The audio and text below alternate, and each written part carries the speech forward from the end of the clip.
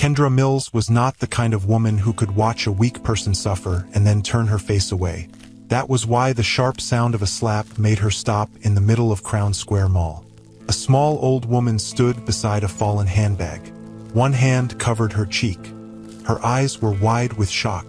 In front of her stood Paige Donnelly in a costly white dress. Paige pointed at the old woman. "You touched my bag," Paige shouted. "I saw you. I only picked it up," the old woman said. "It fell beside my foot. Do not lie to me. I am not lying." Paige raised her hand again. Kendra moved before the second slap could fall. Her strong fingers closed around Paige's wrist and stopped it in the air. Kendra was tall, broad across the shoulders, and built like someone who had spent years lifting heavy weights. Her arms were thick, but her grip was careful. "That is enough," Kendra said. Paige stared at her. "Take your hand off me. Lower your hand first. Do you know who I am?" Kendra looked at the old woman's red cheek, then looked back at Paige. "Right now, you are the person who just slapped an old woman." People gasped and lifted their phones. One man moved closer, but he stopped when Kendra stepped between Paige and the old woman. Paige pulled her wrist free. "She tried to steal from me." The old woman bent toward the things from her own bag. A purse, glasses, and a medicine bottle lay across the floor. Kendra knelt beside her. "Please do not bend," Kendra said. "I will get them. My name is Celeste Rowe," the woman said in a shaking voice. "I was walking past when her bag fell. I picked it up because I thought she had not seen it." "You opened it," Paige yelled. Celeste shook her head. "No." Kendra placed the medicine inside Celeste's bag. "Did she take anything from you?" she asked Paige. "That is not the point. It is the whole point." Paige's face became hard. "The mall manager will deal with you." "Good," Kendra said. "He should deal with the person who hit her." A security guard rushed through the crowd. Behind him came Gavin Price, the mall manager. Gavin looked worried until he saw Paige. "Miss Donnelly," Gavin said quickly. "Are you hurt?" Kendra slowly stood. Paige pointed at her. "This woman attacked me. I stopped you from hitting Mrs. Rowe again," Kendra said. Gavin looked at Celeste for 1 second. Then he turned back to Paige. "Did she put her hands on you?" "Yes. Because you raised your hand," Kendra said. "I was protecting myself from a thief." Celeste gripped Kendra's arm. "Young lady, I am not a thief." "I know," Kendra said softly. Gavin cleared his throat. "Everyone needs to calm down." Kendra looked at him. "She slapped this woman. Why are you not asking if Mrs. Rowe needs help?" Gavin's mouth tightened. "I am handling it." "No, you are protecting Paige." The crowd became quiet. Paige smiled. "You work at the gym upstairs, do you not?" Kendra did not answer. "I have seen you in that black shirt," Paige continued. "You carry boxes and shout at people to lift weights." "I train people," Kendra said. "And yes, I work upstairs. Not for long." Celeste pulled gently at Kendra's arm. "Please do not lose your work because of me." Kendra turned to her. "You did nothing wrong." Gavin stepped closer. "Miss Mills, come with security." Kendra's eyes narrowed. "Why?" "Because Miss Donnelly says you attacked her. There are cameras above us." Gavin glanced toward the ceiling. Kendra followed his eyes. "Good. Let us watch the video." Paige folded her arms. "The camera near this store has been broken for days." A shop clerk near the door looked down. When Kendra asked if it was true, Gavin ordered the clerk back to her counter. Kendra looked at Gavin. "You do not want the truth. I want order in my mall. Then start with the person who slapped an old woman." The guard moved toward Kendra. "Ma'am, please come with me." Kendra lifted both hands.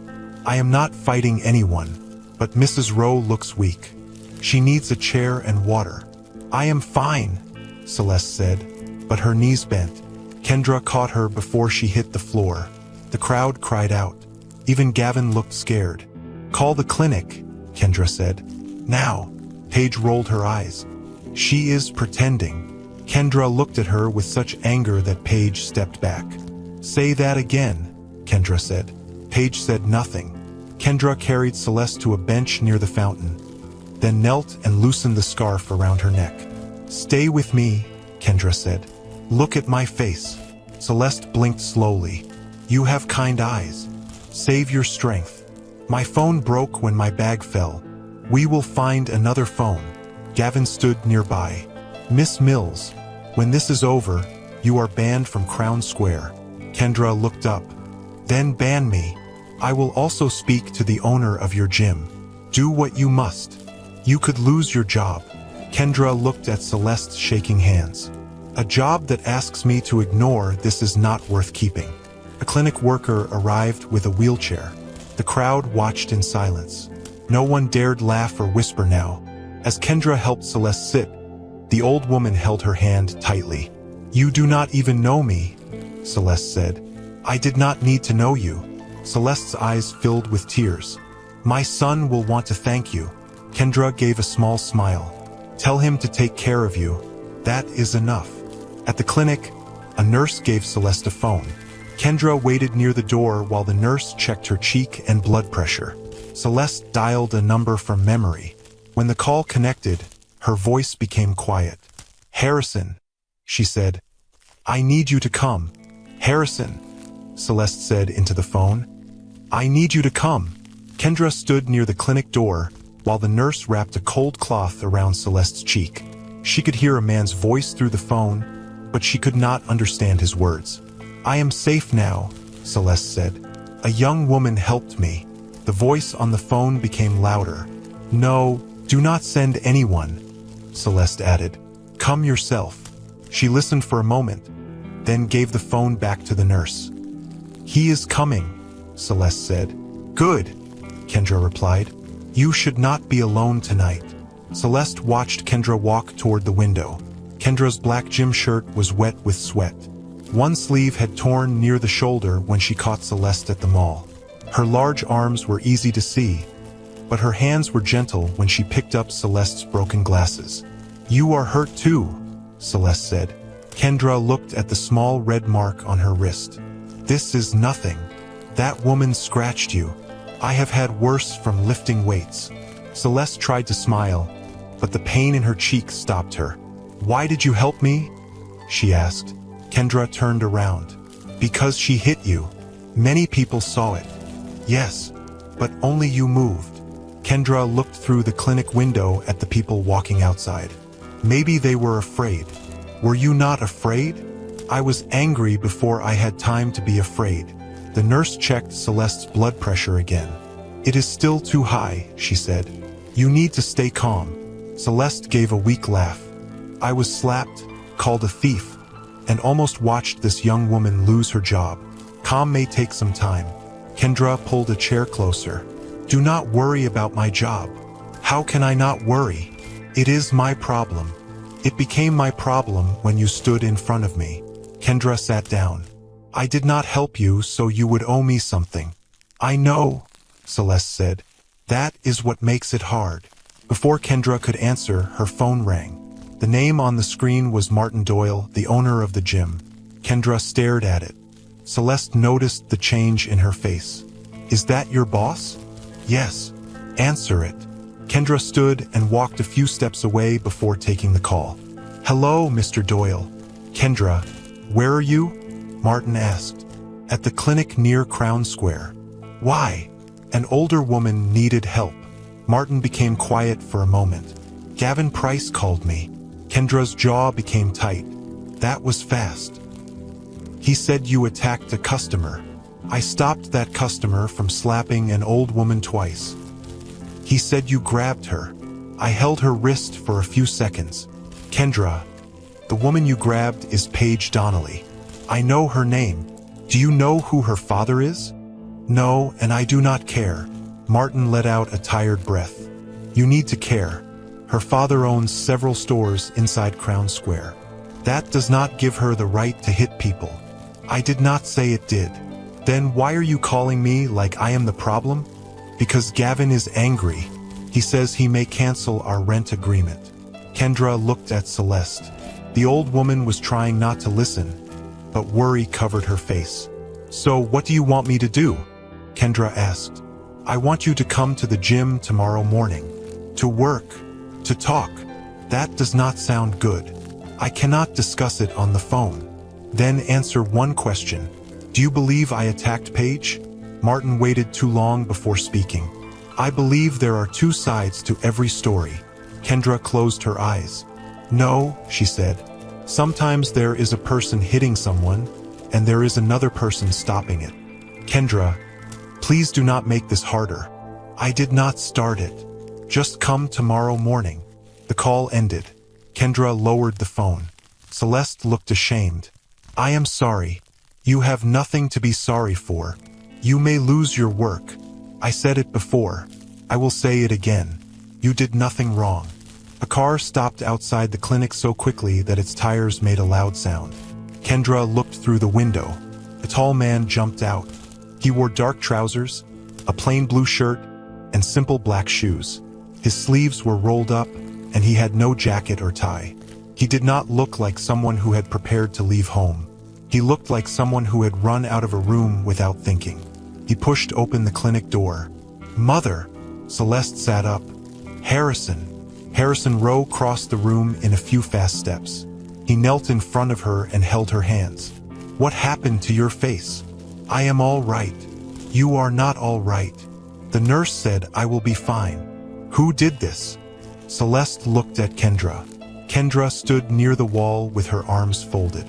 A woman at the mall slapped me, Celeste said. Harrison slowly turned.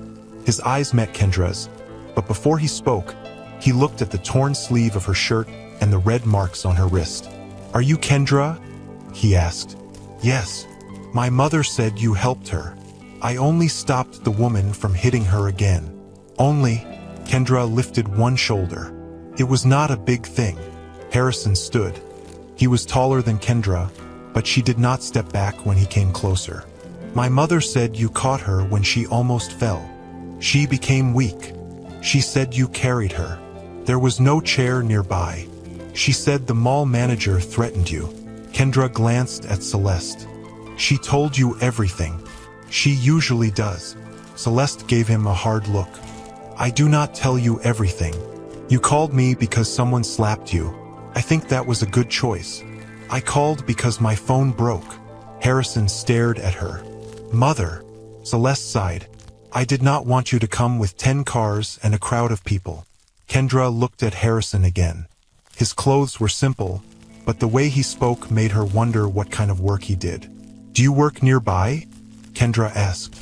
Harrison looked at her. Not far. Celeste raised an eyebrow but said nothing. Harrison returned his attention to Kendra. Thank you. You already said that. I did not say it properly. You do not need to. I do. Kendra shook her head. Take your mother home. Make sure she rests. That is enough. Harrison studied her face. Most people would want something. I am not most people. No, he said quietly. I can see that. The nurse returned with a small paper bag. Mrs. Rowe needs to rest tonight. She should take this medicine after food. Harrison reached for the bag, but Kendra took it first and checked the label. This one is after food, Kendra said. This one is only if the pain gets worse. Harrison watched her. You remembered all that? The nurse explained it earlier. Celeste smiled. She has been caring for me since we arrived. Harrison looked at Kendra again. You stayed this whole time? I was waiting for her family. You could have left. I could have. But you did not. Kendra handed him the medicine. She should not be alone after what happened. Harrison accepted the bag. She will not be. Kendra picked up her own bag from the floor. I should go. Celeste reached for her hand. Please give me your number. Kendra hesitated. So I can tell you I am safe tomorrow, Celeste added. Kendra smiled and entered her number into Celeste's phone. There. Now you have it. Harrison looked down at the screen as Celeste saved the name. Kendra noticed. Do not worry, she told him. I am not going to trouble your mother. That is not what I was thinking. What were you thinking? Harrison paused. I was thinking that I almost arrived too late to meet the person who protected her. Kendra did not know what to say to that, so she moved toward the door. If you're enjoying this video so far, please consider subscribing to my small channel. My wife promised to make me a chocolate chip cookie if I hit 100,000 subscribers before the end of 2026. So it would mean the world to me. That's it, and thanks for listening this far. Now let's continue. As Kendra stepped outside, Harrison followed her. Wait, she turned. Is there any way I can help with your job? He asked. No, you may lose it because of my mother. I may lose it because my boss is afraid of rich people. Harrison's face changed slightly. And you are not? I am afraid of many things, Kendra said. Rich people are not one of them. Harrison almost smiled. Good night, Kendra. Take care of her. I will. Kendra walked away without looking back. Harrison stood outside the clinic and watched her disappear around the corner. Celeste called from inside. Harrison, stop staring and come help me. He returned to her. I was not staring. You were. I was making sure she left safely. Celeste smiled. She is strong. I noticed. I do not mean her arms. Harrison looked toward the door once more. I noticed that too. Across town, Paige Donnelly stood inside Gavin Price's private office at Crown Square Mall. She dropped her handbag on his desk and pointed at him. You let that woman embarrass me. I tried to control the situation, Gavin said. You failed. The clinic workers came quickly. There were too many people watching. Paige leaned closer. Call the gym owner again. I already spoke to him. Speak to him again. What do you want me to say? Paige's eyes became cold. Tell him Kendra attacked me without reason.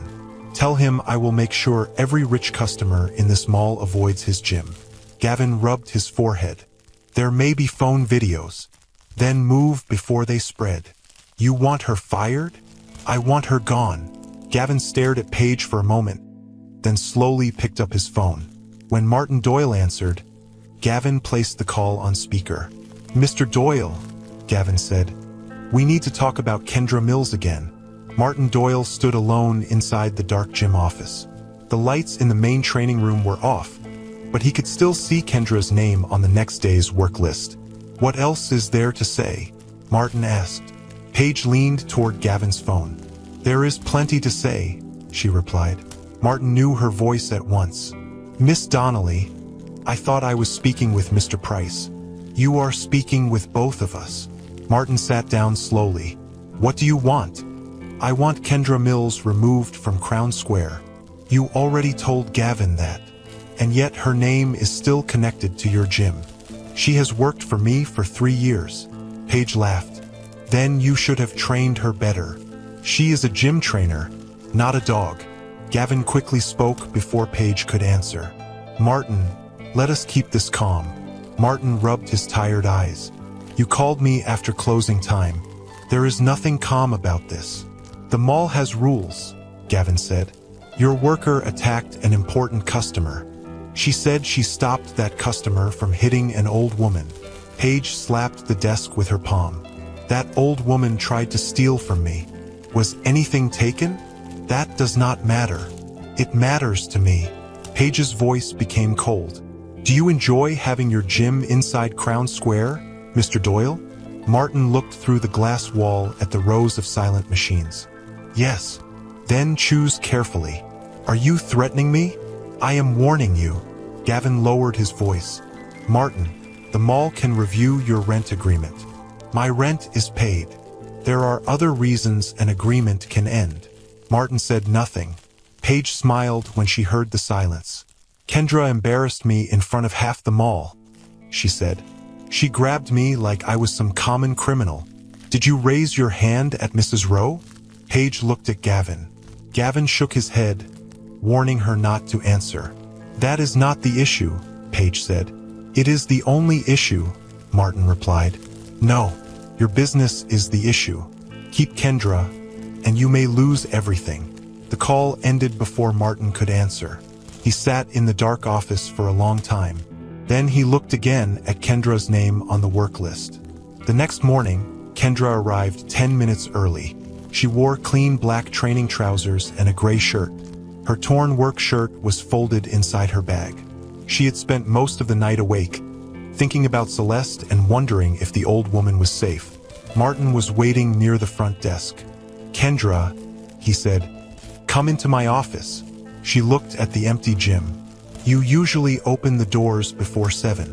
Not today." Kendra followed him into the office.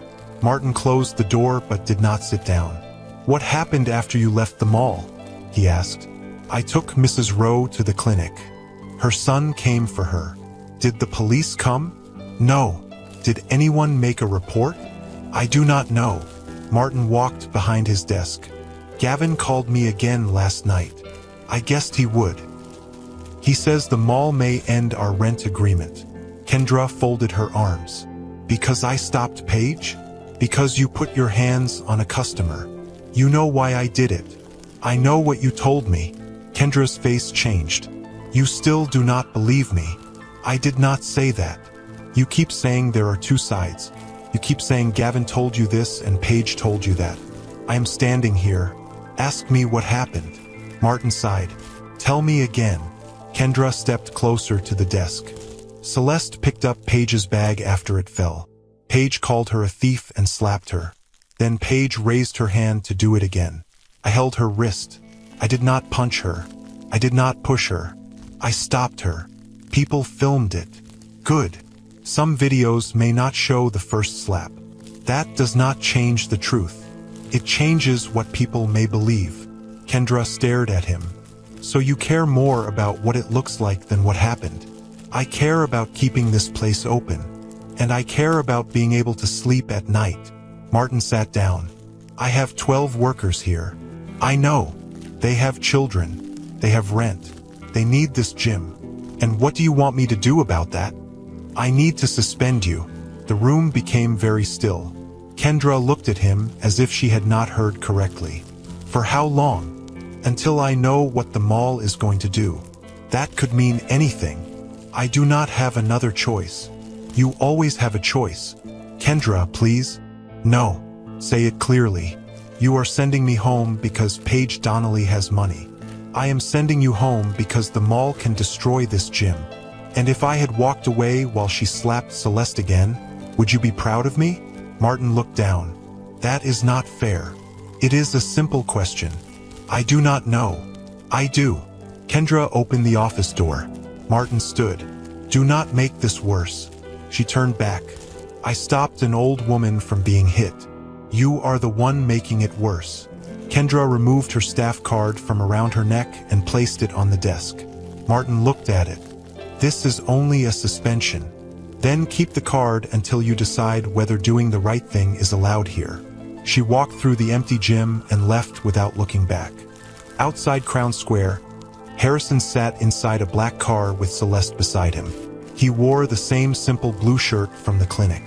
The driver remained silent while Celeste watched Kendra walk out of the mall. "There she is," Celeste said. Harrison looked up. Kendra walked fast, but her shoulders were tight and her hands were closed. "She looks angry," he said. "She looks hurt." Harrison opened the car door. "Wait here." Celeste smiled. "I was not planning to chase her." Harrison stepped onto the pavement. "Kendra." She stopped and turned. When she saw him, she looked toward the car. "How is your mother?" "She is better. She wanted to come with me." Celeste waved through the window. Kendra gave a small wave back. "You came to the mall?" she asked. "To make sure the clinic was right about her medicine," Harrison said. It was not the whole truth. He had also come because Celeste had spent the morning talking about Kendra.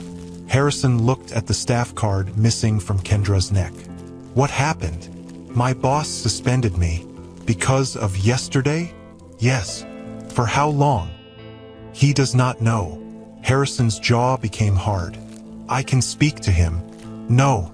I can replace your lost pay until you return." Kendra's eyes narrowed. "I do not need your money. I am not trying to insult you. You thanked me.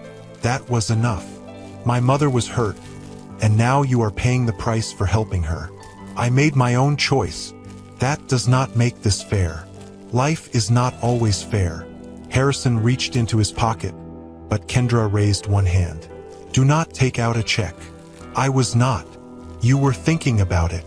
He slowly removed his empty hand. "You read people well. I train people for a living. I know when someone is about to make a bad move." Harrison almost smiled, but Kendra did not. "I do not accept money from strangers," she said. "I am not trying to buy you." "Then do not act like every problem can be fixed by paying for it." Her words hit him harder than she knew. Harrison had spent most of his life watching money open doors, end arguments, and hide mistakes. He looked at Kendra and realized none of that impressed her. Celeste lowered the car window. "Kendra, come here before you frighten my son away." Kendra walked closer. "I am not frightening him. You are. He is just too proud to admit it." "Mother," Harrison said. Celeste ignored him. "Come to dinner tonight." Kendra shook her head. "You should rest." "I can rest while eating." "I do not want to trouble you. You carried me to a bench, stayed at the clinic, and lost your job because of me. The least I can do is feed you. I was suspended, not fired. Then we will eat to celebrate that small piece of good news." Kendra smiled despite herself. "You do not give up easily." "No. That is why Harrison fears arguing with me." "I do not fear it," Harrison said. Celeste looked at him. "Then say no to me now." Harrison stayed quiet. Kendra laughed softly. "All right, I will come." Celeste gave her the address. Kendra read it and looked confused. "This is near the Old North Road." "Yes," Celeste said quickly. "It is a quiet house." Harrison watched his mother carefully. The address was not their main family home. It was a smaller house Celeste kept because she liked peace and did not want workers around her every hour. Kendra placed the paper in her bag. "I will be there at 7. After she walked away, Celeste turned to Harrison. "You did not tell her who you are." "She did not ask. She thinks you are an ordinary man." "I am an ordinary man." Celeste laughed. "You own buildings in 5 countries. That does not change what I am. It changes how people act around you." Harrison looked through the window at Kendra. "That is exactly why I did not tell her." Celeste studied him. "You want to see whether her kindness is real. I already know it is real. Then why hide your name? I want to know how she treats me when she thinks I have nothing to offer." Celeste's smile faded. "Be careful. A hidden truth can still feel like a lie." Across the mall, Paige stood inside Gavin's office while he opened the security system on his computer. "There," he said. "The recording from yesterday." On the screen, Celeste picked up Paige's fallen bag. Paige turned, shouted, and slapped her. A few seconds later, Kendra caught Paige's wrist. Gavin leaned back. "This proves Kendra told the truth." Paige stared at the screen.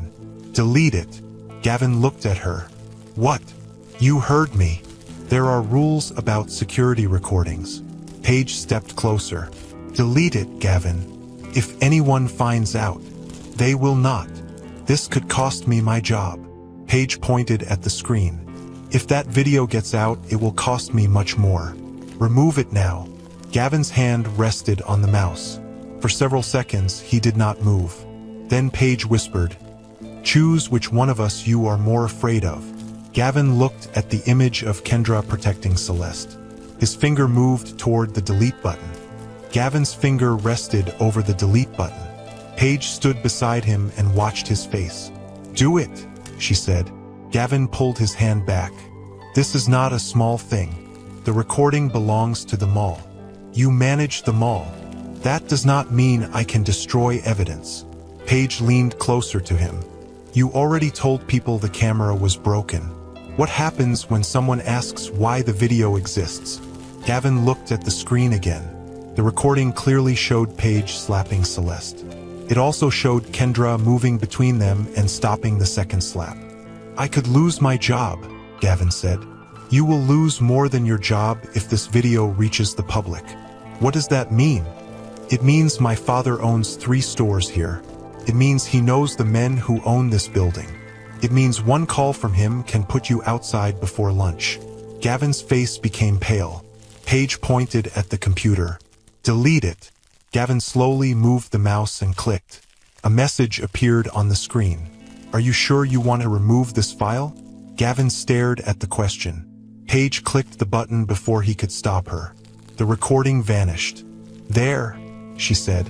Now send me the part from the phone video. What phone video? The one where that large woman grabbed me. That video does not show what happened before. Paige smiled. That is why it is useful.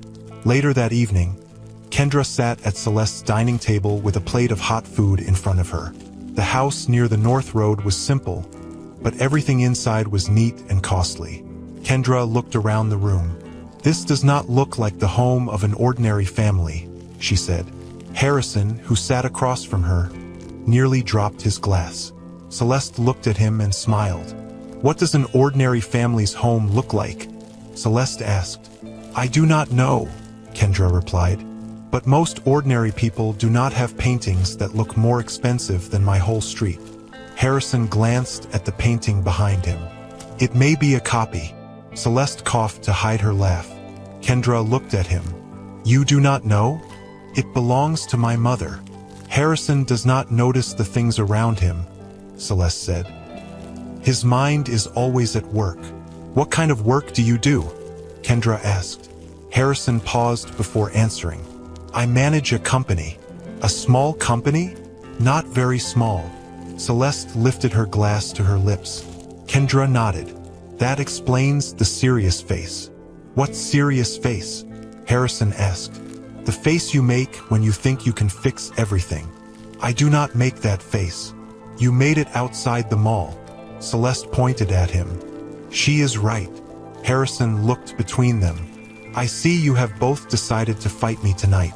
We are not fighting you, Kendra said. We are helping you. Before Harrison could reply, Kendra's phone began to ring. She looked at the screen and saw several messages arriving at once. What happened? Celeste asked. Kendra opened the first message. It was from another trainer at the gym. Have you seen the video? Kendra clicked the link. A short video began to play. It showed Paige pulling away while Kendra held her wrist. The video started after the first slap. Celeste was partly hidden behind Kendra, so it looked as if Kendra had walked up and grabbed Paige without a reason. Words were written above the video. Violent gym worker attacks innocent shopper. Kendra watched it twice. Harrison noticed her hand tightening around the phone. Let me see. She passed it to him. His face changed as he watched. This is not what happened, Celeste said. No, Kendra replied. But it is what people will believe. More messages arrived. One called Kendra a bully. Another asked why a trainer was attacking customers. A third said Crown Square should remove her. Harrison placed the phone on the table. Who posted this? The page has no real name, Kendra said. Celeste pushed her plate away. Paige did this. We do not know that, Harrison replied. I know it. Kendra stood. I need to call Martin. Harrison stood with her. Let me speak to him. No, Kendra. This could destroy your name. It is my name. I will handle it. She walked toward the window and called Martin. He answered after several rings. Kendra, you saw the video. Yes. It begins after Paige slapped Celeste. I know what you told me. You know what I told you? Kendra's voice rose. You still speak as if I may be lying. The video is spreading everywhere. That video is missing the truth. The mall says there is no other recording. Gavin lied. He said the camera was broken. Martin was quiet. Kendra closed her eyes. What are you going to do? She asked. I have had many calls. That is not an answer. Members are saying they will cancel their payments. So you believe strangers online before the worker you have known for 3 years. I have to protect the gym. You said I was suspended. I know. Kendra turned from the window. Harrison and Celeste were both watching her. Say it, Kendra told Martin. Kendra, please. Say the words. Martin took a breath. I have to let you go. Celeste covered her mouth. Harrison's eyes became hard. Kendra did not speak for several seconds.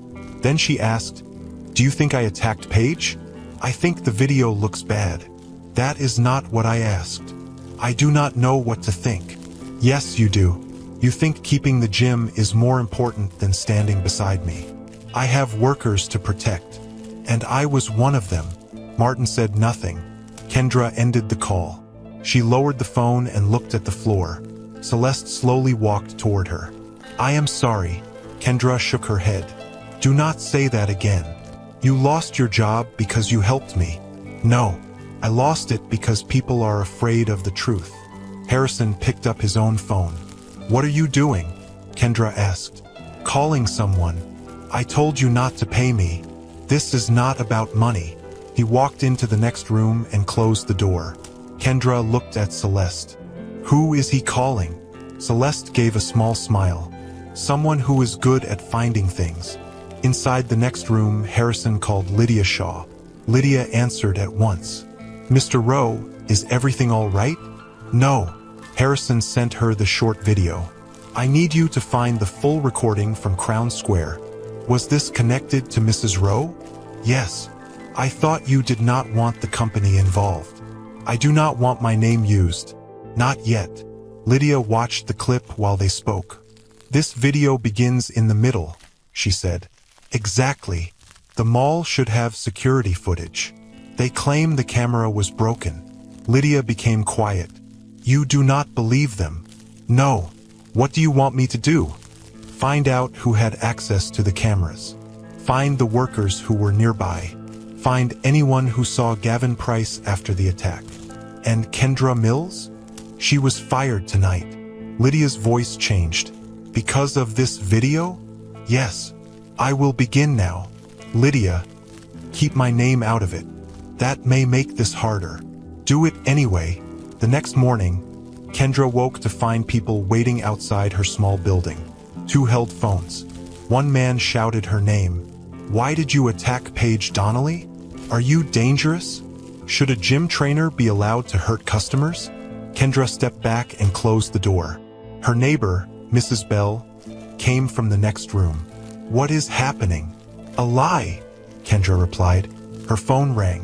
It was Harrison. "Do not leave your home yet," he said. "How do you know what is outside?" "I have someone watching the online pages. I do not need guards." "I did not send guards." "Then what did you send?" "Help." Kendra rested her head against the door. "Harrison, I do not want to owe you. You do not owe me anything. You keep saying that while doing things I did not ask you to do. And you keep trying to face everything alone. That is my choice. Yes, but I will not watch a lie destroy you when I can help find the truth." Kendra became quiet. Harrison lowered his voice. "Let me find the full video. What if it is gone? Then we find someone who saw it." At Crown Square, Lydia entered a small clothing store near the place where the slap happened. She wore a plain jacket and carried no company badge. Rachel Knox stood behind the counter, folding shirts with shaking hands. Lydia placed a printed picture of Gavin on the counter. "I need to ask you about yesterday." Rachel looked toward the store entrance. "I did not see anything. You were standing less than 10 feet away. I was working. You looked directly at Mrs. Rowe when Paige slapped her." Rachel's face lost its color. "I said I did not see anything." Lydia leaned closer. "Someone deleted the mall recording." Rachel's hands stopped moving. "You should leave." "Was it Gavin?" "I cannot talk. A woman lost her job because of a lie." Rachel looked toward the office hallway. "You do not understand." "Then help me understand." Rachel's eyes filled with fear. "He can fire me." "Did Gavin tell you to stay quiet?" Rachel swallowed. Lydia waited. At last, Rachel whispered, "Yes." "What exactly did he say?" Rachel looked around once more before answering. "He told me that if anyone asked, the camera was broken. Then he said I should forget what I saw." Lydia kept her voice calm. "Did he say why?" Rachel looked toward the entrance of the store again. Her hands shook as she held the shirt she had been folding. "He said Paige Donnelly had powerful friends. He said people like us could lose everything if we caused trouble. Did you see him delete the recording? No, but I saw Paige enter his office after the attack. She stayed there for almost an hour. Later, Gavin came to me and gave me the warning. Lydia took out her phone. Will you say this again while I record you? Rachel stepped back. No. Rachel. Kendra lost her job. I know. People are standing outside her home and calling her dangerous. I know. Then help us. Rachel looked down. You do not understand what Gavin can do. Lydia moved closer but did not touch her. I understand fear. I also understand what happens when good people stay silent. Rachel's eyes filled with tears. I have a little boy, she said. I need this job. And Kendra needed hers. That is not fair. No, it is not. Rachel wiped her eyes. I need time. You may not have much. Rachel looked confused. What do you mean? Lydia showed her a notice on her phone. Paige Donnelly was holding a public event at Crown Square Mall that afternoon. She claimed the event was meant to protect shoppers from violent workers. Rachel read the notice twice. She is going to talk about Kendra. Yes. She is making herself look like the victim. Yes. Rachel dropped the shirt on the counter. She slapped Mrs. Rowe. I saw it. Then someone must say so. Rachel looked at Lydia. I cannot stand in front of cameras. You do not have to do that today. What do you need? The truth. That is all. Rachel took a deep breath. Come into the storeroom. While Lydia followed Rachel through a small door behind the counter, Kendra sat inside her home and watched the same event notice on her phone. Paige's face was beside the words. Stop violence in Crown Square. Kendra gave a bitter laugh. Mrs. Bell sat across from her with a cup of tea. That woman has no shame, Mrs. Bell said. She has money, Kendra replied. Some people think that is better than shame. Will you go? No. You should. And do what? Fight through reporters while they call me a bully. You can tell the truth. They already heard the lie first. Kendra's phone rang. It was Harrison. She stared at his name before answering. Hello. Have you seen the event notice? He asked. Yes. Paige is going to speak about you. I guessed that. You need to come to the mall. No. Kendra. I said no. Why? Because I am tired of walking into places where everyone has already decided who I am. Harrison became quiet for a moment. Lydia found a witness. Kendra stood. What witness? A shop worker who saw the slap. Who is Lydia? Harrison paused. She works with me. You said you managed a company. I do. What kind of company has workers who search for hidden security videos? A large one. Kendra's eyes narrowed. You keep giving me half answers. I will explain everything. When? At the mall. No. Explain now. Harrison looked through the glass wall of his office. Lydia had sent him Rachel's recorded statement only minutes earlier. His company leaders were already waiting downstairs. I need you to trust me for one more hour, he said. Kendra's voice became cold. You keep asking for trust while hiding things. I know. That is not an answer. No, but it is the truth. Kendra walked toward the window. Will Rachel speak today? Not in public. Then what changes? I have other proof. What proof? You will see. Kendra shut her eyes. I do not like surprises. I know. You do not know me well enough to say that. Harrison looked down. Maybe not. Mrs. Bell watched Kendra's face. Go, she whispered. Kendra covered the phone. This may be another trick. Then face it standing up. Kendra returned the phone to her ear. I will come, she said. But if you lie to me again, we are finished talking. Harrison's voice became quiet. That is fair. By the time Kendra reached Crown Square, the main hall was full. Reporters stood near a small stage. Bright lights pointed toward Paige, who wore a red dress and held a microphone. Gavin stood behind her with two mall guards. Kendra stopped near the edge of the crowd. Someone noticed her. There she is. Phones turned toward her. A reporter pushed closer. Kendra, do you regret attacking Paige Donnelly? I did not attack her. Why did the video show you holding her? Because she was trying to slap an old woman again. Another reporter shouted. Where is the old woman? She is safe. Why has she not spoken? Kendra tried to move forward, but the crowd blocked her. Paige saw her and smiled. Let her come closer, Paige said into the microphone. She deserves to hear this. The people opened a path. Kendra walked toward the stage. Paige looked down at her.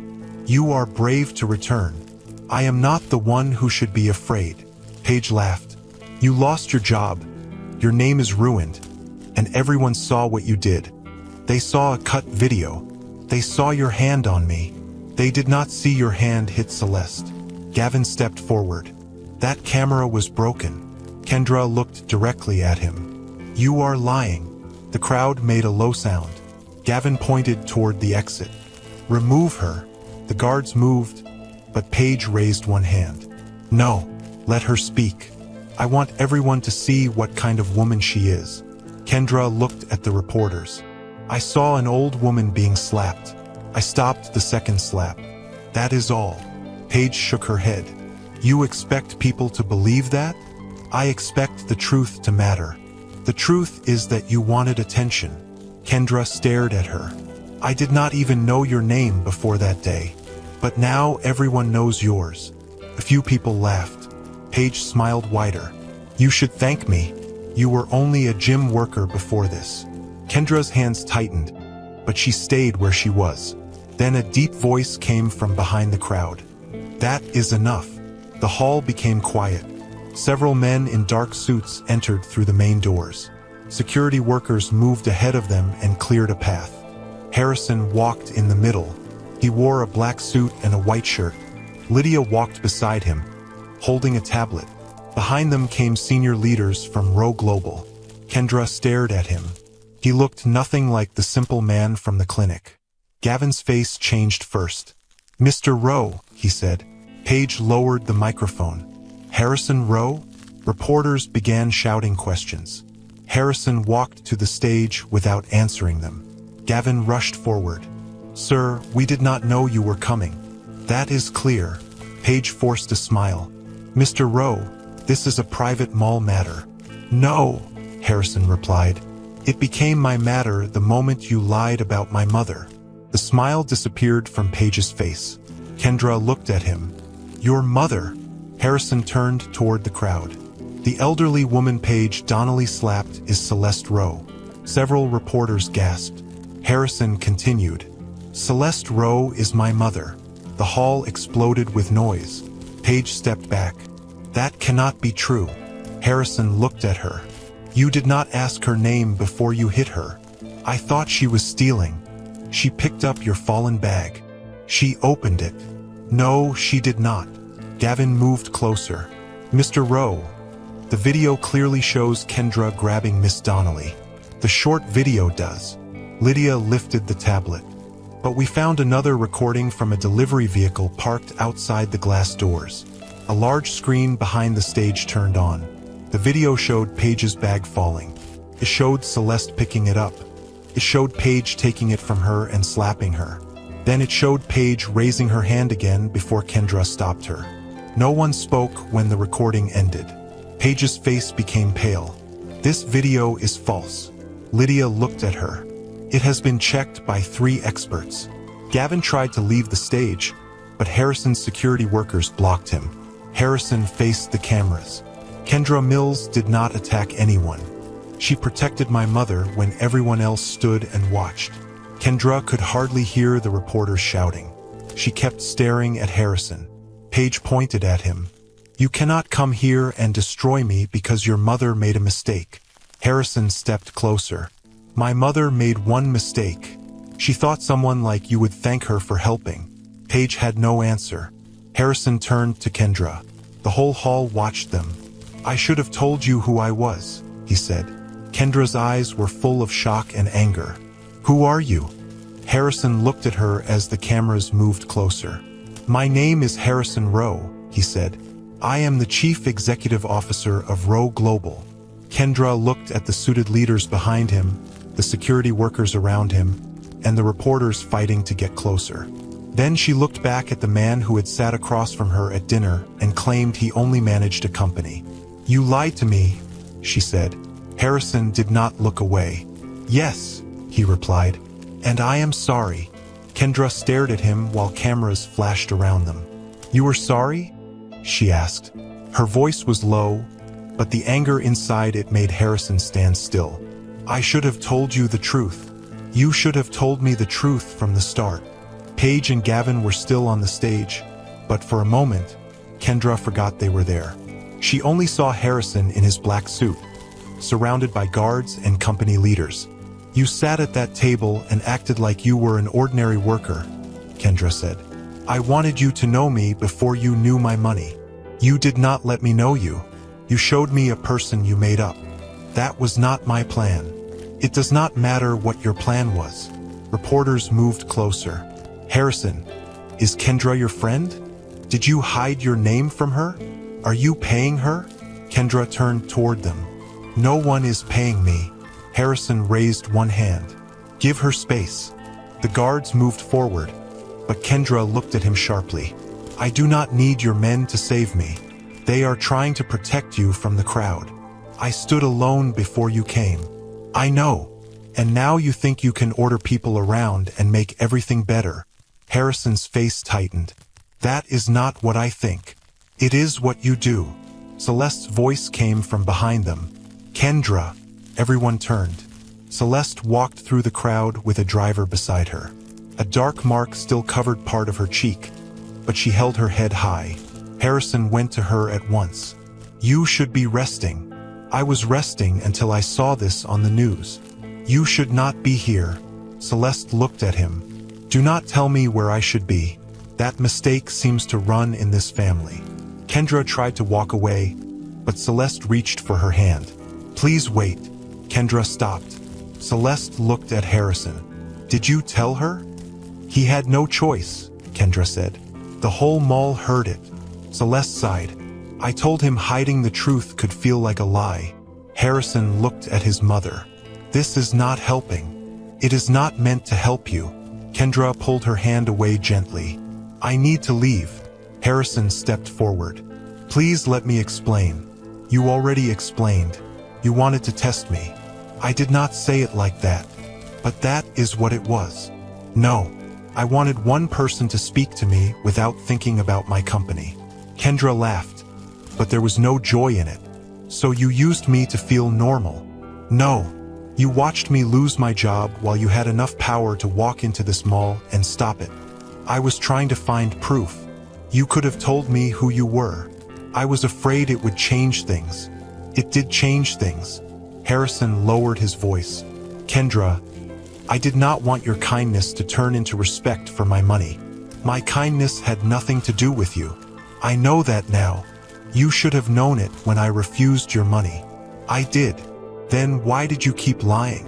Harrison had no quick answer. Kendra stepped closer to him. "Trust cannot be bought, Harrison." "I know." "No, you do not. You live in a world where someone always says yes because your name is on a building. That is not fair. Neither was what you did." Celeste looked between them. "Kendra is right." Harrison turned to his mother. "I know she is right.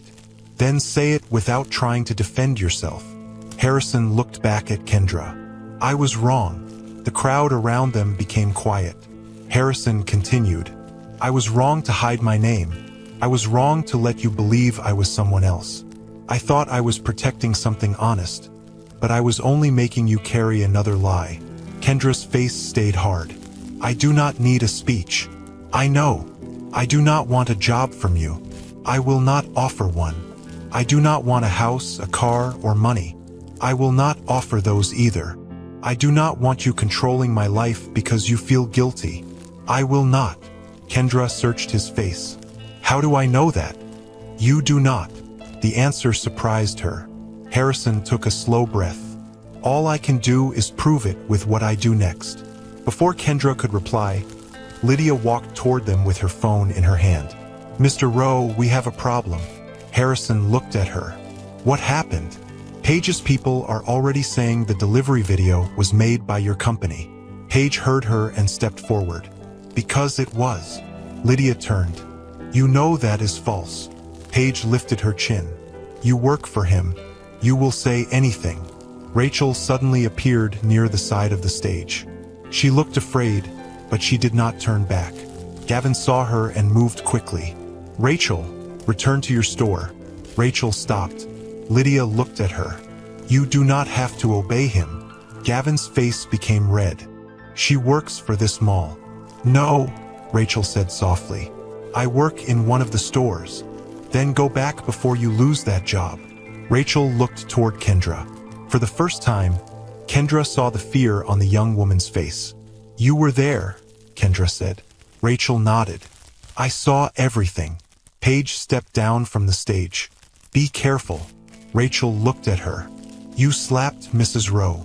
The reporters rushed forward again. Gavin pointed at Rachel. She is lying. Rachel's voice shook. No, I am not. You told me you saw nothing. Because you told me to stay quiet.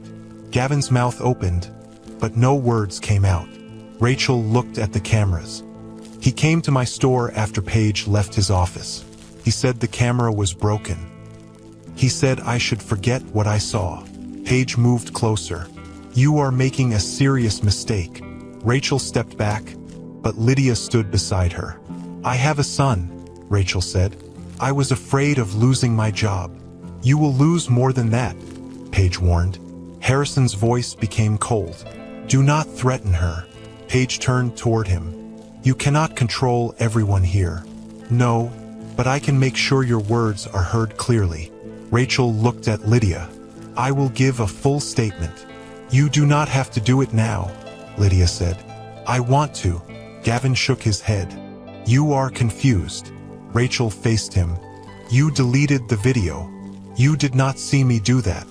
No, but I saw Paige enter your office. Then I saw you leave it with a face like you had just buried something. The crowd began whispering. Kendra watched Rachel carefully. Why are you speaking now? She asked. Rachel looked at her. Because I watched that short video spread. I watched people call you violent. Then I saw Paige standing here like she was the victim. Rachel's eyes filled with tears. You lost your job because I stayed quiet. Kendra stepped toward her. You were scared. That does not make it right. No, Kendra said. But telling the truth now matters. Harrison looked at Kendra, but she did not look back at him. Lydia guided Rachel toward a quiet office where she could give her full statement. Reporters followed until the guards blocked them. Paige moved close to Gavin. This is falling apart, she whispered. You told me deleting the recording would end it. It should have. It did not. Paige looked toward Kendra. Then we give them something else to talk about. Gavin's eyes narrowed. What do you mean? Paige opened her handbag and removed a small silver box. Inside it was a diamond bracelet. Gavin looked at it. Where did you get that? It belongs to a store upstairs. You cannot take that. I did not take it. You are holding it. Paige closed the box. By tonight. It will be found in Kendra's old locker at the gym. Gavin stepped back. No. Paige stared at him. You deleted one video. Do not pretend you are honest now. This is different. Yes, this time people will stop talking about a slap and start talking about theft. Gavin looked across the hall. Kendra stood beside Celeste while Harrison kept a careful distance from her. She has already lost her job, Gavin said. Then we make sure no one ever hires her again. Gavin shook his head. I will not do it. Paige's voice dropped.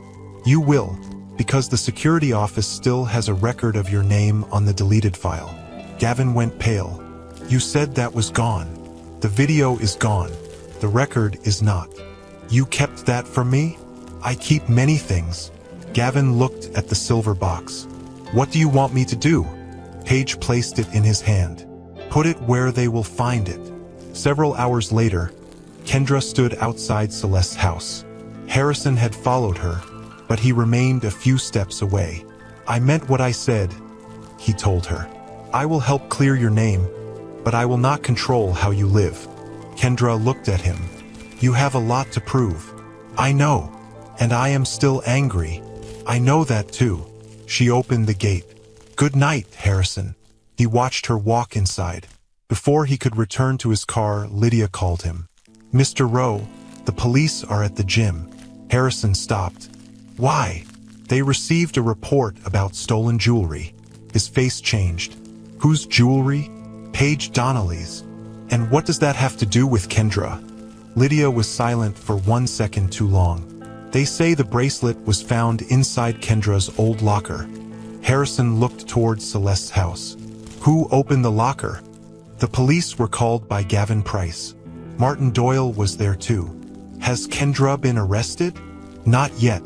The locker was not locked, and several workers had access to the room." "I am coming." Harrison ended the call and pushed open Celeste's gate. Kendra had not reached the front door yet. "What is it?" she asked when she saw his face. "The police found a diamond bracelet in your old locker." Kendra stared at him. "What bracelet?" "Paige says it belongs to her." Kendra gave a dry laugh. "Of course she does." Celeste came back outside.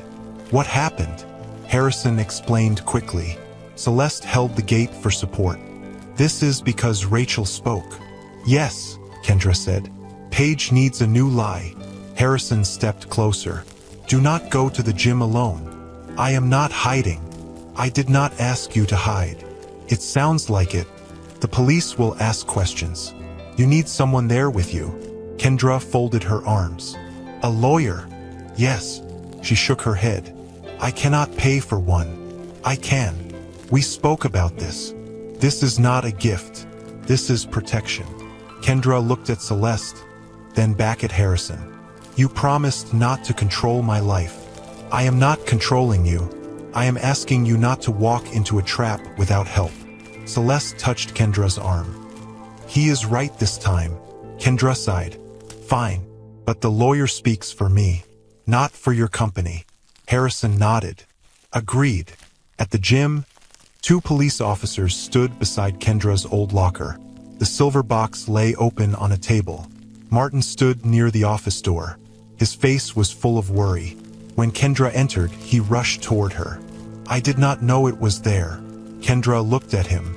"You did not know because I did not put it there." One officer held up the bracelet. "Do you know what this is?" "No. Miss Donnelly says it went missing yesterday." "I was not working yesterday." Gavin stepped from the office. "But you entered the mall." Kendra turned. "Yes, in front of hundreds of people." "You also knew where the staff rooms were." "So did you." Gavin's mouth became tight. The lawyer Harrison had sent stepped forward. "My client will answer questions, but she will not accept false claims." Gavin pointed toward the locker. The bracelet was found in her space. Kendra looked at Martin. "Who still has a key to this room?" Martin swallowed. "Managers, cleaners, mall security." Kendra looked at Gavin. "So almost anyone could enter." Gavin raised his chin. "That does not prove someone did. It also does not prove I put it there." One officer nodded. "She is correct. We need more than the place where it was found." Paige suddenly entered the gym with 2 reporters behind her. "That woman stole from me," she said. The officer blocked her. "This is not a public event." Paige pointed at Kendra. "She hated me. She wanted revenge." Kendra stepped toward her. "You slapped an old woman, lied about it, cut a video, and watched me lose my job. Now your bracelet appears inside an open locker. You expect everyone to believe I placed it there? I expect people to notice that lies keep helping you." Paige smiled. "You are finished." "No," Kendra replied. "I am only tired." The officer asked everyone to leave while the bracelet was taken as evidence. No one was arrested.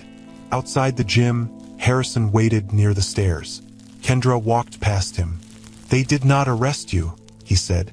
"Not yet. We will prove it was planted." "You say that like proof always appears when you need it." Rachel's statement helped. "And now Paige is trying to frighten her too." Harrison's face changed. "What makes you say that?" "Because Paige attacks anyone who speaks." That evening, Celeste sat alone in her quiet house while Kendra spoke with the lawyer in the next room. Her phone made a small sound. A message had arrived from a number she did not know. Mrs. Rowe, this is Rachel Knox. I have more proof, but I am scared to speak near Harrison's workers. Please meet me in the lower parking area of Crown Square. Come alone. I want to show you where Gavin hid the old recording. Celeste read the message twice. She looked toward the room where Kendra was speaking. Rachel had risked her job already. Celeste thought the young woman might be afraid Harrison would use his power to control her story. Celeste typed a reply. What time? The answer came at once. Now, please do not tell anyone. Celeste stood and picked up her handbag. As she moved toward the back door, Kendra stepped out of the next room. Where are you going? Celeste stopped. To get some air. At night. I will not be long. Kendra looked at the handbag in Celeste's hand. You do not carry your bag to walk around the garden. Celeste tried to smile. You notice too much. Show me the message. What message? The one that made you suddenly decide to leave. Celeste hesitated. Kendra held out her hand. Please. Celeste gave her the phone. Kendra read the message and her face became hard. This is not Rachel. How do you know? Rachel has Lydia's number. She does not need to send you alone. Maybe she does not trust Lydia. She would not ask you to enter a dark parking area after what happened. Celeste reached for the phone. What if she really has proof? Then we go together. The message says alone. That is exactly why you are not going alone. Kendra called Rachel. There was no answer. Then she called Lydia. Did Rachel send Celeste a message? No, Lydia replied. Rachel is with her sister across town. Kendra looked at Celeste. It is a trap. Celeste's face became pale. Paige. Most likely. Then we should call Harrison. Kendra thought for a moment. If we call him now, Paige may run before anyone sees what she is doing. You want to go? I want the police to catch them. Kendra called the officer who had questioned her at the gym. She explained the message and sent him a copy. Do not enter the parking area, the officer warned. Wait for us. We will wait near it, Kendra promised. But when they reached Crown Square, the lower parking level looked empty. Kendra kept Celeste close as they stood near the entrance. A voice came from behind a large concrete post. You brought her. Gavin stepped into view. Paige followed him. Celeste looked at Paige. You sent the message. Paige smiled. And you came. Kendra moved in front of Celeste. She did not come alone. Paige's smile disappeared. You again.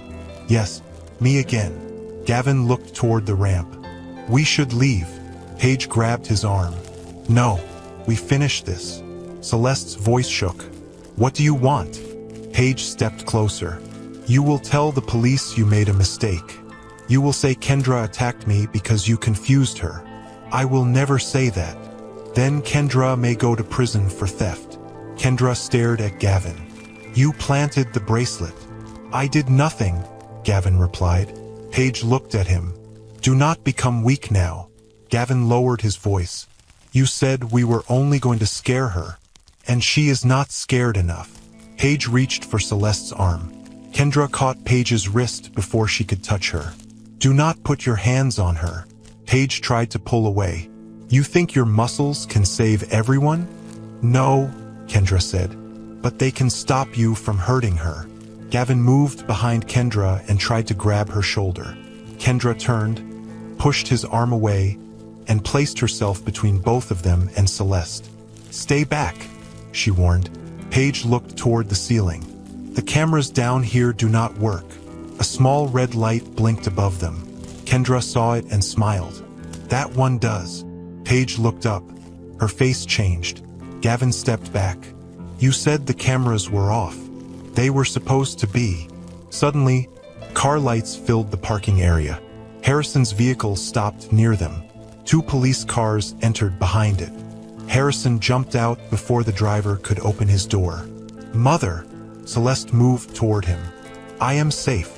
Harrison held her shoulders and checked her face. Then he looked at Paige and Gavin. The police officers moved between them. Paige pointed at Kendra.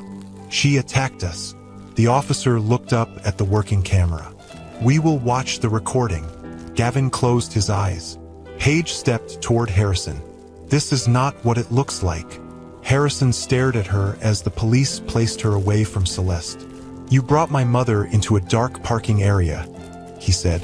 You threatened her, and you tried to touch her again. I only wanted her to tell the truth. No, Harrison replied. You wanted fear to become the truth. Kendra stood beside Celeste, breathing hard. Harrison looked at her, then at his mother, then at the blinking camera above them. For the first time, he fully understood how far Paige was ready to go. And this time, every part of it had been recorded. The police took Paige and Gavin to separate rooms inside the mall security office. Kendra sat beside Celeste while a nurse checked her blood pressure. Harrison stood near the door, watching both of them. You should have called me before coming here, he said. Celeste looked up. We did call the police. That is not what I said. Kendra turned toward him.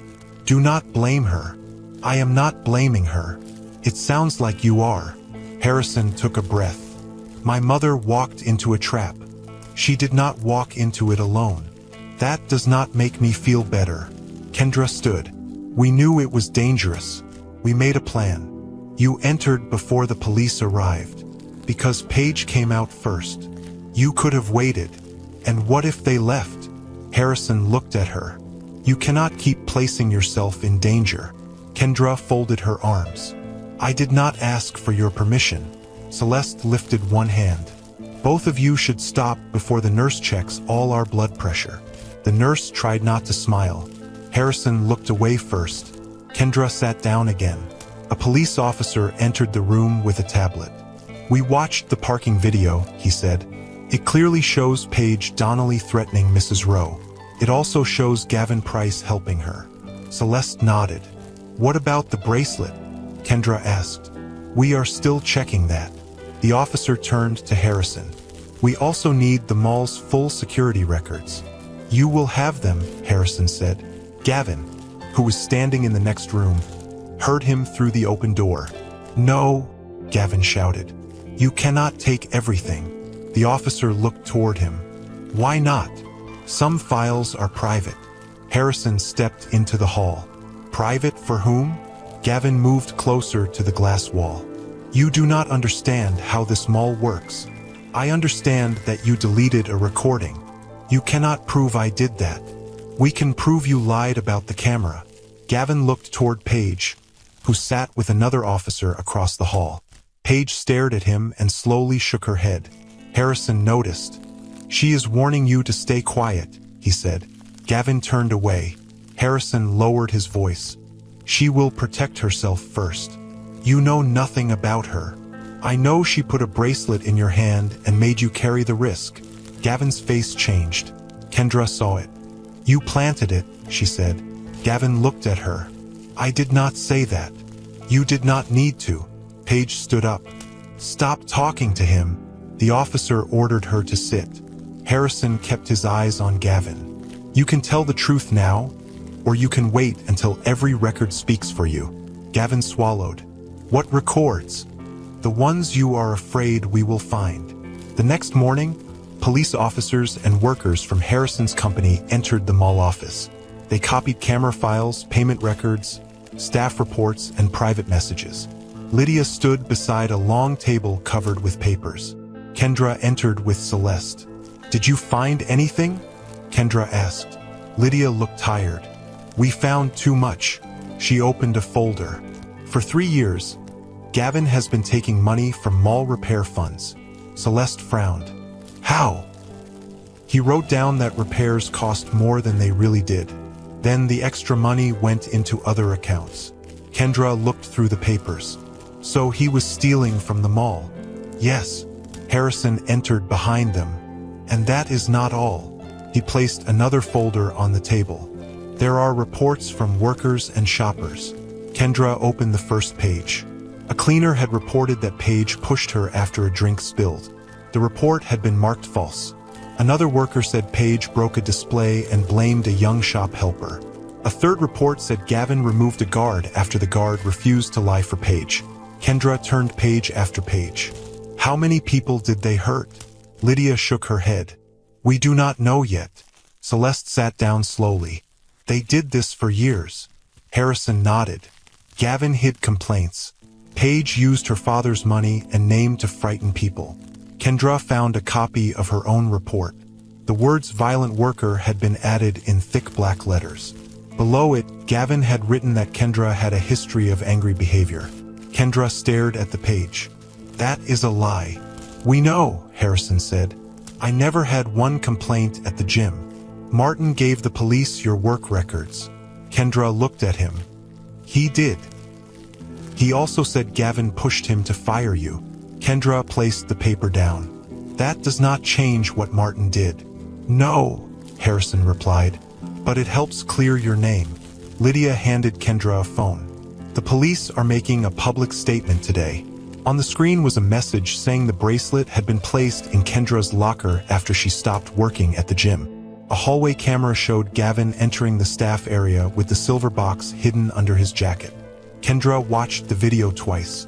So it is over? The theft claim is over, Lydia said. Your name is cleared. Kendra sat very still.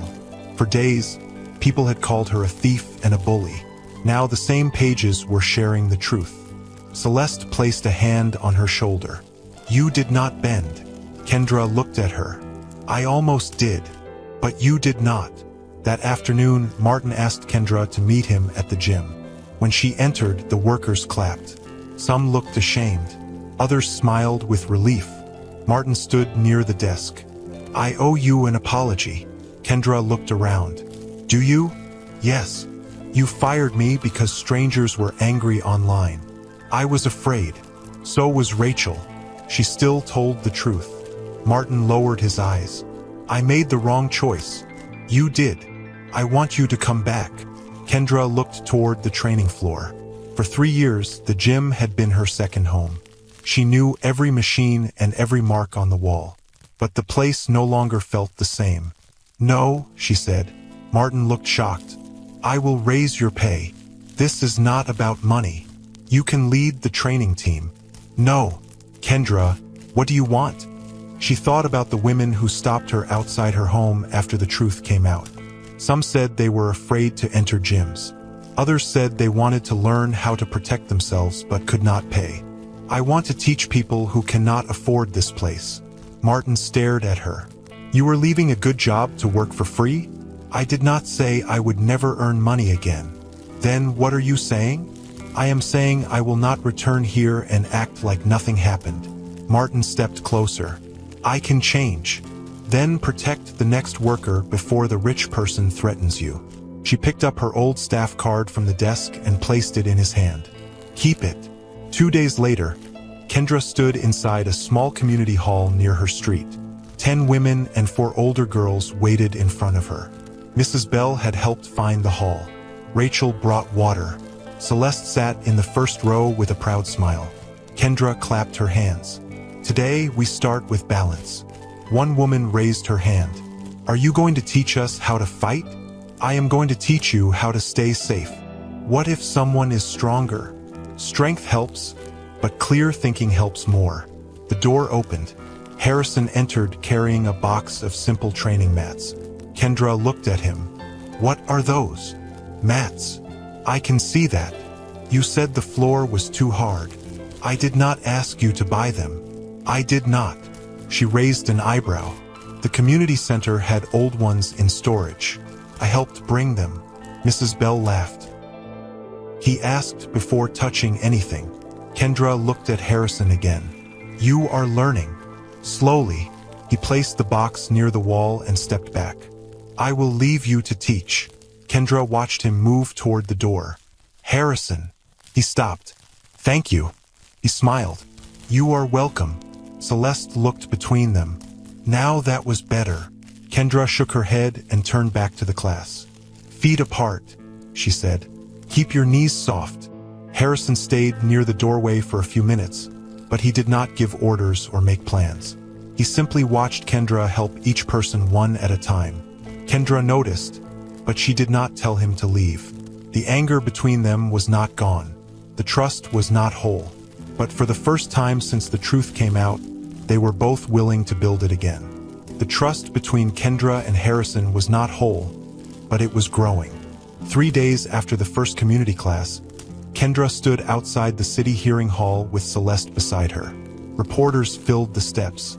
Cameras pointed toward the doors, and people shouted questions from every side. "Are you ready?" Celeste asked. Kendra looked at the large building. "I do not know. That is an honest answer.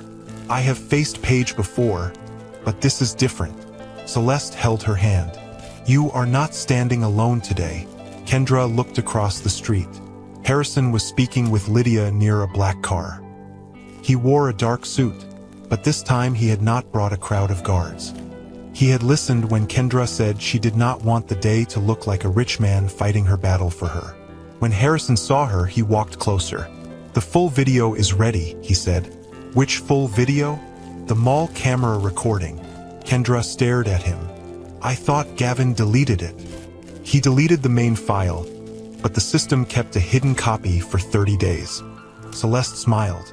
"So lies are not as smart as they think." Harrison looked at Kendra.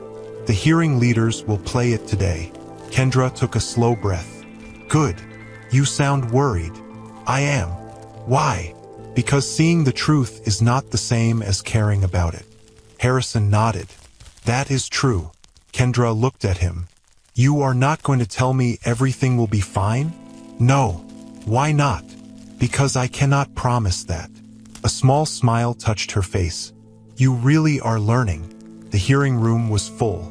Paige sat on one side with 2 lawyers. Gavin sat several chairs away from her. He kept looking toward Paige, but she refused to look at him. Kendra sat between Celeste and Rachel. Rachel's hands shook in her lap. "I do not think I can do this," she whispered. Kendra turned toward her. "You already did the hardest part." "What was that?" "Telling the truth when you were afraid." Rachel looked toward Gavin. "He knows where I live. There are police outside your home. What happens when they leave?" Harrison leaned forward from the row behind them. "They will not leave until the police say you are safe." Rachel looked at him. "Is that a promise from a billionaire?" "No," Harrison said. "It is a promise from a man who should have listened sooner." Kendra noticed the way he answered. He had not spoken like he owned the room. Rachel nodded and faced the front. The head of the hearing, Mrs. Dawson, entered and asked everyone to sit. "This hearing will look at claims of attack, false reports, deleted records, stolen money, and threats made inside Crown Square Mall," she said. Paige's lawyer stood. "My client denies all claims." Mrs. Dawson looked at him. "You will have time to speak." Paige whispered something to her lawyer, then looked at Kendra. Her eyes were still hard. Mrs. Dawson asked Lydia to present the first video. The large screen turned on. The short phone video played first. It showed Kendra holding Paige's wrist. People in the room whispered. Paige's lawyer stood. "This is the video the public saw." "Yes," Lydia said. "It clearly shows Kendra touching my client. It shows the middle of the event." "That is your opinion." "No," Lydia replied. "This is the rest." The screen changed. The full mall recording began. Everyone saw Paige's bag fall. They saw Celeste bend and pick it up. They saw Paige grab it from her hand. Then the slap filled the room. The sound was sharp. Celeste looked down as the old moment played again. Kendra placed a hand over hers. On the screen, Paige raised her hand a second time. Kendra moved between them and caught her wrist. The video ended. The room stayed silent. Mrs. Dawson looked at Paige. "Do you still claim Mrs. Rowe tried to steal from you?" Paige lifted her chin. "I believed she was trying to steal." "Did you see her take anything?" "No." "Did she open your bag?" Paige looked at her lawyer. He whispered to her. Mrs. Dawson repeated the question. "Did Mrs. Rowe open your bag?" "No." "Then why did you slap her?" Paige's face became red. "I was frightened." Celeste looked at her. "You were not frightened." Paige turned. "You do not know what I felt." "I know what I saw," Celeste replied. "You were angry because I touched something that belonged to you." Paige's lawyer stood again. My client has already faced public shame. Kendra looked at him. Public shame did not put the mark on Celeste's face. Paige did. Mrs. Dawson asked Kendra to speak. Kendra stood slowly. I did not know Celeste before that day, she said. I did not know Paige either. I saw one person raise her hand against someone weaker. I stopped it. Paige laughed. You enjoyed making me look small. Kendra looked at her. You did that yourself. Mrs. Dawson called Rachel next. Rachel walked to the front. Gavin stared at her. Do not do this, he whispered. Rachel stopped. The whole room heard him. Mrs. Dawson looked at Gavin. You will remain silent. Rachel faced the hearing leaders. I worked in the clothing store near the place where Mrs. Rowe was slapped, she said. I saw everything. What happened after the attack? Mrs. Dawson asked. Paige went into Gavin's office. Gavin shook his head. That proves nothing. Rachel looked at him. You came to my store later. I speak to workers every day. You told me the camera was broken. Gavin stood. You are lying. Two officers stepped toward him. Mrs. Dawson struck the table with a small wooden block. Sit down. Gavin slowly lowered himself into his chair. Rachel continued. He told me to forget what I saw. He said people like me could lose everything if we caused trouble. Why did you stay quiet? Mrs. Dawson asked. I was afraid. And why are you speaking now? Rachel looked at Kendra. Because she lost her job while I kept mine. Kendra shook her head gently. Rachel continued. And because Paige kept lying. I saw what fear did to me. I did not want it to control me anymore. Lydia then placed several folders on the table. These are Gavin Price's mall records. Gavin's lawyer stood. We object. Mrs. Dawson looked at the police officer beside Lydia. Were these records taken with legal permission? Yes. Then continue. Lydia opened the first folder. For 3 years, repair money was sent to false companies. She opened another. Worker reports against Paige were hidden. Another folder followed. Security files were changed. Then she placed a printed picture on the screen. It showed Gavin entering the gym staff hall with the silver box under his jacket. Kendra stared at him. That was my old locker. Lydia nodded. The bracelet was placed there after Kendra had already been fired. Mrs. Dawson looked at Gavin. Do you deny this? Gavin's face was wet with sweat. I was told to do it. Paige turned toward him. Do not. Gavin looked at her. You said you would protect me. Paige stood. You made your own choices. You gave me the bracelet. You cannot prove that. Gavin laughed in a broken way. I kept the messages. Paige froze. Gavin reached toward his lawyer. They are on my phone. She told me where to put it. She told me to delete the video. She told me to frighten Mrs. Rowe. Paige's lawyer grabbed her arm. Do not speak. But Paige pulled away. You weak fool, she shouted at Gavin. You ruined everything. The room exploded with noise. Mrs. Dawson ordered everyone to stay seated. Police officers moved toward Paige and Gavin. Paige backed away. You cannot arrest me in front of these people. One officer reached for her arm.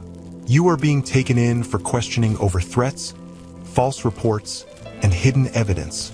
Paige looked at Kendra. This is your fault. Kendra stood. No, this is the result of your choices. Gavin did not fight when the officers took him. Paige did. She shouted at her lawyer, at the police, and at the reporters outside. But the officers led both of them away.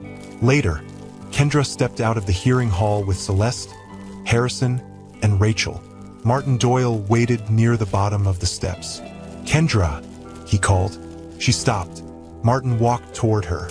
I watched everything. So did half the city. I want to say I am sorry again. Kendra said nothing. He took a breath. Please come back to the gym. No. Kendra, your name is clear now. Members are asking for you. You fired me when they were asking for my removal. I made a mistake. You made a choice. Martin lowered his voice. I will double your pay. This is not about pay. I will make you head trainer. No. What will make you return? Kendra looked at him for a long moment. Protect your workers. Martin frowned. What do you mean? When a rich customer makes a threat, listen to the worker too. Put clear rules in writing. No one should lose a job because someone with money gets angry. Martin looked at the reporters nearby. You want me to change how the gym handles complaints? Yes. And if I do? Kendra glanced at Celeste, Rachel, and Harrison. Then I will think about returning. Martin nodded slowly. I will do it. Kendra looked him in the eye. Do not do it for me. Do it for the next person who may not have a billionaire standing behind them. Harrison heard the words, but he did not feel insulted. He smiled because Kendra had just reminded everyone that justice should not depend on a powerful name. 1 month later, Kendra stood inside the same small community hall where she had started her free safety lessons. The room was full. Women practiced standing with their feet apart while Kendra moved between them. Keep your knees soft, she said. Do not lock them. Mrs. Bell raised one hand. My knees have been soft for 60 years. Everyone laughed. Kendra smiled. Then you are already ahead of the class. Rachel stood near the back, helping 2 teenage girls copy the move. Since the hearing, she had left her old job at Crown Square. She now worked in a smaller clothing store where the owner treated her well. Celeste sat near the front with a bottle of water in her hand. Kendra, she called. You forgot to tell them about breathing. I was getting there. You always say breathing matters. I know. Then tell them. Kendra placed her hands on her hips. Are you teaching the class now? Celeste smiled. I am only helping. Mrs. Bell leaned toward Rachel. That is what she always says. The women laughed again. Kendra shook her head. All right, take a slow breath. Do not hold it when you are afraid. Clear thinking starts when you stay calm. The door opened. Harrison entered carrying several rolled papers under one arm. He wore simple dark trousers and a plain shirt. He had stopped coming to the classes in costly suits because the women stared at him more than they listened to Kendra. Celeste noticed the papers. What are those? She asked. Harrison placed them on a table. Plans. Kendra looked at him. What kind of plans? The kind I need to show you. I am teaching. I can wait. You said that last time and then stood near the door for 1 hour. I was learning. Mrs. Bell smiled. He is a good student. Kendra pointed toward a chair. Sit. Harrison sat at once. Rachel looked at Celeste. He really is learning. He has no choice, Celeste replied. Kendra is stronger than he is.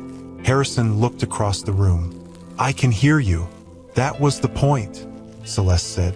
When the lesson ended, the women slowly left the hall. Several stopped to thank Kendra. One young mother held her hand. I walked home alone last night without feeling scared. Kendra looked at her. You still need to be careful. I know, but I did not feel weak. That is good. The woman smiled and left. Harrison watched Kendra speak to each person before she turned toward him. Now show me the plans. He unrolled the papers across a table. They showed a large open room with training mats, gym machines, changing rooms, a small clinic, and a safe play area for children. Kendra stared at them. What is this? A community fitness center. She looked at Harrison. For who? For anyone who needs it. That sounds expensive. It is. Kendra stepped back. No. Harrison did not look surprised. You have not heard the full idea. I do not need to. Celeste walked closer. Yes, you do. Kendra looked at her. You knew about this? Only a little. Harrison pointed to the plans. This center would have free safety classes, low-cost gym training, health checks, and childcare for parents during lessons. It sounds good, Kendra said, but I will not let you build a place just to make me forgive you. That is not why I am doing it. Then why? Because this hall is too small. The roof leaks. You have 20 more people asking to join every week. Kendra crossed her arms. You noticed all that? I listen when you speak. You also own half the city. I do not own half the city. Celeste looked at him. Close enough. Harrison continued. The building is already there. It was going to become another company office, but the area does not need another office. And you think it needs a gym? No, I think it needs your kind of place. Kendra looked down at the plans again. Who would control it? You. She looked up quickly. What? You would choose the workers, set the rules, plan the lessons, and decide who receives free help. And what would you control? Nothing inside it. That is hard to believe. I would pay for the building and the first years of work. After that, the center can earn money from people who can pay while helping those who cannot. Kendra studied his face. You would not put your company name above the door? No. You would not choose the staff? No. You would not walk in and give orders? No. Celeste smiled. This may be the longest group of no answers he has ever given. Kendra ignored her. What would the center be called? Harrison handed her a blank page. You decide. Kendra stared at it. There is no name. That is because it belongs to you. She walked away from the table. You make it sound simple. It is not simple. You have money. You think that makes everything simple. No, Harrison said. Money can buy a building, cannot make people trust what happens inside it. Kendra turned toward him. And you think they will trust me? They already do. She looked toward the empty chairs. Some do. More will. What if I fail? Then you learn and try again. What if I lose the money? It is not alone. That is what worries me. Harrison rolled up one of the plans. Kendra, this is not a payment for helping my mother. It feels like one. Then do not accept it for her. She frowned. Accept it for Mrs. Bell. Accept it for the mother who walked home without feeling weak. Accept it for the girls who cannot afford a gym. Kendra looked away. Harrison lowered his voice. You said justice should not depend on a powerful name. The center would not depend on mine. It would depend on your work. Celeste touched Kendra's shoulder. He is not asking you to belong to him. Kendra looked at her. What is he asking? For you to use what he has to help people who do not have it. Kendra returned to the table. She studied the children's area, the clinic room, and the wide training floor. Then she looked at Harrison. If I agree, everything must be written down. It will be. The workers must be protected. Yes. No rich customer gets special treatment. Agreed. The center must help people who cannot pay. Yes. And you cannot fire me. Harrison almost smiled. You would be in charge. You may have to fire me. Celeste laughed. I would enjoy watching that. Kendra looked at the plans one more time.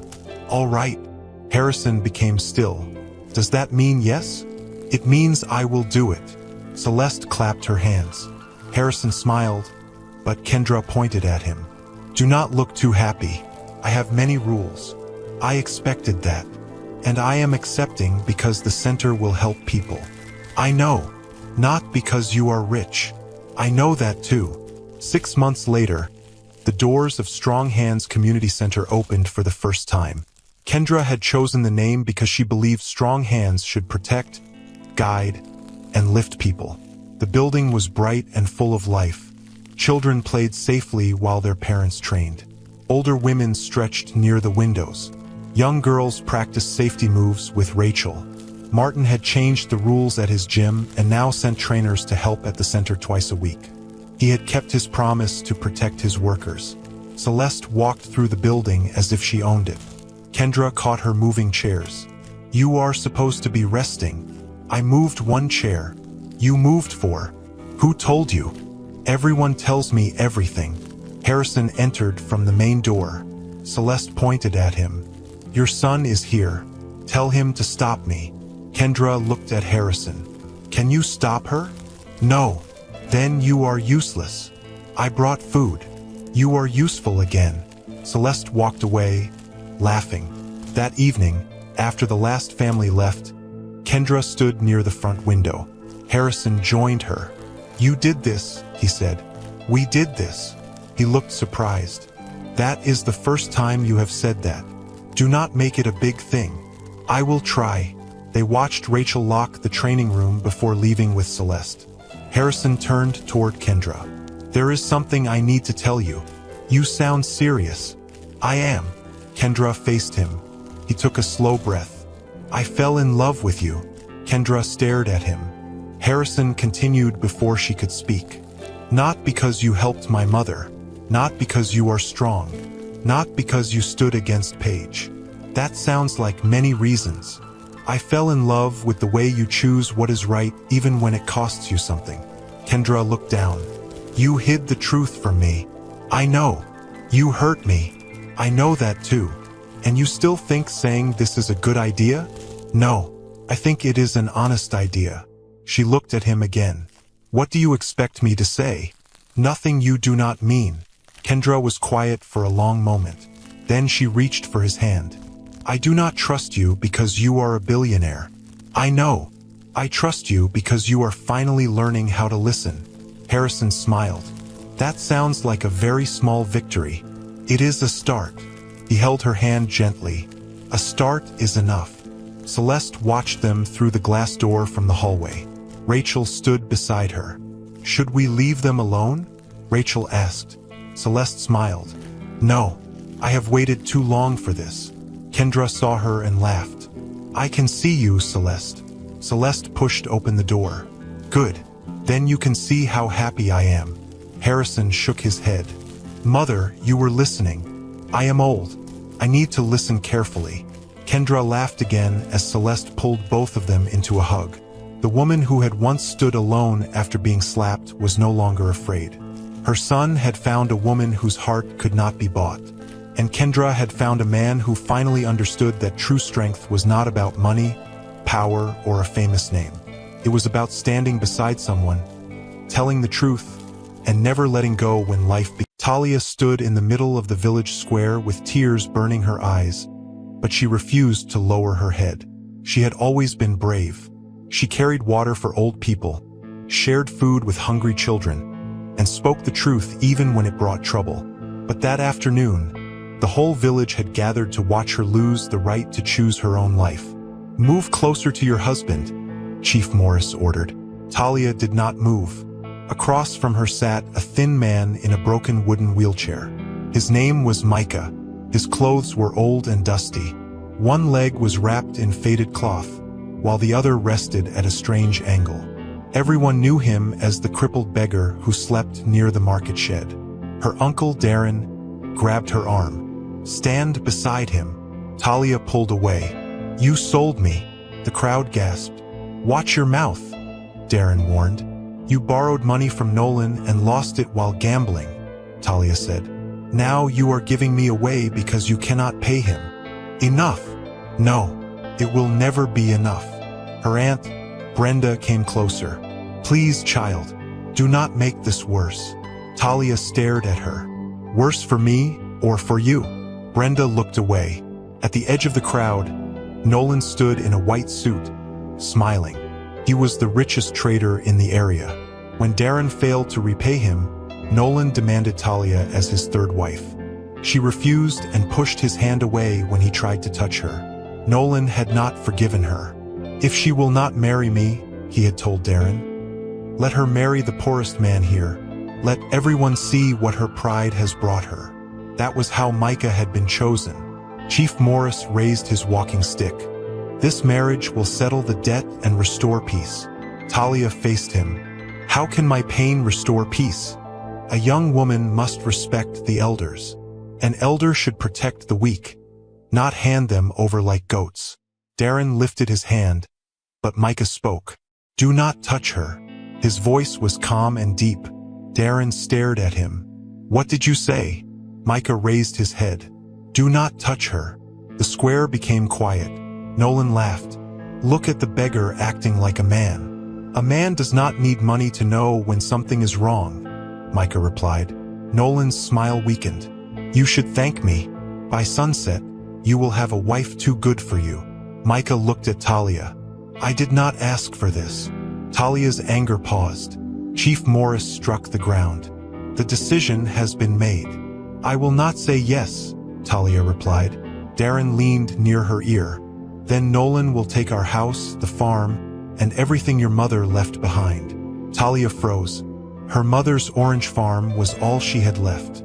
Her mother had planted the trees before she died, and Talia had promised to protect them. You used the farm for your debt? Darren stayed silent. You had no right.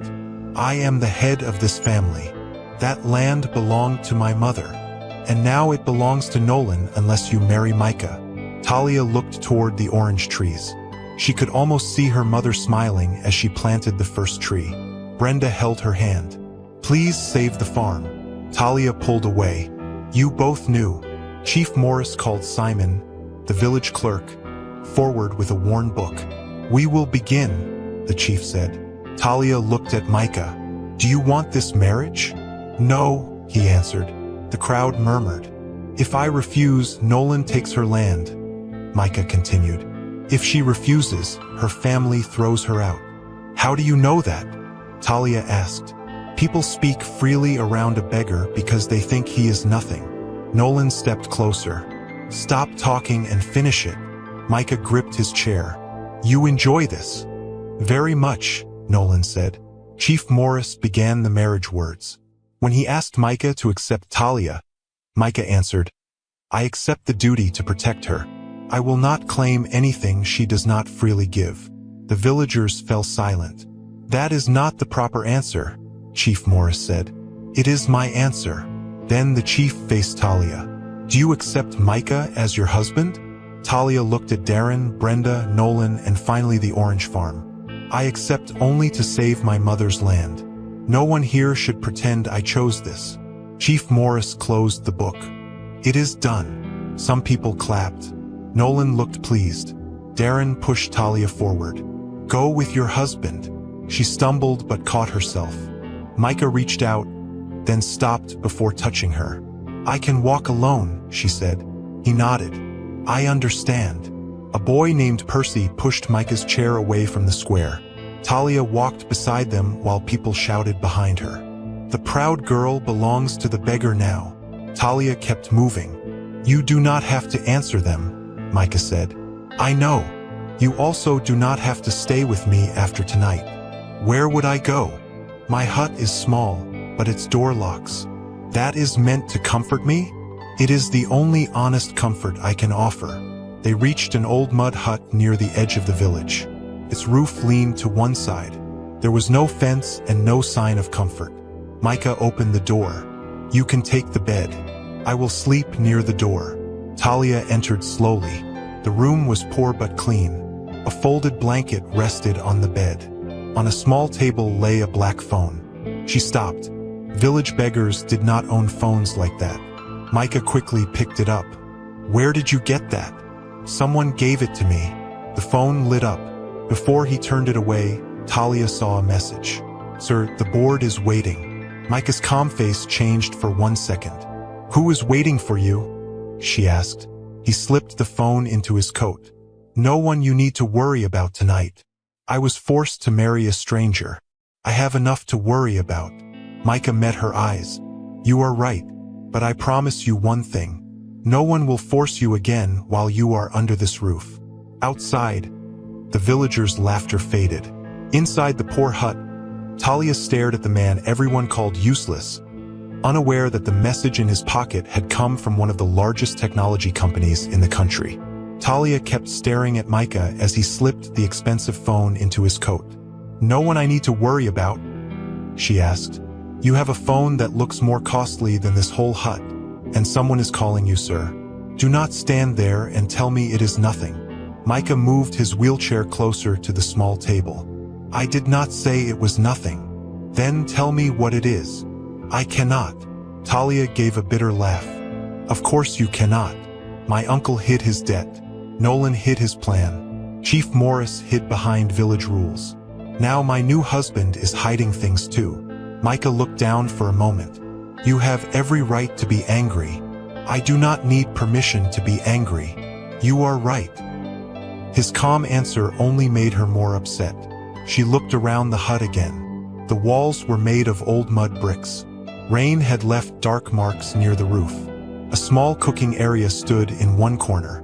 There were 2 metal plates, 1 pot, 3 cups, and a wooden spoon. Everything was poor, but nothing was dirty. The floor had been swept. The bed cover was clean. Even Micah's worn shoes had been placed neatly beside the wall. Talia slowly turned back to him. "You live alone?" "Yes." "Who cleans this place?" "I do." She looked at his legs. "How?"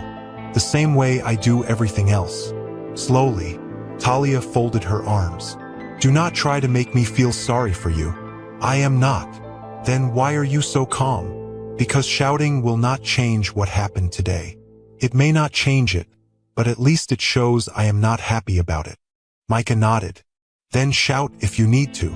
She stared at him, waiting for him to laugh or insult her, but he did neither. Instead, he reached for a thin wooden stick beside the table and used it to pull a stool closer. "You should sit," he said. "I am not tired. You have been standing since the village square." "I said I am not tired." "All right." He turned away and moved toward the cooking area. Talia watched him place both hands on the arms of the wheelchair. With a hard breath, he lifted part of his weight, shifted his body, and reached for the pot. "What are you doing?" she asked. "Making food. For yourself. For both of us." "I am not hungry."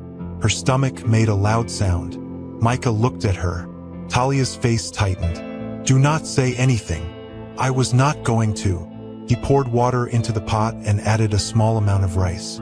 Then he opened a clay bowl and took out dried beans. "You can cook?" she asked. "I have been alive for many years. I had to learn. The villagers say you survive by begging.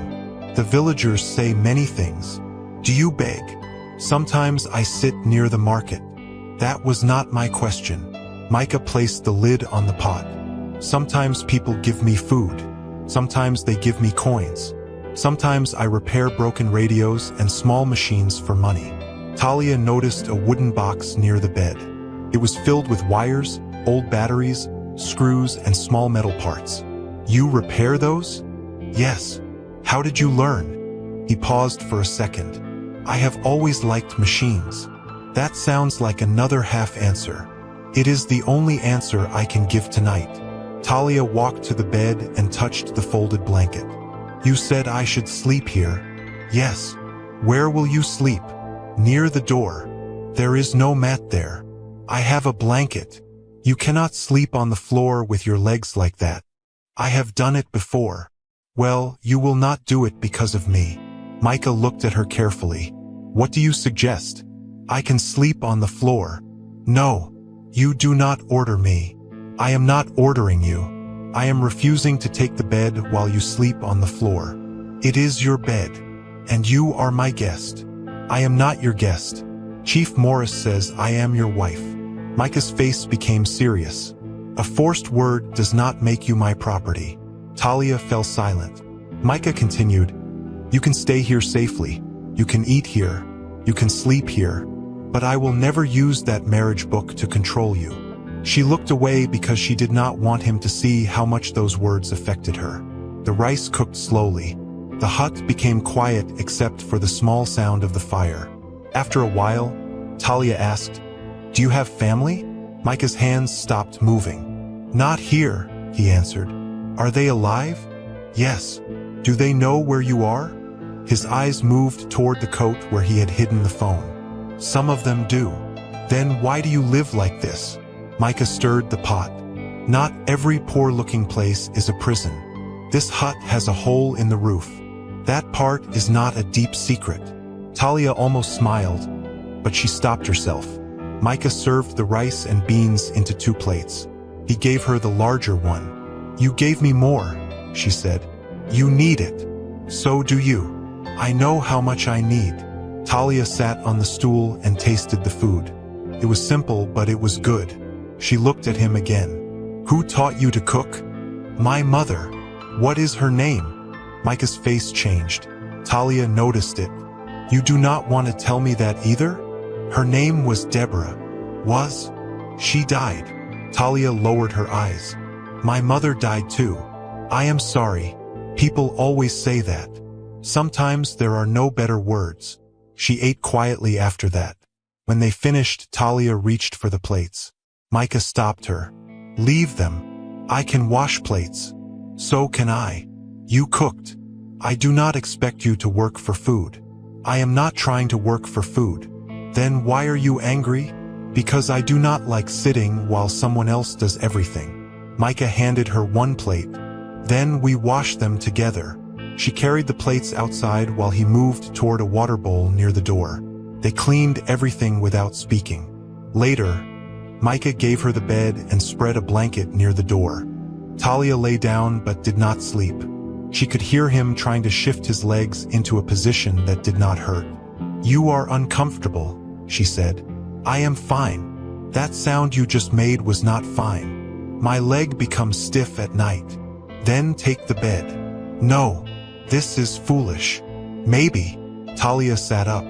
There is enough space on this bed for both of us if we stay on different sides. Micah looked at her. She pointed a warning finger. Do not misunderstand me. I do not.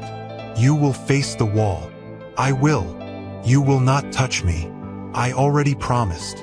After a long silence, he moved beside the bed. Talia helped pull the chair closer. When he tried to lift himself, his arms shook. Let me help, she said. I can do it. You are taking too long. I said I can do it. And I said let me help. Micah finally nodded. Talia held his arm while he lifted his body onto the bed. For one brief moment, his face tightened with pain. What happened to your legs? She asked. An accident. What kind? A bad one. Another half answer. It is still true. They lay on opposite sides of the bed. Micah faced the wall. Talia stared at the roof until sleep finally came. The next morning, she woke to the smell of hot tea. Micah was already sitting near the fire. A small metal device rested on his lap. He was fixing a broken radio with a thin wire. You wake up early, Talia said. I did not sleep much. Because I was in your bed? Because my leg hurt. Talia looked guilty. Micah noticed. It was not your fault. Before she could answer, loud voices came from outside. Mark this side too, a man shouted. Talia rushed to the door. 3 men stood near the path. One carried red paint. Another held wooden posts. They were placing marks around the edge of the orange farm. What are you doing? Talia cried. The tallest man turned. Nolan sent us. This land is no longer part of the debt. He says it is. He promised the marriage would settle everything. The man held up a paper. Not according to this. Talia stormed forward and grabbed it. The numbers were written in dark ink. Darren's name was at the bottom. The debt was 50,000, she said. This paper says 120,000. That is what you owe. No, it is not. The man shrugged. Speak to Nolan. Micah came out of the hut, moving his chair slowly over the rough ground. Let me see the paper, he said. The man laughed. This does not concern you, beggar. It concerns my wife. Talia looked at him. The man handed him the paper only because he wanted to mock him. Can you even read? Micah ignored the insult. His eyes moved across every line. Then he turned the paper over and studied the back. This figure was changed, he said. The men stopped laughing. Talia moved closer. How can you tell? The ink is darker here. The number 2 was added after the first amount was written. The interest was also counted 3 times. The tall man grabbed the paper. You do not know what you are talking about. Micah pointed toward the bottom. The witness date comes before the loan date. That makes no sense. The man looked down. Micah continued. And Darren's mark was copied. The pressure of the pen is different. Talia stared at him. How do you know all this? Micah did not answer. The tall man folded the paper quickly. Nolan will come back. Tell him to bring the first debt record, Micah said. Tell him to bring the village clerk too. You are challenging Nolan? I am asking him to prove his claim. The men removed the posts and walked away, but the tallest one turned before leaving. You will regret this. Micah watched him go. People say that when they do not have proof. Talia stood beside him. You read that paper like a lawyer. I am not a lawyer. Then what are you? A man who knows when numbers are false. She looked at the phone hidden inside his coat. And a man whose board is waiting. Micah's jaw tightened. Talia, no. You asked me to trust you under this roof. But every hour, I see another reason not to. I have not asked you to trust me yet. That is even worse. Before he could reply, she walked back into the hut. If you're enjoying this video so far, please consider subscribing to my small channel. My wife promised to make me a chocolate chip cookie if I hit 100,000 subscribers before the end of 2026. So it would mean the world to me. That's it, and thanks for listening this far. Now let's continue. The rest of the day passed slowly. Talia gathered fallen oranges from the farm, while Micah repaired the broken radio. By evening, he had made it work again. A voice came from the small speaker, clear and strong. Talia looked at him. That radio has been dead for 2 years. It only had a loose wire. No one else could fix it. No one else opened it. She sat near the door and watched his hands. They moved with care and skill. He did not guess. He seemed to know exactly where every wire belonged. Micah, she said, did you go to school? Yes. How far? Far enough. She gave him a hard look. He sighed. I studied machines and computer systems. Talia sat straighter. Computer systems? Yes. Where? That story is not ready. A story is not food. It does not need time to cook. Micah almost smiled. Some stories burn when opened too early. Night came, and Talia returned to the bed while Micah remained near the table. She closed her eyes but stayed awake. After some time, she heard the soft sound of his phone. Micah answered in a low voice. Phoebe, I told you not to call unless it was urgent. Talia's eyes opened. A woman's voice came faintly through the phone. The vote has been moved forward. Celine is meeting the board tomorrow. Micah looked toward the bed. Talia quickly shut her eyes. She cannot take control yet, Micah whispered. Delay the account transfer. I have tried, Phoebe said. Without you there, I can only do so much. You know why I cannot return. They still think you are missing. That gives us little time. Micah's hand tightened around the phone. Then use the hidden access key. It may expose your location. Do it. And the company accounts? Freeze the largest ones. Celine must not move that money. Talia remained still, but her heart was beating fast. Phoebe's voice came again. Sir, the board will demand proof that you are alive. Micah looked into the darkness. Not yet, he said. For now, they must keep believing I am gone. He ended the call. Talia slowly opened her eyes. Micah was sitting with his back toward her, unaware that she had heard every word. She looked at the poor hut, the broken wheelchair, the box of old wires, and the expensive phone in his hand. The man everyone called a useless beggar knew about company accounts, hidden access keys, board votes, and people who believed he was missing. Talia pulled the blanket closer, but she was no longer thinking about the cold. She was thinking about the stranger beside her.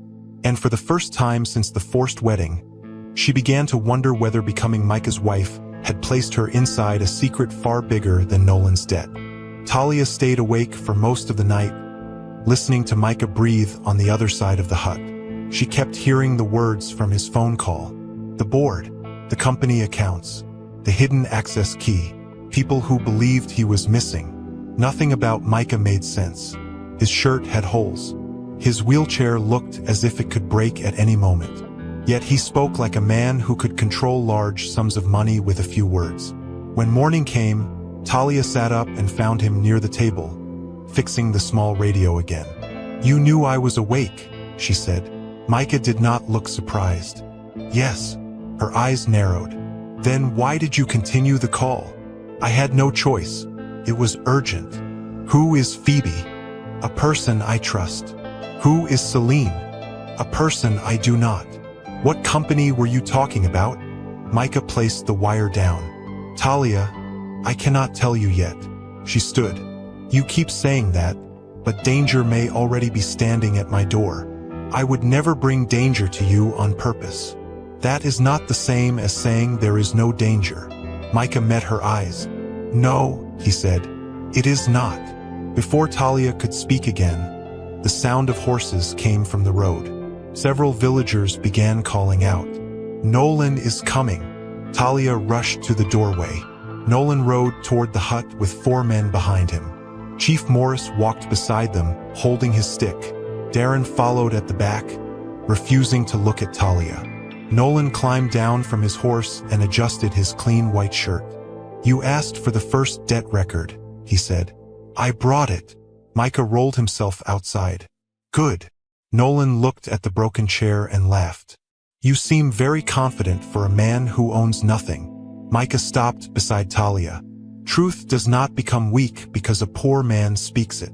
Nolan's smile disappeared. Chief Morris opened an old folder. We came to settle this matter. The farm will be taken if the debt is still unpaid. The marriage was meant to clear the debt, Talia said. Nolan pointed at her. The marriage cleared only the first part. There was never a second part. That is what you think. Darren finally stepped forward. Talia, please do not cause another scene. She turned on him. You caused this scene when you gambled with my mother's land. I made a mistake. You made many choices. Nolan held out a paper. Here is the record. Micah reached for it. Nolan pulled it back. Do not tear it. I do not need to tear a lie to prove it is false. A few villagers whispered. Nolan handed him the paper. Micah studied the page slowly. Then he asked Chief Morris, Where is Simon, the village clerk? He is on his way, the chief answered. No, Nolan said quickly. We do not need him. Micah looked up. You used his name as a witness. He signed the paper. Then he should be here. Nolan moved closer. You are wasting my time. I thought rich men had more time than beggars. Some villagers laughed before Nolan turned toward them. The laughter stopped at once. Simon soon arrived, breathing hard. I was told there was a problem, he said. Micah held up the paper. Did you witness this loan? Simon looked at Nolan, then at the chief. Answer him, Talia said. Simon swallowed. I witnessed a loan. For how much? Micah asked. Simon hesitated. 50,000. Talia pointed at the paper. It now says 120,000. Simon's face changed. That is not what I wrote. Nolan stepped toward him. Be careful. Micah raised his voice. Let him speak. Nolan looked down at Micah. You do not tell me what to do. And you do not frighten a witness while the whole village watches. Chief Morris frowned. Nolan, step back. Nolan slowly moved away. Micah passed the paper to Simon. Look at the last number. Simon examined it. The number was changed. Nolan shook his head. He is lying to protect Talia. Simon looked offended. I wrote the first record myself. Then where is your copy? Micah asked. Simon reached into his leather bag and pulled out a thin book. I keep every loan I witness. He searched through the pages, then stopped. Here, he said. Chief Morris took the book. The original record showed 50,000. It also said the marriage agreement would clear the debt in full. The crowd became noisy. Talia faced Nolan. You tried to steal my farm. Nolan laughed, but his face was tense. There were extra charges. Not in the first record, Micah said. Interest grows. Not before the loan begins. Nolan stared at him. Micah pointed at the false paper. You added a new date. You copied Darren's mark. You counted the same interest 3 times. Darren looked at Nolan. You told me the amount had grown. Be quiet, Nolan warned. Darren stepped back. Chief Morris shut the folder. The farm cannot be taken with this paper. Nolan turned sharply. You gave me your word. I gave you my word based on the record you showed me. You will regret standing against me. Chief Morris lifted his stick. Do not threaten me in my own square. Nolan's eyes moved toward Micah's legs. You think you won because this useless cripple can read numbers? Talia stepped forward. Do not speak to him like that. Nolan smiled coldly. Yesterday you cried because you had to marry him. Today you defend him? I can dislike the marriage and still know when a cruel man is wrong. Micah placed one hand on the wheel of his chair. Insulting my legs will not repair your false paper. You should remember your place. I know my place. It is beside the truth. Nolan's face turned hard. This is not finished. He climbed back onto his horse and rode away with his men. The villagers slowly left, talking about what they had seen. Darren stayed behind. Talia, he said softly, I did not know Nolan changed the paper. You trusted him more than you protected me. I was afraid. So was I. I am still your uncle. Talia looked at him with tears in her eyes. Then you should have acted like one. Darren opened his mouth, but no words came out. He turned and followed Brenda down the road. Talia stood quietly until Micah spoke. The farm is safe for now. She looked at him. How did you know what to find? I have seen false records before. Where? Micah began moving toward the hut. Talia blocked his path. You understood every part of that paper. You knew about dates, copied marks, and interest. You speak about company accounts at night. You build machines from rubbish. Who are you? Micah's hands tightened on the wheels. I am someone trying to stay alive. The answer made her anger fade a little. Is someone hunting you? She asked. Micah looked toward the road. I did not say that. You did not need to. He lowered his voice. Please do not ask more today. Talia stepped aside, but her eyes stayed on him. That afternoon, she walked through the orange farm. Many fruits were ripe, and some had already fallen to the ground. She picked one up and wiped away the dust. My mother used to sell these, she said when Micah joined her near the trees. You could sell them again. To whom? People in the market. Nolan controls most of the stalls. Then do not begin with a stall. Talia looked at him. What should I begin with? A basket. The next morning, she filled 2 baskets with oranges and carried them to the market.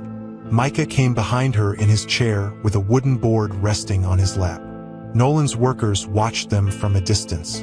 Talia placed the fruit beside the road. A woman came closer. How much? Talia gave her a price. The woman frowned. Nolan sells them for less. Nolan's oranges are old, Talia replied.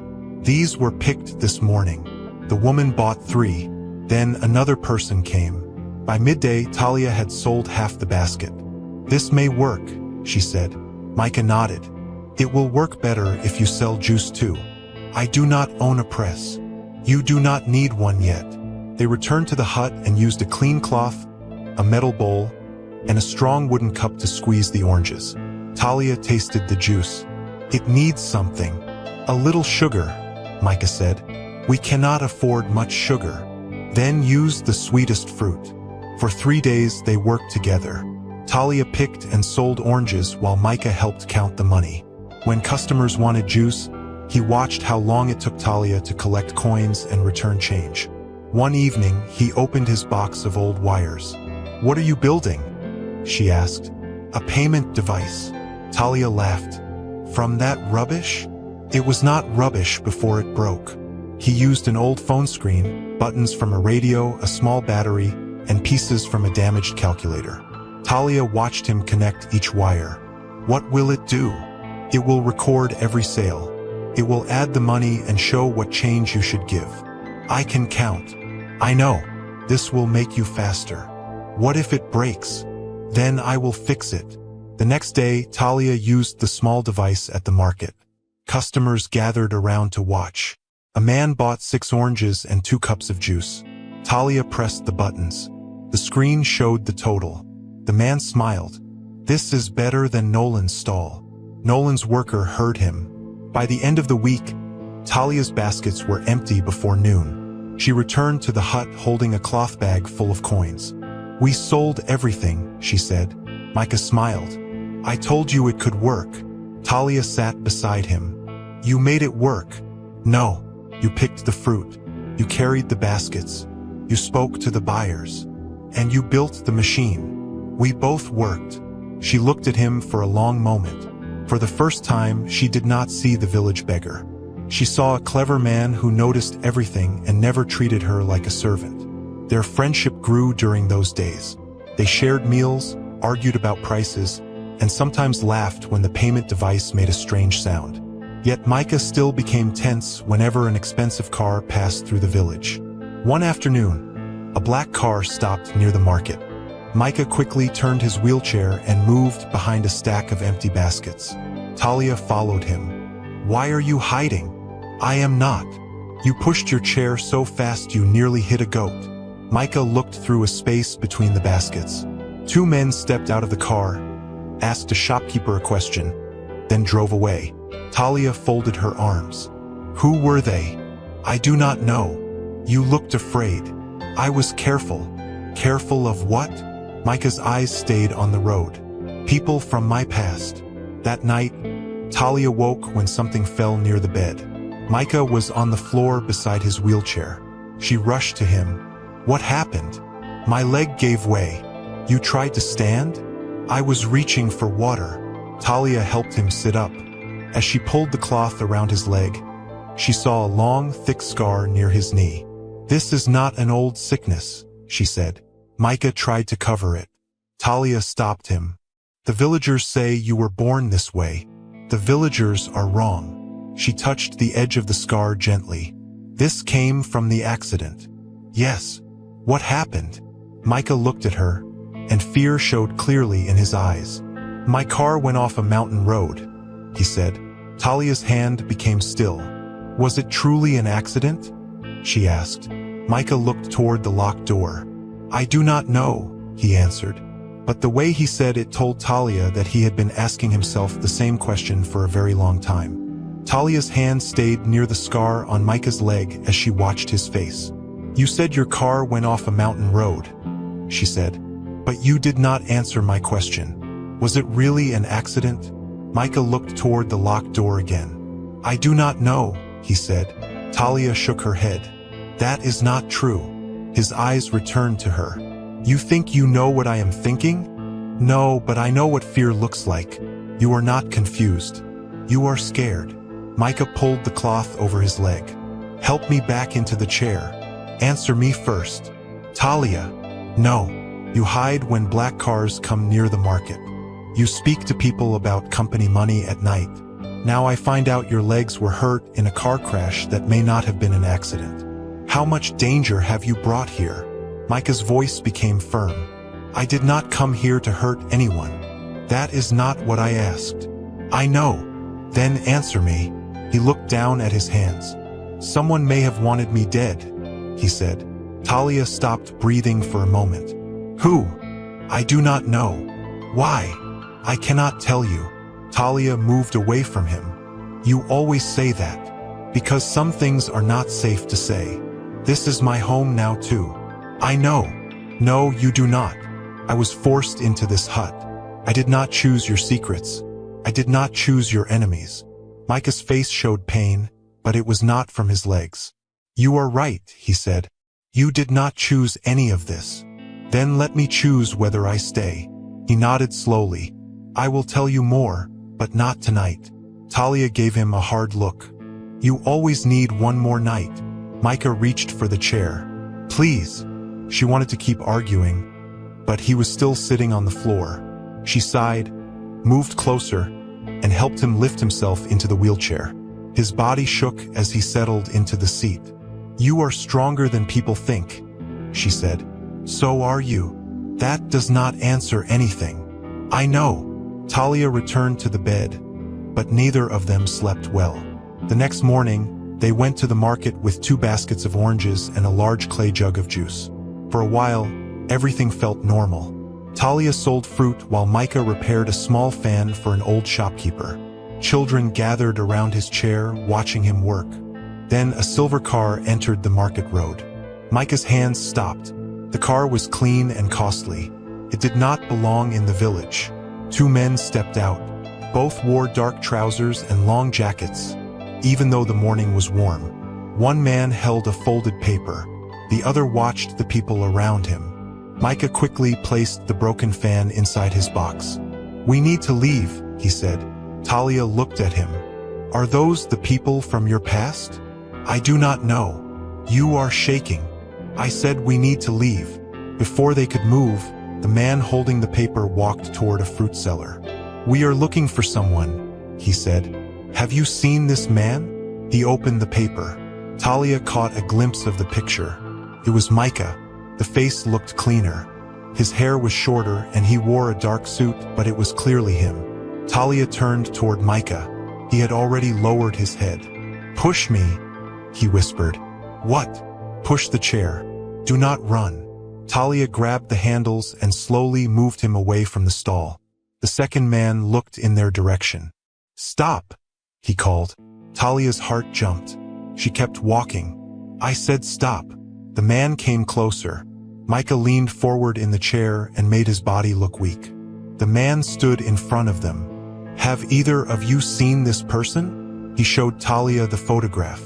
She studied it as if she had never seen the face before. "No," she said. The man looked at Micah. "What about you?" Micah raised his head slowly. His beard had grown longer, and dust covered part of his face. "I do not know him," he said in a weak voice. The man stared at him. For one terrible moment, Talia thought he had noticed the truth. Then a woman shouted from behind them, "Move your car. You are blocking my stall." The man turned. Talia pushed Micah away. They left the market through a small path between two houses. When they reached the orange farm, Talia pulled the chair behind the thick trees. "That was your face," she said. Micah looked back toward the road. "Keep your voice down." "Do not tell me to keep my voice down. Those men have your picture." "I saw it." "Who are they?" "I do not know." "You know something." Micah gripped the arm of his chair. "They may work for the people who caused the crash." Talia stared at him. "You said you were not sure anyone caused it." "I lied." The words hit her like a slap. "You lied to me?" "I was trying to protect you. People always say that after they lie." "I had no safe choice." "You had a choice. You could have told me the truth." Micah's eyes were full of regret. "The crash was planned." Talia stopped. He continued in a low voice. "Someone damaged the car before I left the city. The brakes failed on the mountain road. The car went over the side." "How did you live?" "I was thrown out before the car reached the bottom. Some farmers found me and carried me to a small clinic." "And your legs?" "They were crushed badly." Talia looked at the cloth covering them. "Why did you not return to your family?" "Because I heard that the people searching for me had told everyone I was missing. Some thought I was dead. I believed it was safer to stay dead." Talia looked toward the market road. "And now they have found the village." "Maybe." "What crime did you witness?" Micah hesitated. Talia's face hardened. "Do not do it again." "I found something before the crash," he said. "Money was being stolen. Records were being changed. I saw proof that powerful people were involved." "What people?" "I cannot give you names." "Then give me something." Micah took a breath. "I worked for a technology company." Talia waited. "That is all." "It was a large company." "What did you do there?" "I helped build computer systems." "Were you important?" Micah looked away. "Important enough for someone to fear what I knew." A dog barked near the hut. Micah turned quickly. The two strange men were walking toward the house. "They followed us," Talia whispered. "We need to move deeper into the farm." She began pushing the wheelchair between the orange trees. The ground was rough, and the wheels kept sinking into the soft soil. "Hurry," Micah said. "I am trying." One will struck a root. The chair stopped. Talia pulled with all her strength, but it would not move. "They are coming," Micah said. "I know. Leave me here and hide." She looked at him as if he had insulted her. "I will not. You could be hurt. So could you." "Talia, listen to me." "No. You listened when I was in danger. Now you will listen to me." She lifted the back of the chair and dragged it over the root. Then she pushed him behind a thick group of trees where the branches hung low. From there, they could see the hut. The first man knocked on the door. No one answered. He pushed it open.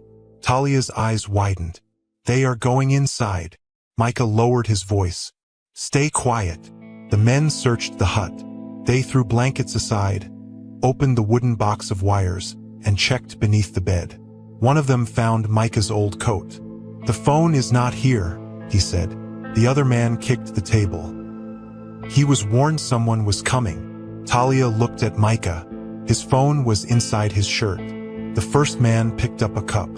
"Someone else lives here." "A woman," the other replied. "Find her too." Talia's breathing became faster.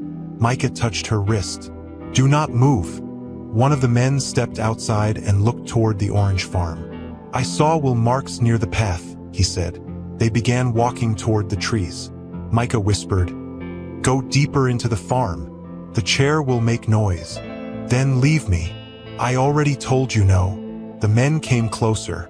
Talia looked around quickly. Near the edge of the farm stood an old wooden cart filled with empty baskets. She bent near Micah. "I am going to draw them away." His eyes widened. "No, they will find us together. You do not know what they will do. I know what they want. They want you." "Talia, do not move." She took one of the empty baskets and threw it toward the far side of the farm. It struck a tree and rolled across the ground. The men turned toward the sound. "Over there," one said. They ran in the wrong direction. Talia pushed Micah behind the old cart and covered the side of the chair with leaves. A few minutes later, the men returned. "No one is there," the first man said. Then they escaped through the back path. They hurried toward the road behind the farm. Talia waited until their voices disappeared before she stood. Micah looked angry and afraid. "That was dangerous. It worked. You could have been caught. But I was not. You should never risk yourself for me." Talia faced him. "You do not get to decide what I do." He stared at her. She continued, "I will help you find out who caused the crash. I will help you stay alive. But you will not lie to me again." Micah was silent. "Say it," she demanded. "I will not lie to you again. And no more half-truths." He hesitated. Talia pointed toward the hut. "Those men searched the place where I sleep. They said they would find me too. I am already part of this." Micah lowered his head. "You are right. So from now on, when danger comes, I need the whole truth. I will tell you what I can." "That is not good enough." He met her eyes. "Then I will tell you everything I know about the crash. But I need time to explain it properly." Talia nodded once. "You have until tonight." They slowly returned to the hut. Inside, the room had been destroyed. The bed was turned over. Their plates were broken. The box of wires lay across the floor. Talia picked up the damaged payment device. Micah watched her. "I am sorry," he said. She looked at him. "Do not be sorry. Be honest." Micah nodded. As the sun began to fall, they closed the broken door and placed a heavy table against it. For the first time, Talia understood that Micah was not hiding from shame or poverty. He was hiding from people who had already tried to kill him once. And now those people knew exactly where to look. The broken door shook again as the wind pushed against it. Talia pressed the heavy table harder against the wood while Micah watched from his wheelchair. The two strange men had left the farm, but neither of them believed they were truly safe. "You said you would tell me everything tonight," Talia said. Micah looked at the broken plates and scattered wires on the floor. "I remember. Then start talking." He took the phone from inside his shirt and placed it on his lap. "Before the crash, I found money missing from the company where I worked," he said. "It was not a small amount. Someone had been moving money through false accounts. You said you built computer systems there." "I did." "Then how did you find stolen money?" "The systems kept records. Even when people removed something from the main screen, small signs stayed behind." Talia sat on the edge of the damaged bed. "Who was stealing it?" "I do not know for sure. You promised no more half-truths." "That is the truth. I had a strong idea, but I did not have enough proof." "Was Celine involved?" Micah looked at her sharply. I heard her name on the phone, Talia reminded him. Yes, he said. I believed Celine knew more than she admitted. Who is she?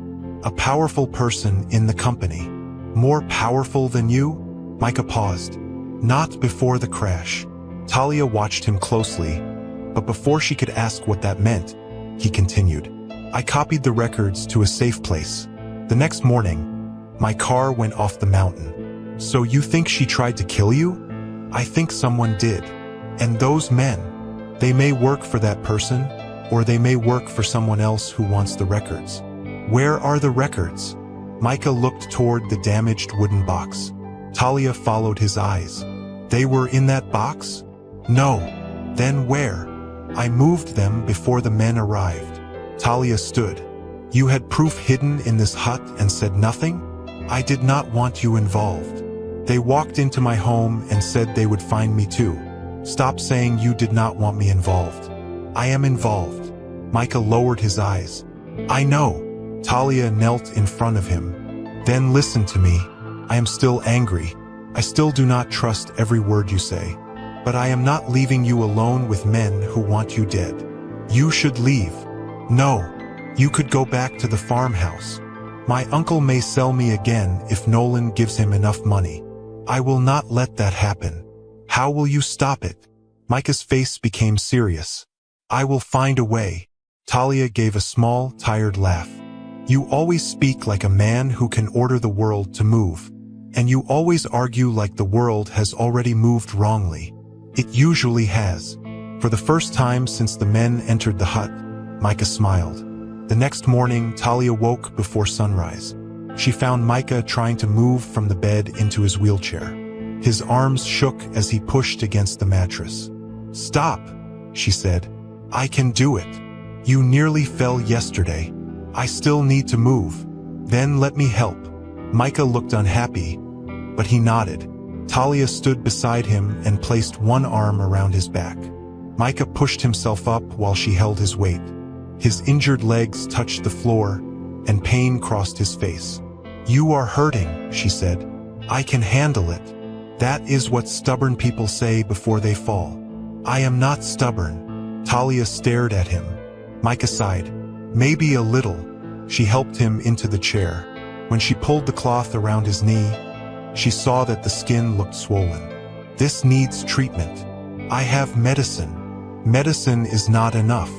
Your legs are becoming weaker because you do not move them. Micah frowned. How do you know? My mother cared for an old teacher after he hurt his back. A nurse taught her simple exercises. My injury is different. I know, but your legs still need movement.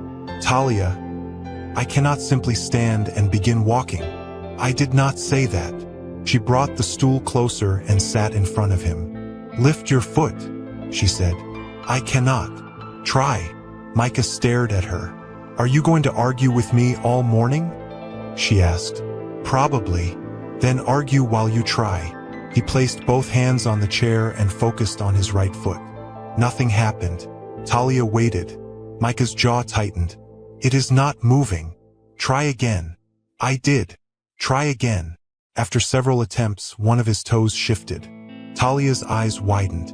You moved it. It was almost nothing. It was not nothing. It was one toe. Yesterday you said you could not move your foot. Today one toe moved. That is a beginning. Micah looked down at it as if he did not trust what he had seen. From that day, Talia helped him exercise every morning. At first, Micah complained about everything. You are bending my knee too far, he said one morning. I am barely moving it. It feels like you are pulling it off. If I wanted to pull it off, I would need both hands. That is not comforting. Stop talking and breathe. I am breathing. You are holding your breath. Micah let the air out slowly. Talia smiled. See? I was right. You enjoy being right too much. Someone has to enjoy it. The exercises were painful, but after several weeks, Micah could lift his right foot a little. His left leg remained weaker, yet even that leg began to respond. He also started using two strong wooden supports that Talia made from smooth tree branches. The first time he tried to stand, his whole body shook. Talia stood in front of him with both hands ready. "Do not let go," he said. "I will not.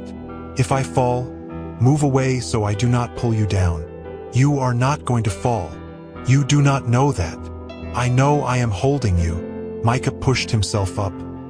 His legs trembled under him, and his face tightened with pain.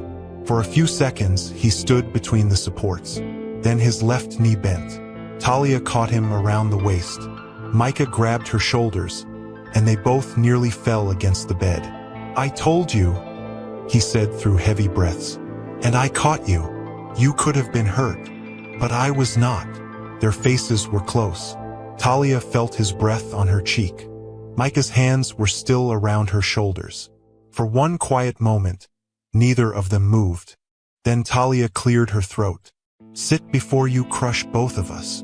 Micah lowered himself into the wheelchair. "You are stronger than you look," he said. "You are heavier than you look." That made him laugh. As Micah grew stronger, Talia's orange business also grew.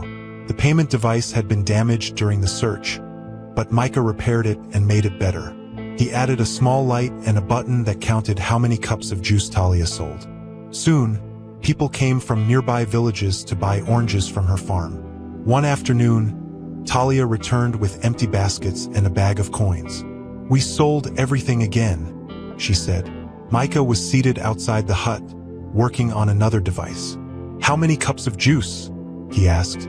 42. "And oranges?" 116. Micah held out his hand. "Give me the payment device." "Why?" "I need to check the numbers." Talia hid it behind her back. "You think I made a mistake?" "I think the device may have." "It did not." "How do you know?" "Because I counted the money twice." Micah raised an eyebrow. "You counted 116 oranges in your head?" "Yes." "And 42 cups?" "Yes." "And every coin?" "Yes." Micah smiled. "Then perhaps you no longer need the device." Talia sat beside him. "I still need it. Customers like the little sound it makes."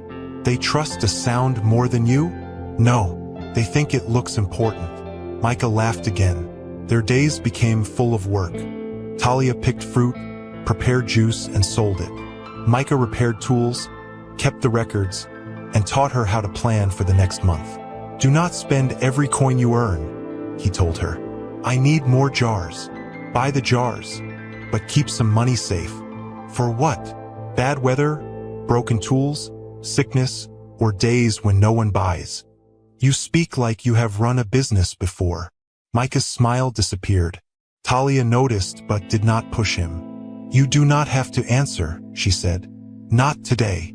He looked surprised. "You are not going to argue?" "I am saving my strength." "For what?" "For tomorrow." Their friendship changed slowly. Micah began waiting near the road each evening until Talia returned from the market.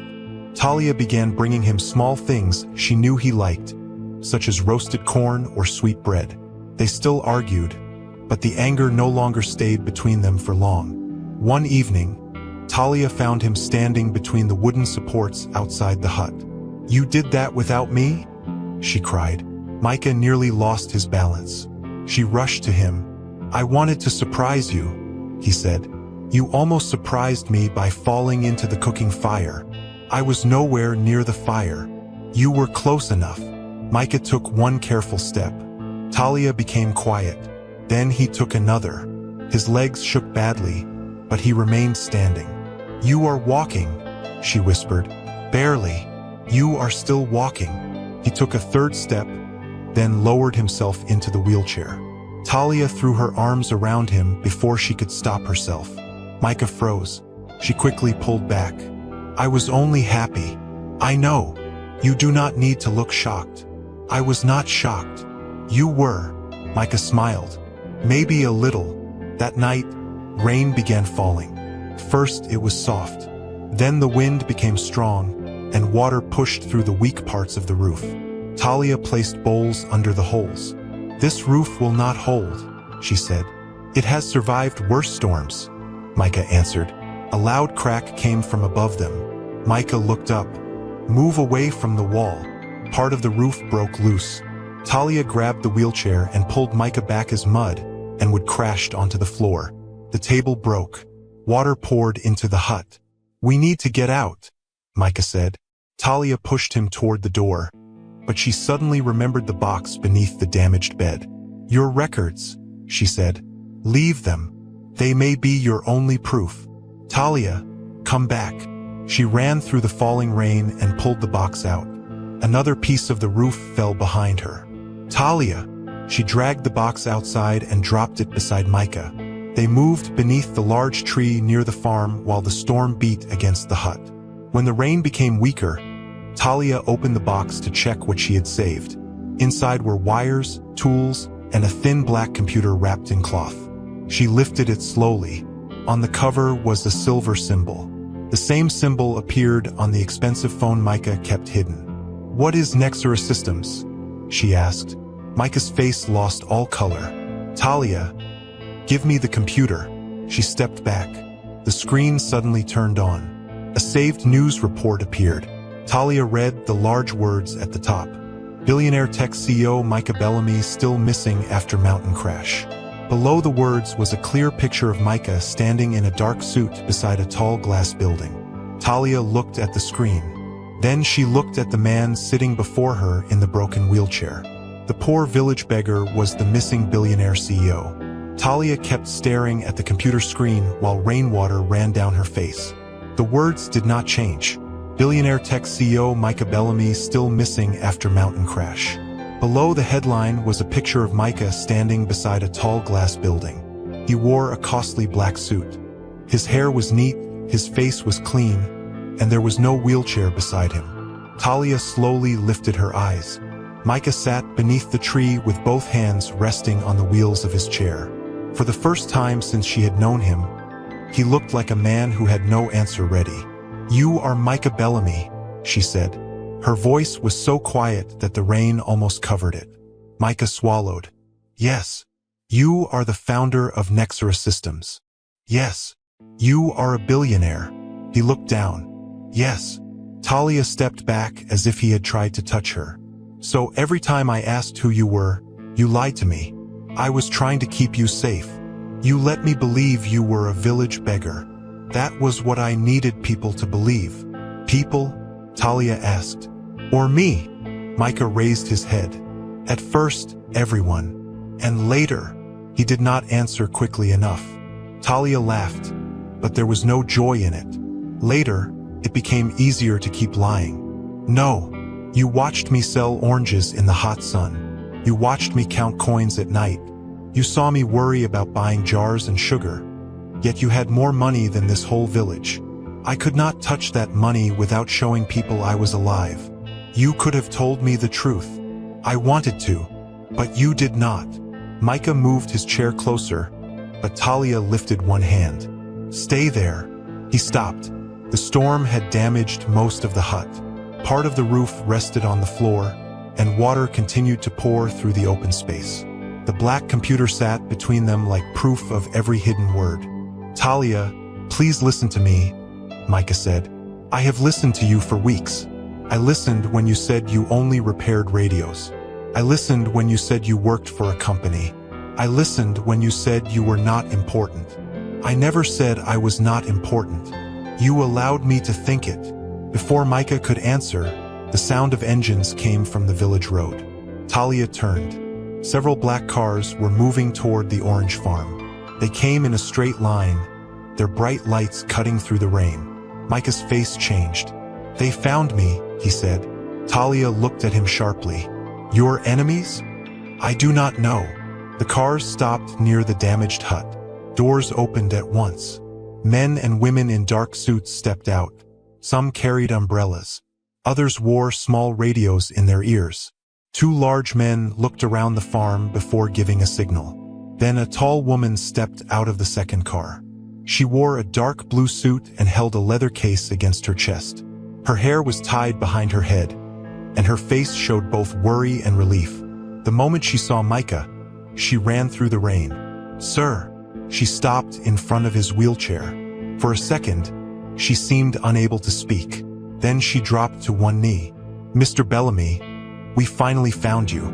The whole world became quiet inside Talia's mind. More villagers began gathering near the road.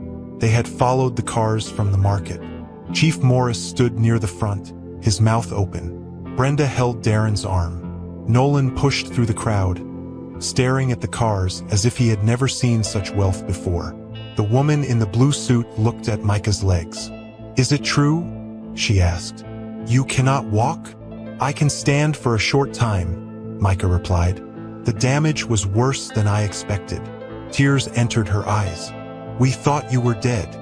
"Phoebe," Micah said gently, "stand up." Talia's heart jumped when she heard the name. This was the woman from the secret phone calls. Phoebe rose and turned toward Talia. "Who is she?" she asked. Micah looked at Talia. "She is my wife." The villagers gasped. Nolan's face changed so quickly that even Talia noticed it. Phoebe stared at Talia. "Your wife? It is a long story." Talia folded her arms. "It is also a story he did not tell me." Phoebe looked between them and seemed to understand that something was wrong. Behind her, two men opened large umbrellas over Micah and Talia. Another man lifted the black computer from the wet ground and placed it safely inside a case. Nolan moved forward. "Wait," he said. "This cannot be true." One of the security men blocked him. Nolan pointed at Micah. "That man is a beggar. He sits near our market. He wears torn clothes." Phoebe's face became cold. "That man founded Nexera Systems," she said. "He built the company from one small room and turned it into one of the largest technology firms in the country." The villagers began whispering loudly. Darren pushed through the crowd and looked at Micah. "You are truly a billionaire?" Micah did not answer him. Darren turned to Talia with wide eyes. "You knew?" Talia stared at him. "I found out 1 minute before you did." Brenda covered her mouth. "We married her to one of the richest men alive." Nolan looked sick. Chief Morris stepped closer. "Micah, why did you hide among us?" Micah's eyes moved across the crowd. "Because someone tried to kill me." The whispers stopped. Phoebe opened her leather case and removed several papers. "We have proof that his crash was not an accident," she said. "The brakes were damaged before he left the city." Micah looked at her. "You found the report?" "Yes, a mechanic who worked on the car kept a copy. He was afraid to speak before, but we protected his family." "Was Celine involved?" Phoebe's face became hard. "We believe she arranged it." Talia stepped closer despite her anger. "Who is Celine?" Micah answered this time. "She is a member of the Nexera board. She wanted control of the company. You said she only knew more than she admitted. I did not have proof then." Phoebe continued. After Micah disappeared, Celine told the board he was likely dead. She began moving his duties to herself. She also tried to gain access to accounts that only he could open. Nolan looked around, then began stepping backward. Micah noticed him. "Why are you leaving?" Micah asked. Nolan stopped. "I have business in the market." "No," Micah said. "You want to leave because you now know the man you mocked has enough power to uncover every false paper you made." Nolan's face tightened. "I did not know who you were. That did not stop you from treating me like dirt. I never harmed you. You tried to steal Talia's farm. That matter was settled." "It was stopped, not settled." Darren hurried toward Micah. "Please listen to me," he said. "I never meant to insult you. I only wanted to solve my debt." Talia looked at him with disgust. "You forced me to marry a man you believed was helpless." Darren wiped rain from his face. "But look how things turned out. You are now the wife of a billionaire." Talia's eyes filled with anger. "You still do not understand what you did. I gave you a good husband. You believed you were giving me a punishment." Darren fell silent. Micah turned toward Chief Morris. The marriage was forced. The chief tightened his grip on his stick. The village followed its rules. Rules that allow a woman to be used as payment are wrong. Morris looked ashamed, but he did not answer. Phoebe stepped close to Micah. "Sir, we must leave now," she said. "Celine has called a board meeting. She plans to take full control by the end of the week." Micah looked at the damaged hut and then at Talia. "I am not leaving without her." Talia's face became still. Phoebe nodded. "Then a car is ready for both of you." "No," Talia said. Micah stared at her. "Talia, I said no. You cannot stay here. The men who searched the hut may return. I will stay at my mother's farm. It may not be safe. Neither was living beside a man whose enemies wanted him dead." Micah's voice softened. "I should have told you. Yes, I was afraid. So was I, every day, but I still told you the truth." He looked down. Talia continued. "I told you about my mother, my uncle, the debt, and every fear I had. I trusted you with my life. You trusted me only with pieces. You were the first person who treated me like a man after the crash," Micah said. "Not like a rich man, not like a weak man, just a man. I was afraid that if you knew the truth, everything between us would change. It has changed because you hid it.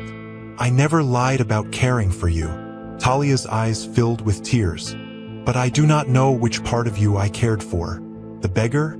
The computer worker? The missing CEO? You gave me many stories and expected me to love one man inside all of them. They are all me. Then you should have trusted me with all of them." Micah reached for her hand, but she stepped away. That small movement hurt him more than any insult Nolan had spoken. "Talia, please do not walk away angry. I am not only angry. What are you?" "Hurt." The rain began to weaken. Talia turned toward the orange farm. The trees stood behind her, heavy with fruit and shining with water. "This land belonged to my mother," she said. "It was the only thing in my life that did not come with a lie." Micah's voice shook. "Will you come back?" "I do not know." "Talia." She looked at him one last time. "I need to find out whether I miss you, or whether I only miss the man I thought you were." Then she walked past the cars and entered the orange farm alone. Micah remained beneath the umbrella, surrounded by company officers, lawyers, security workers, and villagers who now looked at him with fear and respect. He had his name back. He had his company waiting. He had people ready to obey every order he gave. But as he watched Talia disappear between the orange trees, Micah knew the one person whose trust mattered most had just walked away from him. Talia did not look back as she walked deeper into the orange farm. Behind her, car doors closed. Engines started. The sound grew weaker until the road became quiet again. She stopped beside the oldest orange tree and pressed one hand against its rough trunk. Her mother had planted that tree many years ago. Talia had often come there whenever she felt lost. But this time, the farm did not calm her. Micah's voice still filled her mind. "I never lied about caring for you." Talia wiped her wet face. "Maybe you did not lie about caring," she whispered, "but you lied about everything around it." She walked to the small farmhouse at the far end of the land. It had once belonged to her mother. The roof needed work, and dust covered the windows, but the walls were strong. Talia pushed the door open and stepped inside. There was an old bed, a wooden chair, and a small cooking pot. It was not much, but it belonged to her. She sat on the bed and stared at the empty doorway. For several weeks, Micah had been the first person she saw each morning and the last person she spoke to at night. Now he was gone. Talia expected to feel free. Instead, she felt as if part of the room was missing. The next morning, she woke before sunrise and went to the farm. She picked oranges, filled 2 baskets, and prepared the juice alone. She reached for the payment device Micah had built, then stopped. Her fingers rested on it. "You made this for me," she said quietly. For a moment, she wanted to throw it away. Then she remembered the long hours he had spent fixing the wires and teaching her to keep clear records. Talia placed the device inside her basket. "Your lies will not destroy my work," she said. Meanwhile, Micah was sitting inside a black car on the road to the city. Phoebe sat across from him, reading messages from her tablet. 2 security cars followed them. "The board meeting is tomorrow morning," she said. "Celine has already told them you are too injured to lead. Micah looked through the window.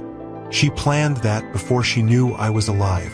She also told them that your mind may have been harmed in the crash. Micah turned sharply. On what proof? There is no proof. Then why are they listening?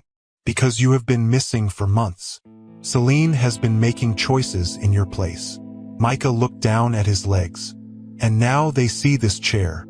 Phoebe closed the tablet. They will use it against you. My legs do not run Nexera. I know that. Then the board will learn it too. Phoebe watched him carefully.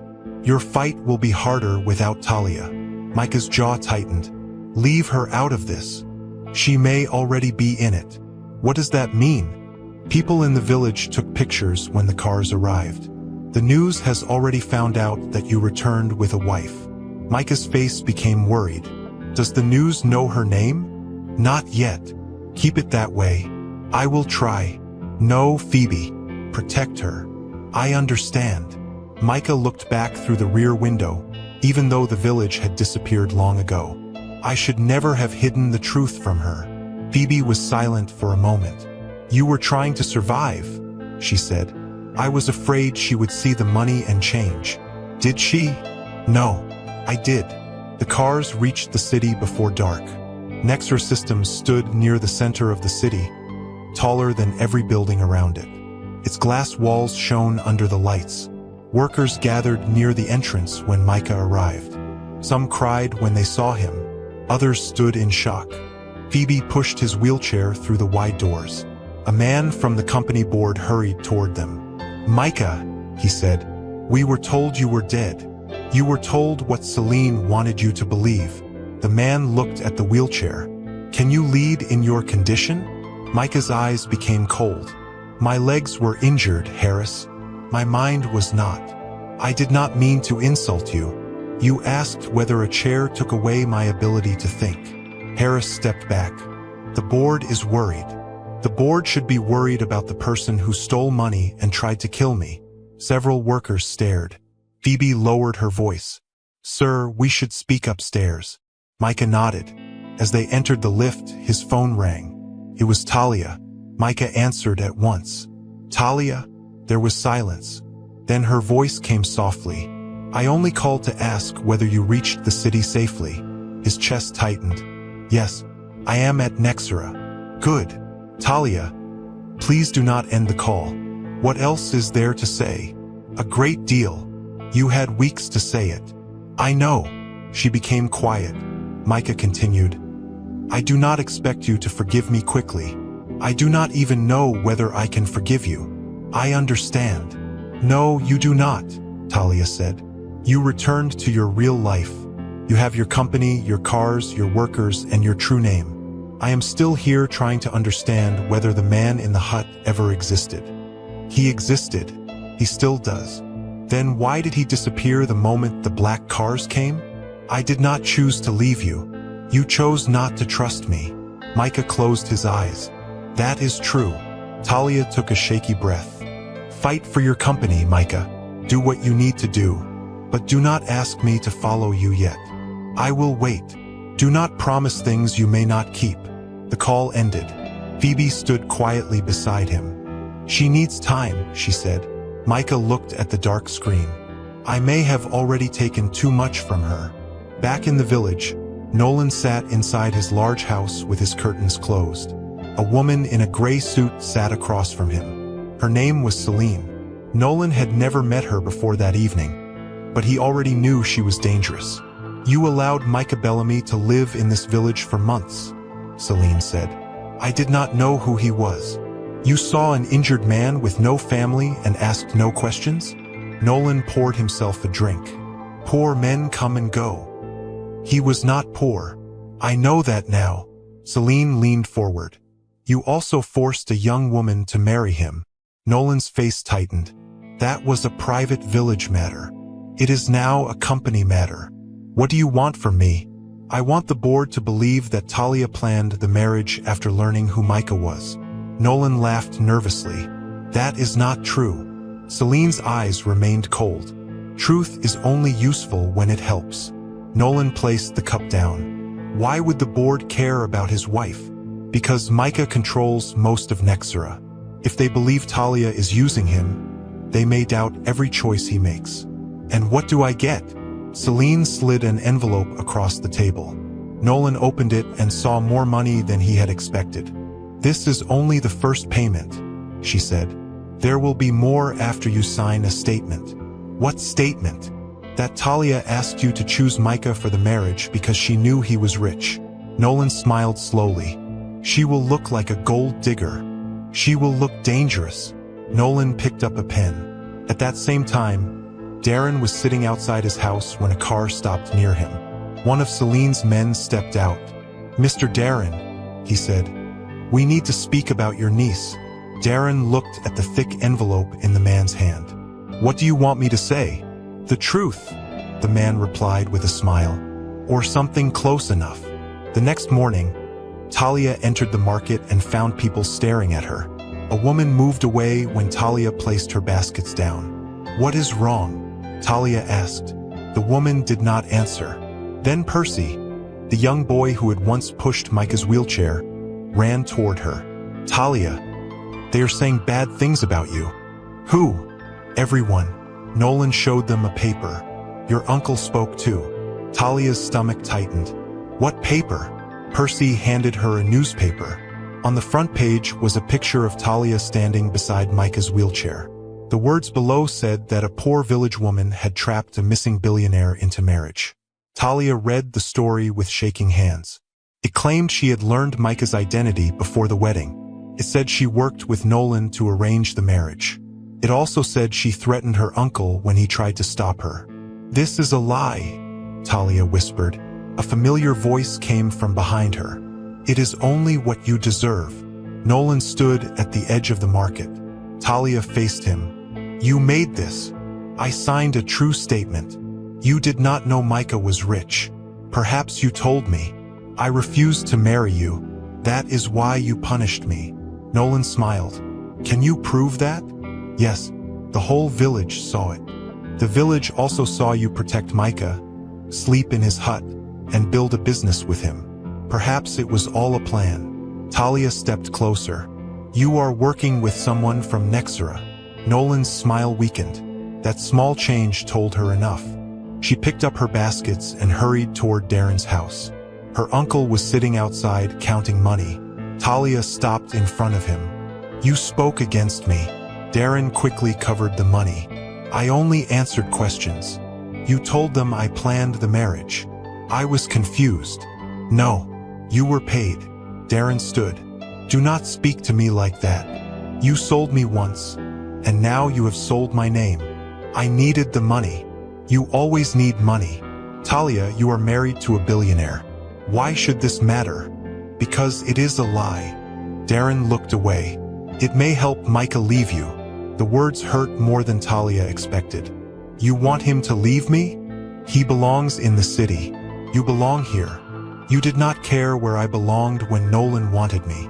Darren had no answer. Far away, inside the Nexera boardroom, Celine placed copies of the false statements on the table.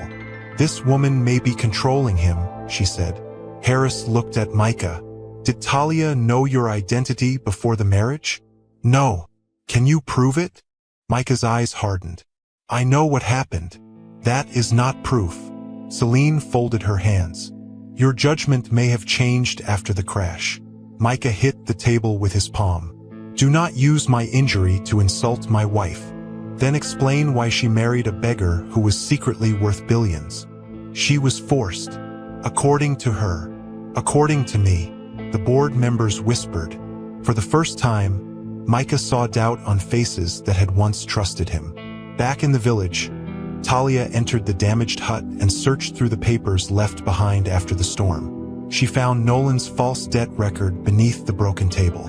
She was about to tear it when she noticed tiny numbers printed along the bottom edge. They were not village record numbers. They looked like a code. Talia picked up Micah's payment device and opened the record screen. Micah had once shown her how to search saved number groups. She entered the code from Nolan's paper. A hidden file appeared. Talia stared at it. The same number was connected to the company account Micah had spoken about before the crash. Her hands began to shake. Nolan's false debt paper had not been made by a village clerk. It carried the hidden code of the same people who had tried to kill Micah. Talia stared at the hidden file on Micah's payment device until the small screen became blurry through her tears. The code on Nolan's false debt paper was connected to the same company account Micah had spoken about before his crash. That could not be a mistake. Nolan was working with someone inside Nexera Systems. Talia grabbed the false paper, wrapped the payment device in cloth, and pushed both items into her bag. Then she ran out of the damaged hut. She did not stop until she reached Darren's house. Brenda was outside washing clothes. "Aunt Brenda, I need to leave for the city," Talia said. Brenda looked up. "The city? Why?" "I found proof that Nolan is connected to the people who tried to kill Micah." The bowl slipped from Brenda's hands. "What proof?" Talia showed her the number at the bottom of the false debt record. "This code is linked to a Nexera account. I need to show Micah before Celine takes his company." Brenda wiped her wet hands on her dress. "Then go now." Talia looked toward the house. "Where is Darren?" "He left early. He did not tell me where he was going. Do not trust him with this." Brenda's face filled with shame. "I should have protected you from him long ago." Talia held her hand. "Protect yourself now. Lock the door. Do not open it for Nolan or his men." "I will." Talia hurried to the bus stop with the little money she had saved from selling oranges. The city was many hours away. During the journey, she held the bag close to her chest and watched every person who entered the bus. By the time she arrived, the sun was already high. Talia had never seen buildings so tall. Cars filled the wide roads, and crowds moved in every direction. She asked 3 people how to reach Nexera Systems before an old driver finally showed her the right bus. When Talia reached the glass building, she stopped at the entrance. The company name stretched across the wall in large silver letters. This was the place Micah had built. She walked inside carrying her worn bag. The clean floor shone beneath her dusty shoes. Workers in neat clothes moved past her without looking. Talia approached the front desk. "I need to see Micah Bellamy," she said. The woman behind the desk looked at Talia's faded dress. "Do you have an appointment?" "No, but it is urgent. Everyone says that. I am his wife." The woman stared at her, then laughed. "You expect me to believe the CEO's wife came here carrying a farm bag?" Talia placed both hands on the desk. "Call Phoebe. Tell her Talia is here. I cannot call a company officer every time a stranger tells a story. I have evidence about the crash." The woman's smile disappeared for a moment, but another worker stepped forward. "You need to leave," he said. "I will not. Security will remove you. Then call security. Maybe they will listen better than you." 2 guards approached. One reached for Talia's arm. "Do not touch me," she warned. "You are causing trouble." "I came to stop trouble." The front desk woman picked up her phone. "Take her outside." As the guards moved closer, a lift opened across the hall. Phoebe stepped out with several workers behind her. Talia called her name. "Phoebe." Phoebe turned. The guards grabbed Talia's arms. "Let her go," Phoebe shouted. Everyone became still. Phoebe hurried across the hall. "Talia, what are you doing here?" "I found something." Phoebe looked at the guards. "Release Mrs. Bellamy now." The guards quickly stepped back. The woman at the desk stood up. "We did not know she was truly his wife." Phoebe's eyes became cold. "Perhaps you should not decide a person's value from her clothes." Talia did not wait for an apology. "Where is Micah?" "He is in a meeting with the board. I need to see him. Celine has people watching his office. Come with me."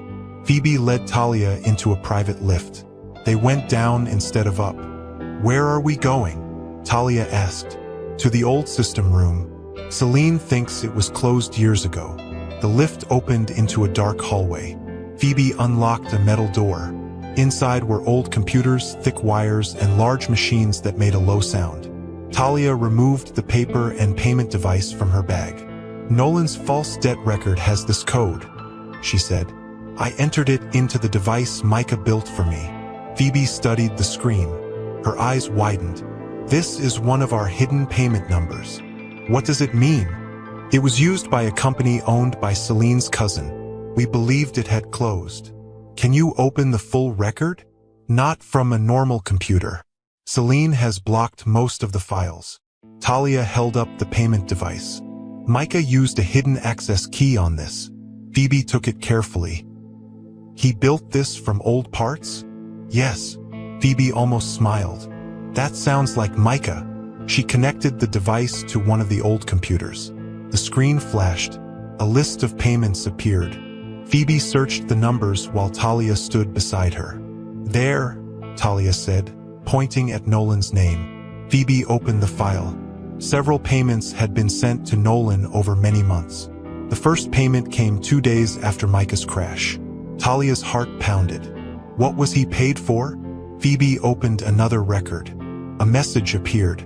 Equipment recovered near the mountain road must remain hidden in the Western Village storehouse. Talia read it twice. Nolan hid something from the crash. Phoebe opened the next message. The damaged brake parts have been placed under the old grain room. No one in the village knows. Talia stepped back. Celine paid Nolan to hide the parts from Micah's car. And he used part of that money to make false loans, Phoebe said. That explains why the company code appeared on your debt paper. We have to show Micah. We need copies first. Phoebe began sending the files to a small drive. Suddenly, Talia's phone rang. Brenda's name appeared on the screen. Talia answered at once. Aunt Brenda. Nolan's voice came through the phone. You should have stayed in the village. Talia's blood became cold. Where is she? Brenda cried out in the background. Talia, do not give him anything. Nolan shouted at her to be quiet. Talia gripped the phone. If you hurt her, I will make sure you never leave prison. You are not in a position to threaten me. What do you want? The paper, the device, and every copy of the files. Phoebe moved closer, listening. Nolan continued. Bring them back to the village before night. If you speak to Micah or the police, Brenda will pay for it.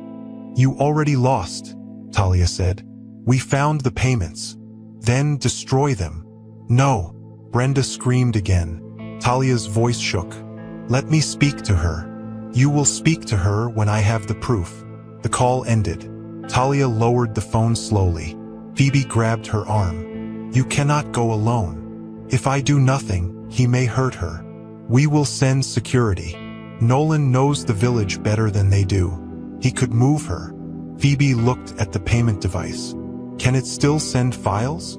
Micah made it record sales, but he also used it to open hidden records. We can connect it to several accounts. Talia understood. If Nolan destroys the device, the proof will still exist somewhere else. Phoebe nodded. Many places. They worked quickly. Phoebe linked the evidence to Nexra's legal team, the police, 2 board members, and a news office.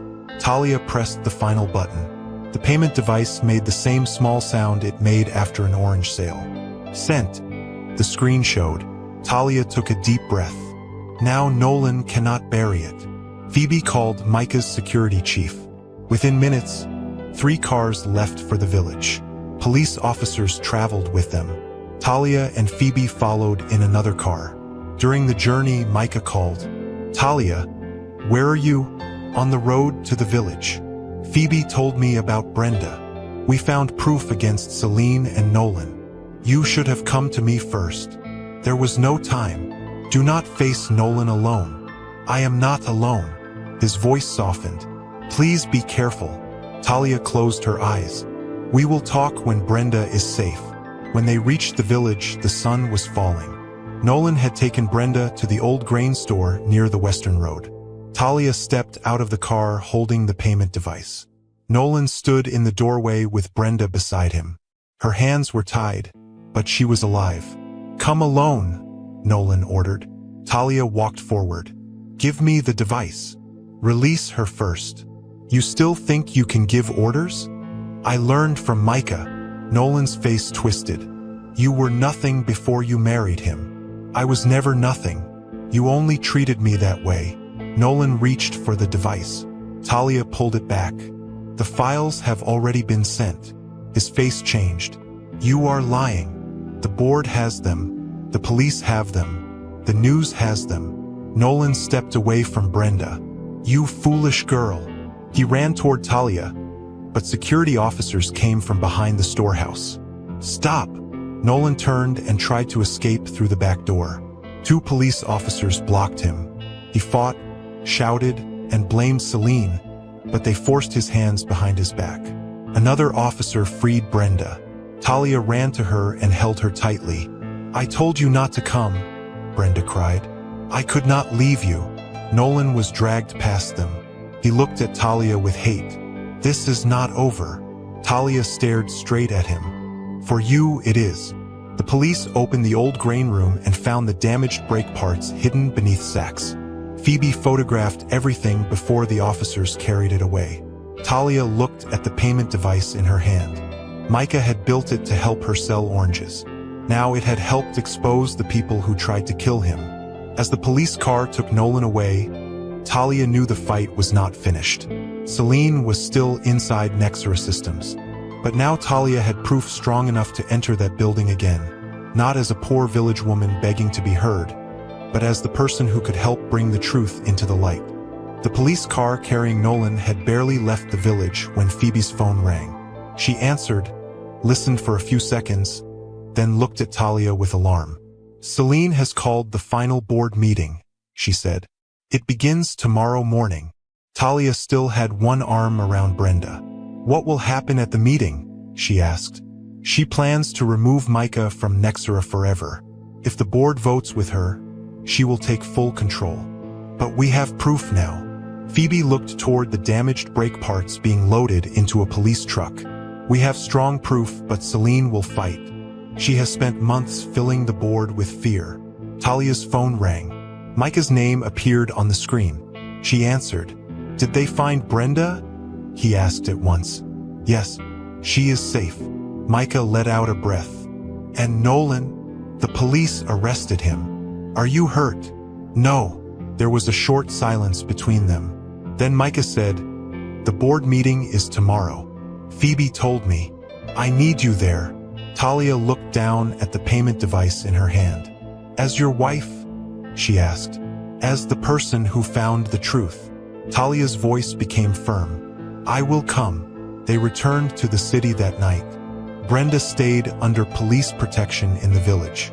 Nolan had already begun blaming Celine during questioning. He claimed she had paid him to hide the brake parts and spread lies about Talia. By sunrise, reporters had gathered outside Nexera Systems. Large cameras pointed toward the main entrance. People shouted questions as black cars arrived. Will Micah Bellamy lose the company? Did his wife plan the marriage? Can an injured man still lead Nexera? Talia heard the questions from inside Phoebe's car. She wore a simple blue dress Brenda had packed for her. She did not look like the rich women entering the building, but she sat straight.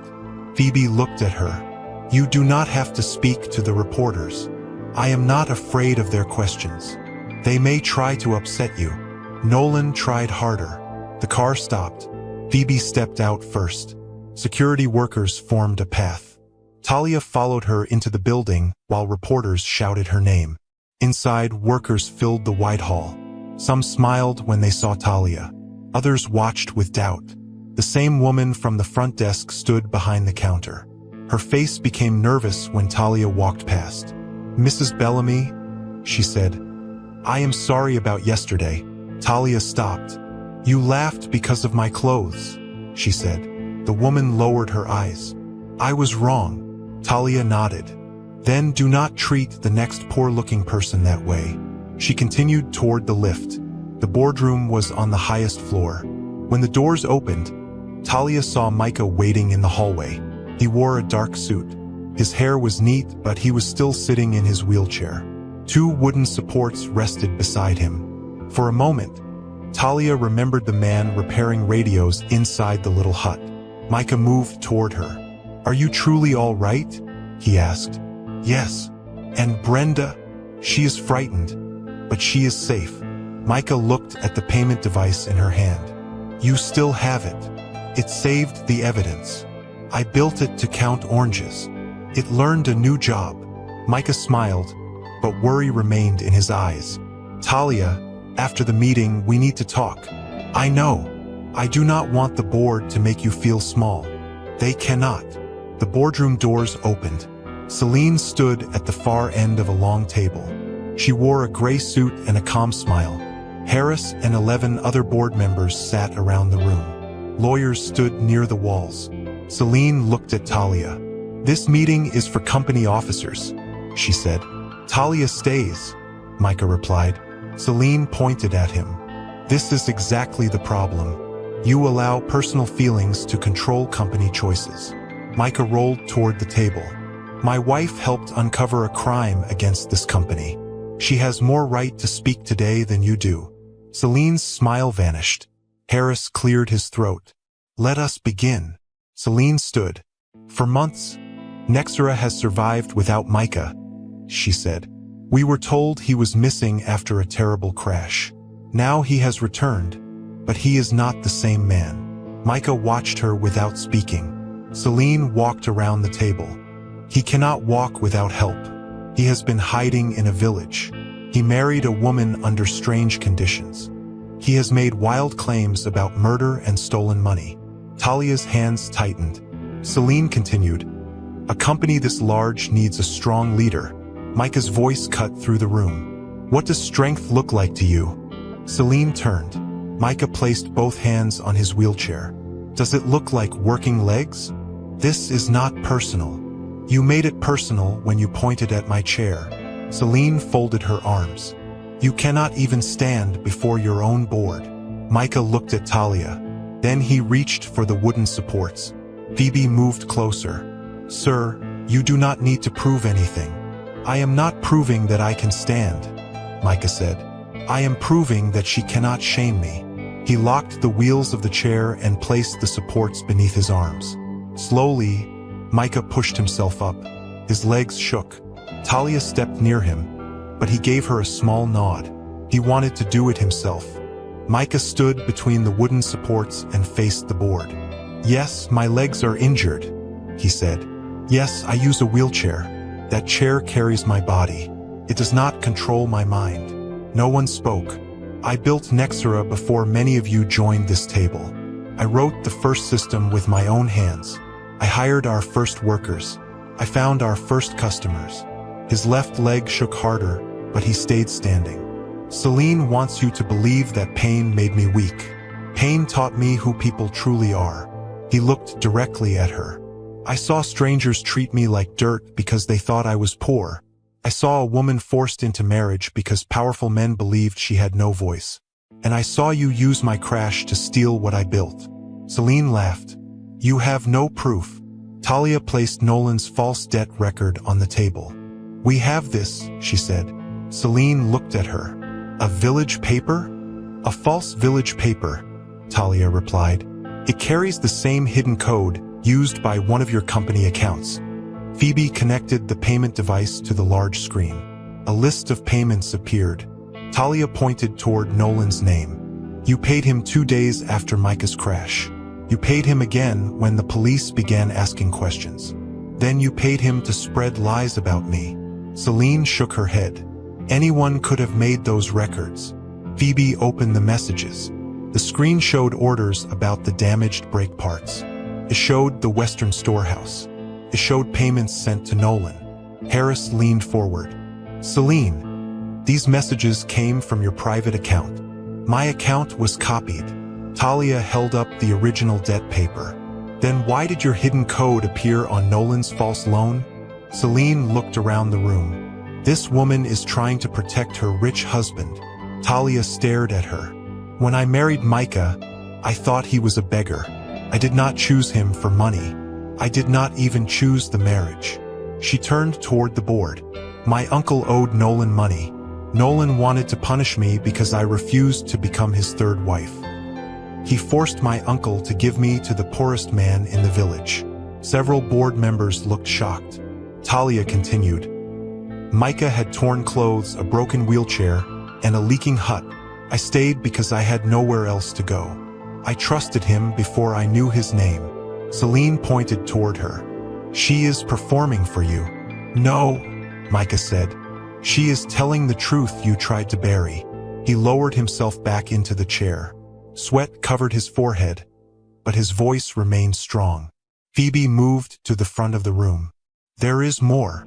She placed a small recorder on the table and pressed a button. Celine's voice filled the boardroom. Make sure the brakes fail before he reaches the mountain turn. Every person in the room became still. The recording continued. If he survives, let the world believe he disappeared. I will handle the board. Celine's face lost all color. Phoebe stopped the recording. One of Celine's workers recorded the conversation, she said. He kept it because he feared she would blame him later. He gave it to the police this morning. Celine moved toward the door. 2 police officers entered before she reached it. You cannot arrest me, she shouted. I control this company. Micah looked at her calmly. No, you tried to steal it. The officers placed handcuffs around her wrists. Celine struggled as they led her away. You would be dead without me, she yelled. Micah's eyes became hard. I almost died because of you. After she was removed, Harris stood. I asked the board to cancel the vote against Micah. Every hand rose. Micah had his company back. Later that afternoon, police officers brought Darren and Chief Morris into the boardroom. Nolan's questioning had forced them to give full statements. Darren could not look at Talia.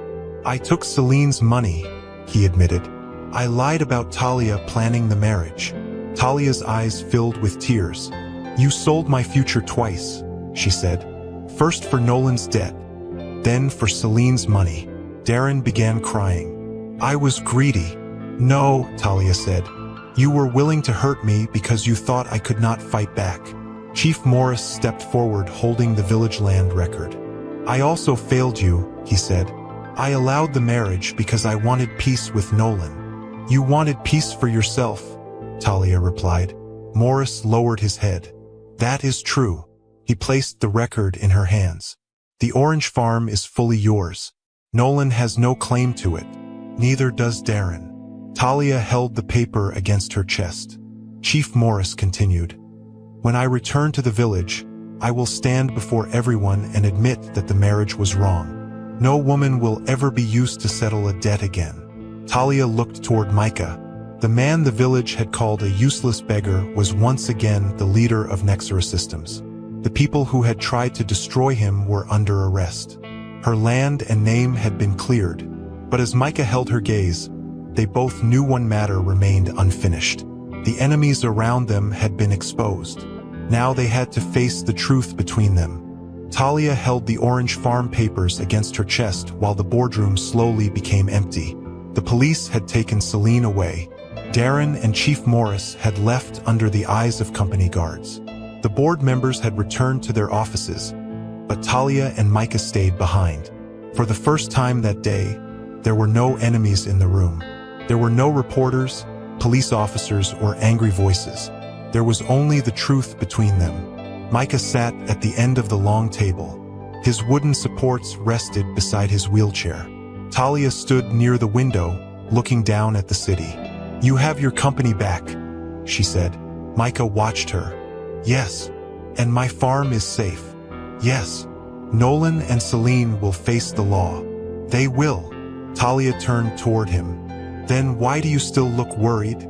Micah reached into the leather folder on the table. Because there is one wrong thing I have not fixed. He removed several papers and placed them in front of her. Talia did not move closer. What are those? Papers to end our marriage. Her eyes widened. Micah's voice remained calm, but his hands were shaking. The village forced you to marry me, he said. You did not choose me.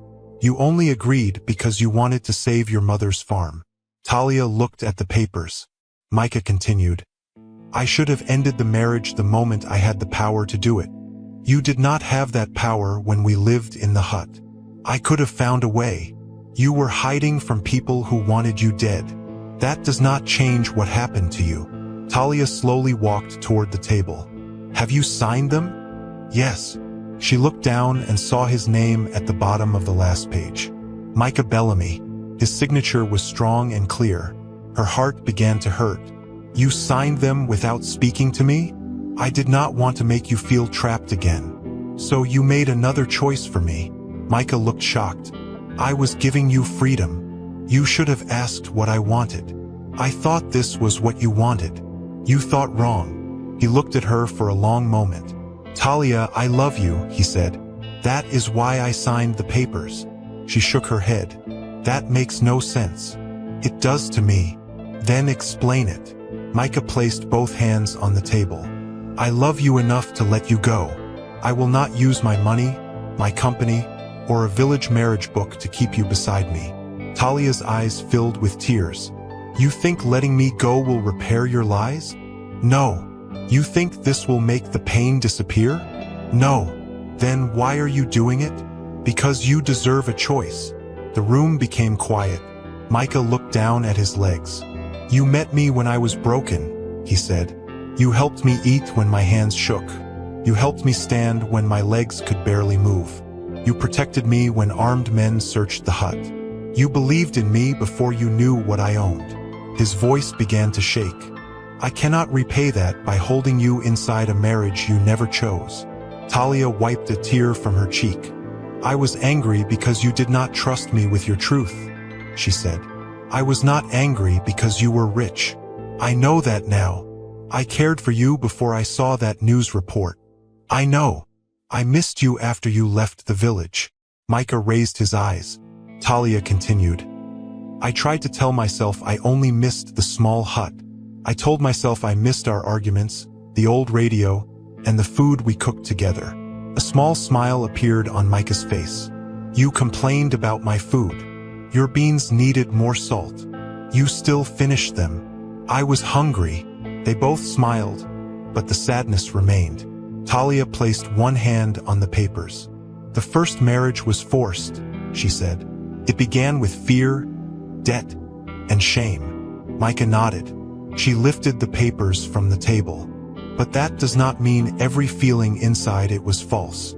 Talia, she tore the papers in half. Micah stared at her. Then she tore them again and placed the pieces on the table. What are you doing? He asked. I am making my own choice. You should read them first. I read enough. Talia, do not stay because you feel sorry for me. Her face became serious. Do not insult me. I did not mean to. I did not fight Nolan, Celine, my uncle, and a whole company board because I felt sorry for you. Micah said nothing. Talia moved closer to him. The village marriage was not my choice, she said. So I do not want to keep it. His face fell. Then she continued, I want a new marriage. Micah looked up. One that I choose, she said. One where no uncle gives me away, no rich man punishes me, and no chief uses me to pay a debt. Micah's eyes filled with hope. Are you saying? I am saying you must ask me properly. A weak laugh escaped him. Now? Yes, now. In a boardroom? You built this place. You should know how to speak inside it. Micah straightened in his wheelchair. Talia, he said, will you marry me because you want to, not because anyone forced you? She folded her arms. That was too quick. His eyebrows rose. Too quick. You are asking a serious question. I have been thinking about it for weeks. Then make it sound like it. Micah took a breath. Talia, you saw me when I had nothing to offer but a leaking roof and simple food. You stood beside me when I was weak. You challenged me when I was wrong. You protected my life, my company, and the truth. He held out his hand. I cannot promise that life will always be easy. I can only promise that I will never hide who I am from you again. I will respect your voice, your work, your land, and every choice you make. Will you freely choose to become my wife? Talia placed her hand in his. Yes, she said. I choose you. Micah closed his fingers around hers. But I have a condition, she added. He almost laughed. Of course you do. I will not sit inside a large house doing nothing. I would never ask you to. My farm stays in my name. It will always be yours. And I will build my own business. I will support you, but I will not control it. Talia smiled. Then my answer is still yes. They returned to the village 1 month later. This time, Talia did not arrive in torn clothes with tears in her eyes. She arrived beside Micah with her head held high. The orange farm had been cleaned and prepared for the wedding. White cloth hung between the trees. Small tables were covered with fruit, bread, rice, and bottles of fresh orange juice. There were no large city lights or expensive decorations. Talia wanted the wedding beneath the trees her mother had planted. Brenda stood beside her in a light green dress. "You look beautiful," Brenda said. Talia smiled. "I feel free." Brenda's eyes filled with tears. "Your mother would have been proud. She should have been here." "I know." Chief Morris stood before the villagers, but he was not leading the wedding. Talia had asked an official from the city to do it. Before the ceremony began, Chief Morris stepped forward. "I must speak," he said. The villagers became quiet. He faced Talia. "I allowed fear and village customs to hurt you. I called it peace, but it was not peace. I was protecting powerful men." He turned toward the crowd. "No woman in this village will ever again be forced into marriage to pay a debt." Talia nodded, but she did not thank him. Some wrongs required more than words to heal. Music began softly. Talia walked between the orange trees. Micah waited beneath the oldest tree in his wheelchair. He wore a dark blue suit, but there was no great crowd of company officers around him. Phoebe stood nearby, smiling. When Talia reached him, Micah placed his hands on the wooden supports. "What are you doing?" she whispered. "I want to stand when I marry you. You do not have to prove anything." "I know." He slowly pushed himself up. His legs shook, but he remained standing. Talia quickly moved close and held his arm. "I have you," she said. "I know." The official asked Micah if he freely chose Talia. "I choose her," he answered. Then the official faced Talia. "Do you freely choose Micah?" Talia looked into his eyes. "Yes," she said. "This time, I choose my husband." The villagers cheered as they exchanged rings. Micah stood for only a short time before returning to his wheelchair, but Talia stayed beside him, holding his hand. 1 year later, the empty land beside the orange farm had changed. A large, simple building stood there with wide doors and smooth paths for wheelchairs. Young people worked inside on computers, farming tools, and small machines. The place was called the Bellamy Farm and Technology Center. It trained poor young people who could not afford school. It also built tools that helped farmers count sales, protect crops, and carry heavy loads.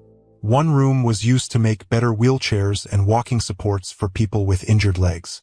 Talia became the leader of her own orange company. She sold juice, fruit, and farm products across the country. Micah offered to give her money at the beginning, but she shook her head. "You can invest like everyone else," she told him. "You will not own my company because you are my husband." Micah smiled. "Yes, boss." He returned to Nexer Systems and led the company from both the city and the village. He still used his wheelchair most days, though he could now walk short distances with support. One evening, he sat outside their new home as Talia returned from the farm.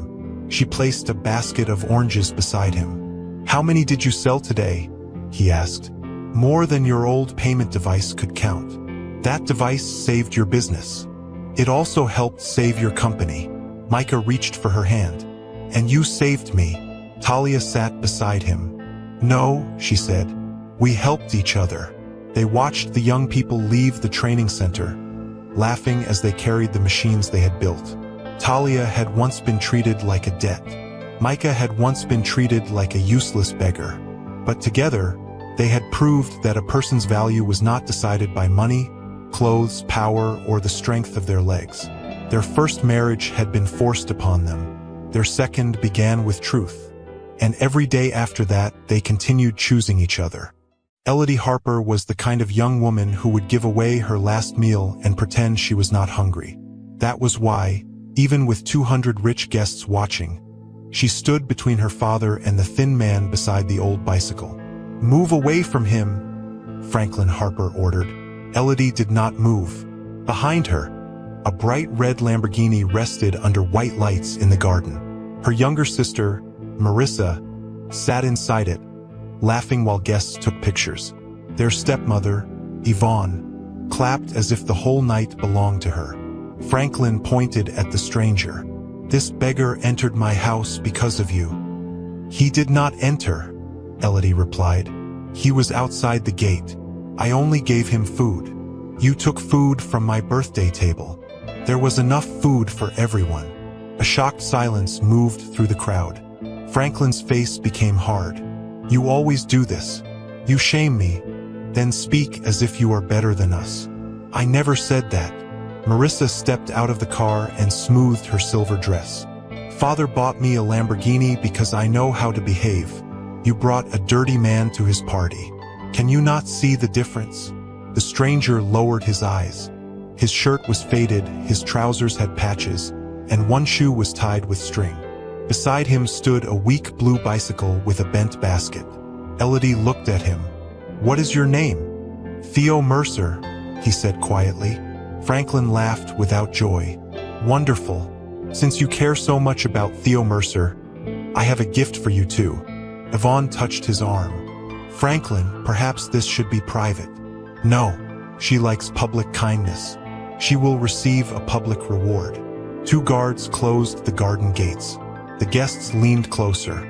Elodie felt her heart beating against her ribs. Franklin raised his voice. "Tonight, Marissa receives the Lamborghini, 20% of Harper Estates, and my blessing to marry Preston Vale." Preston, a tall man in a white suit, lifted his glass. Marissa smiled and held his arm. Franklin then faced Elodie. "You receive a choice. Leave this house now with nothing, or marry the beggar you defended." Several guests gasped.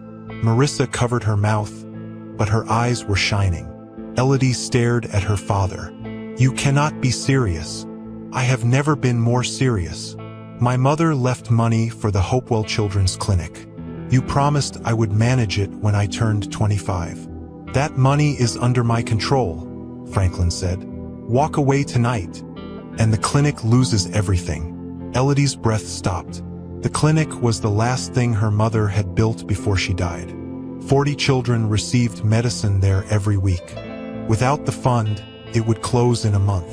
"You would hurt sick children just to punish me?" she asked. Franklin stepped closer. "I am teaching you that choices have a cost."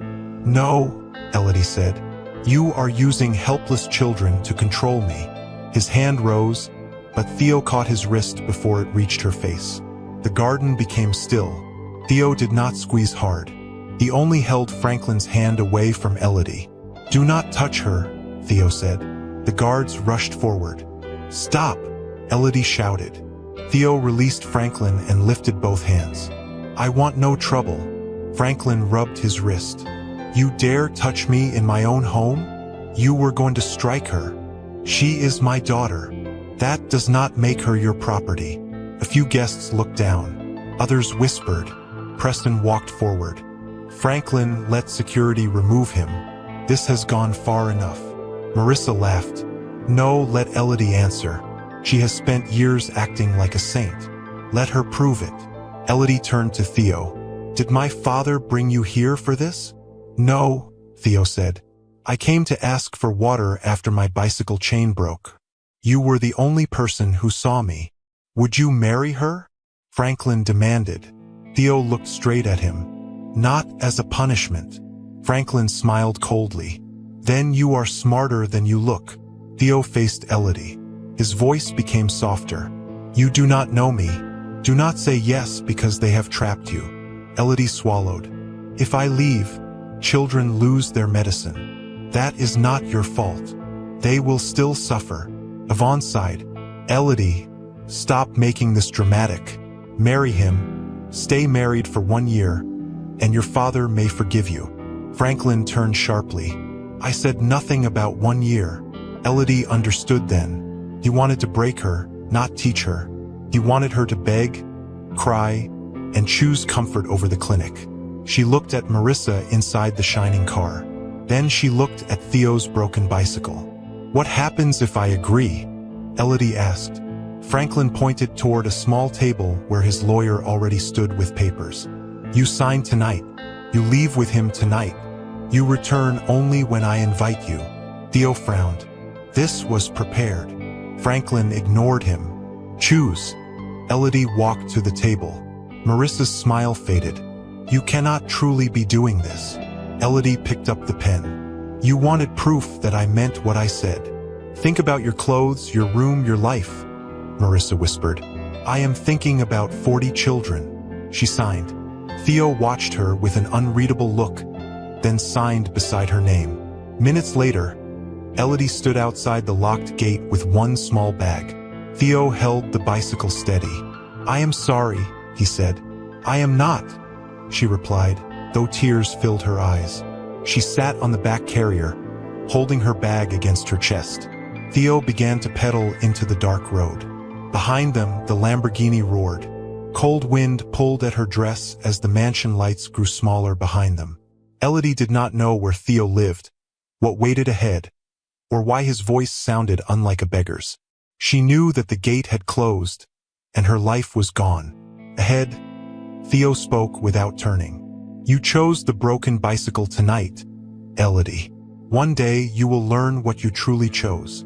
The bicycle shook as Theo rode over the broken road, and Elodie held the metal bar beneath her seat so she would not fall. His last words stayed in her mind. You chose the broken bicycle tonight, Elodie. One day you will learn what you truly chose. She looked at his back. What does that mean? Theo kept his eyes on the road. It means you chose children who needed medicine over a house full of people who wanted to watch you suffer. That is not what you said. It is what I meant. No, it was not. You said I would learn what I truly chose. Theo was quiet for a moment. The bicycle chain clicked beneath them. You are tired, he said. We can speak when we reach home. Your home. Our home now, according to the papers your father forced us to sign. Elodie's hands tightened around the bar. Do not call it that yet. I understand. They rode past bright streets, then smaller shops, then a crowded market that was closing for the night. Theo turned into a narrow path behind the market. Elodie looked around and saw small houses pressed close together. Theo stopped in front of a small brown house with a weak wooden door. We are here, he said. Elodie stepped down and stared at the house. Theo leaned the bicycle against the wall. I know it is not what you are used to. Elodie stood beside the bicycle and listened to music from the market. For the first time that night, there were no cameras, rich guests, or servants watching her pain in silence. You know nothing about what I am used to.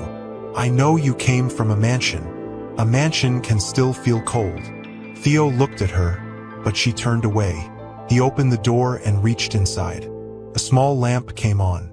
The room was poor, but it was clean. There was one narrow bed, one wooden chair, a tiny table, and a shelf with 3 plates. A curtain divided the room from a small cooking area. Elodie placed her bag on the chair.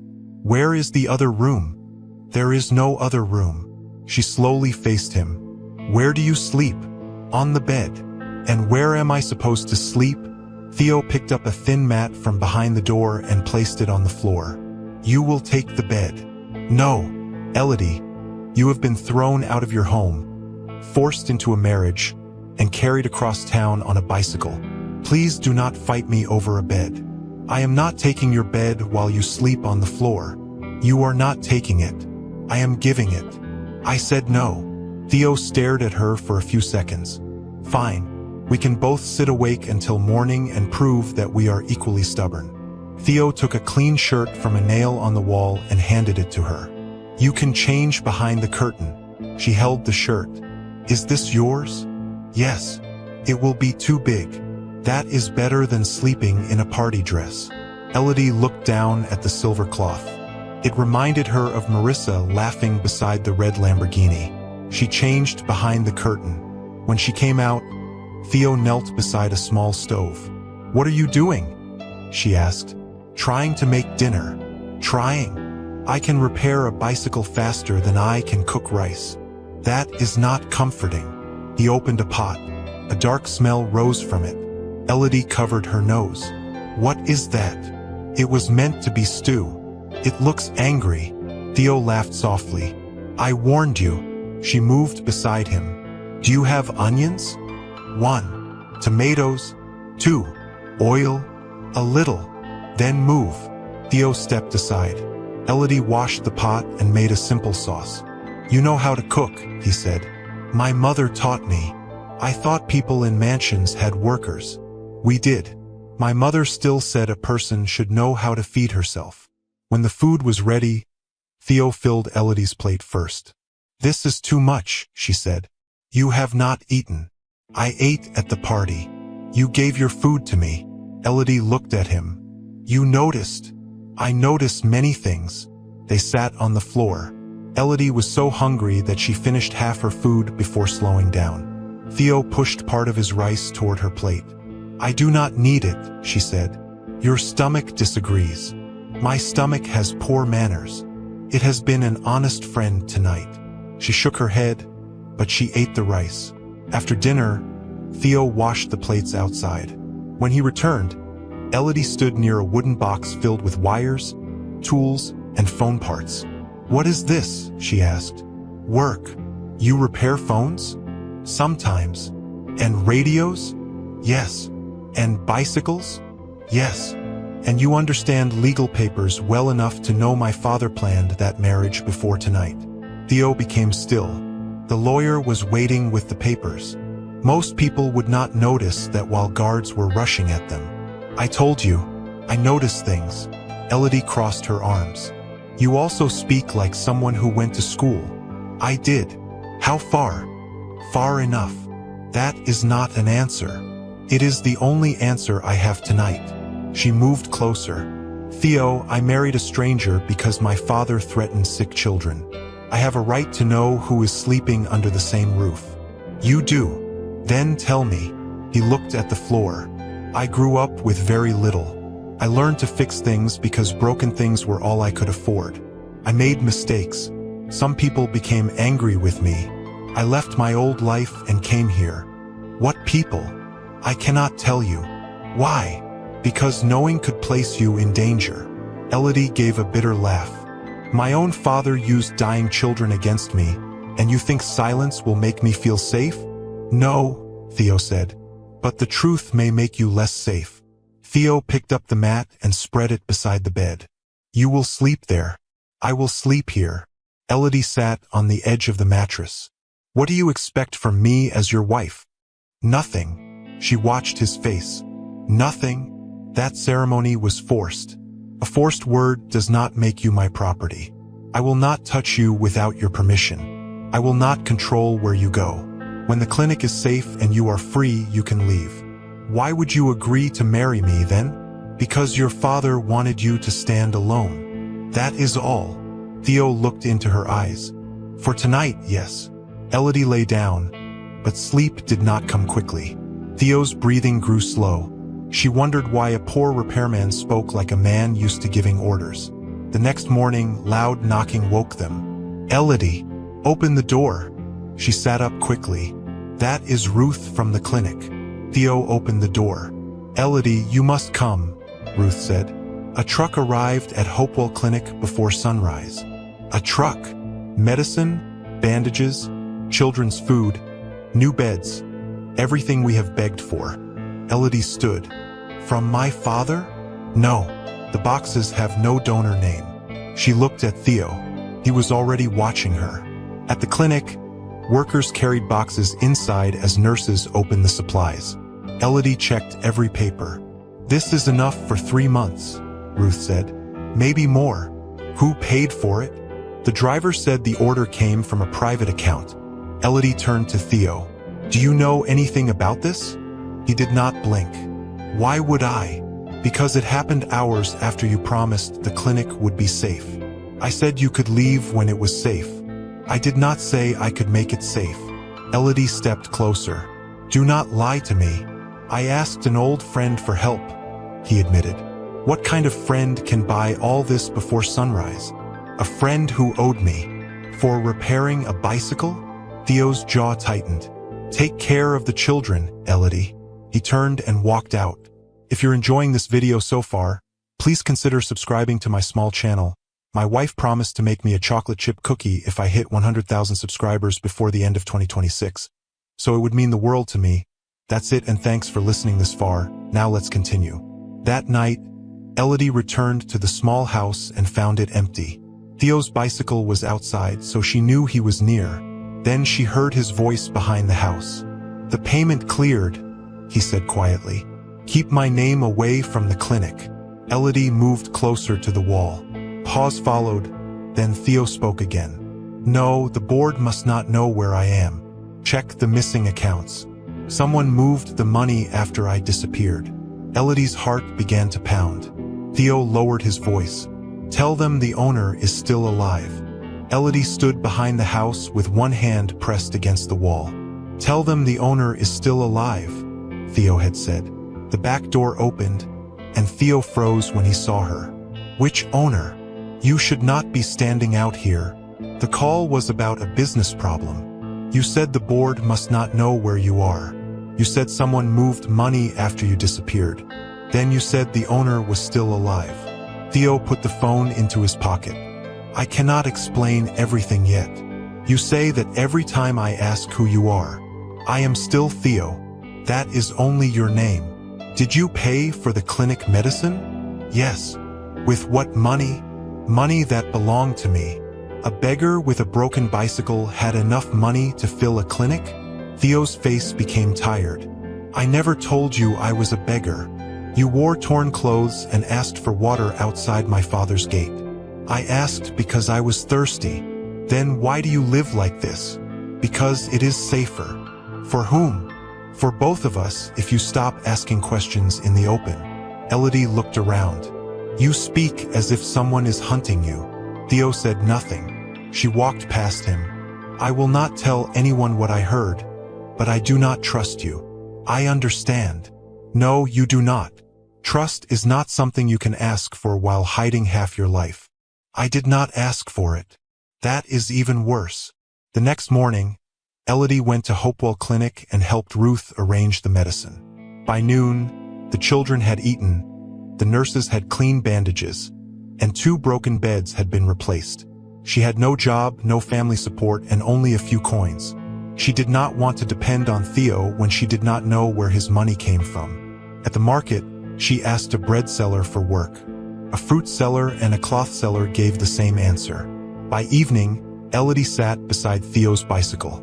"No work?" he asked. "No one needs me." "That is not true. What can you make?" "Meat pies, sweet bread, and small cakes." "Then sell them." "With what oven?" "A baker 2 streets away rents space before dawn." "With what money?" Theo reached into his pocket. Elodie raised one hand. "Do not. It can be a loan. I do not even know if it is clean money." "Fair," he said. He opened his wooden box and removed 3 repaired phones and a radio. "I fixed these for people in the market. They owe me."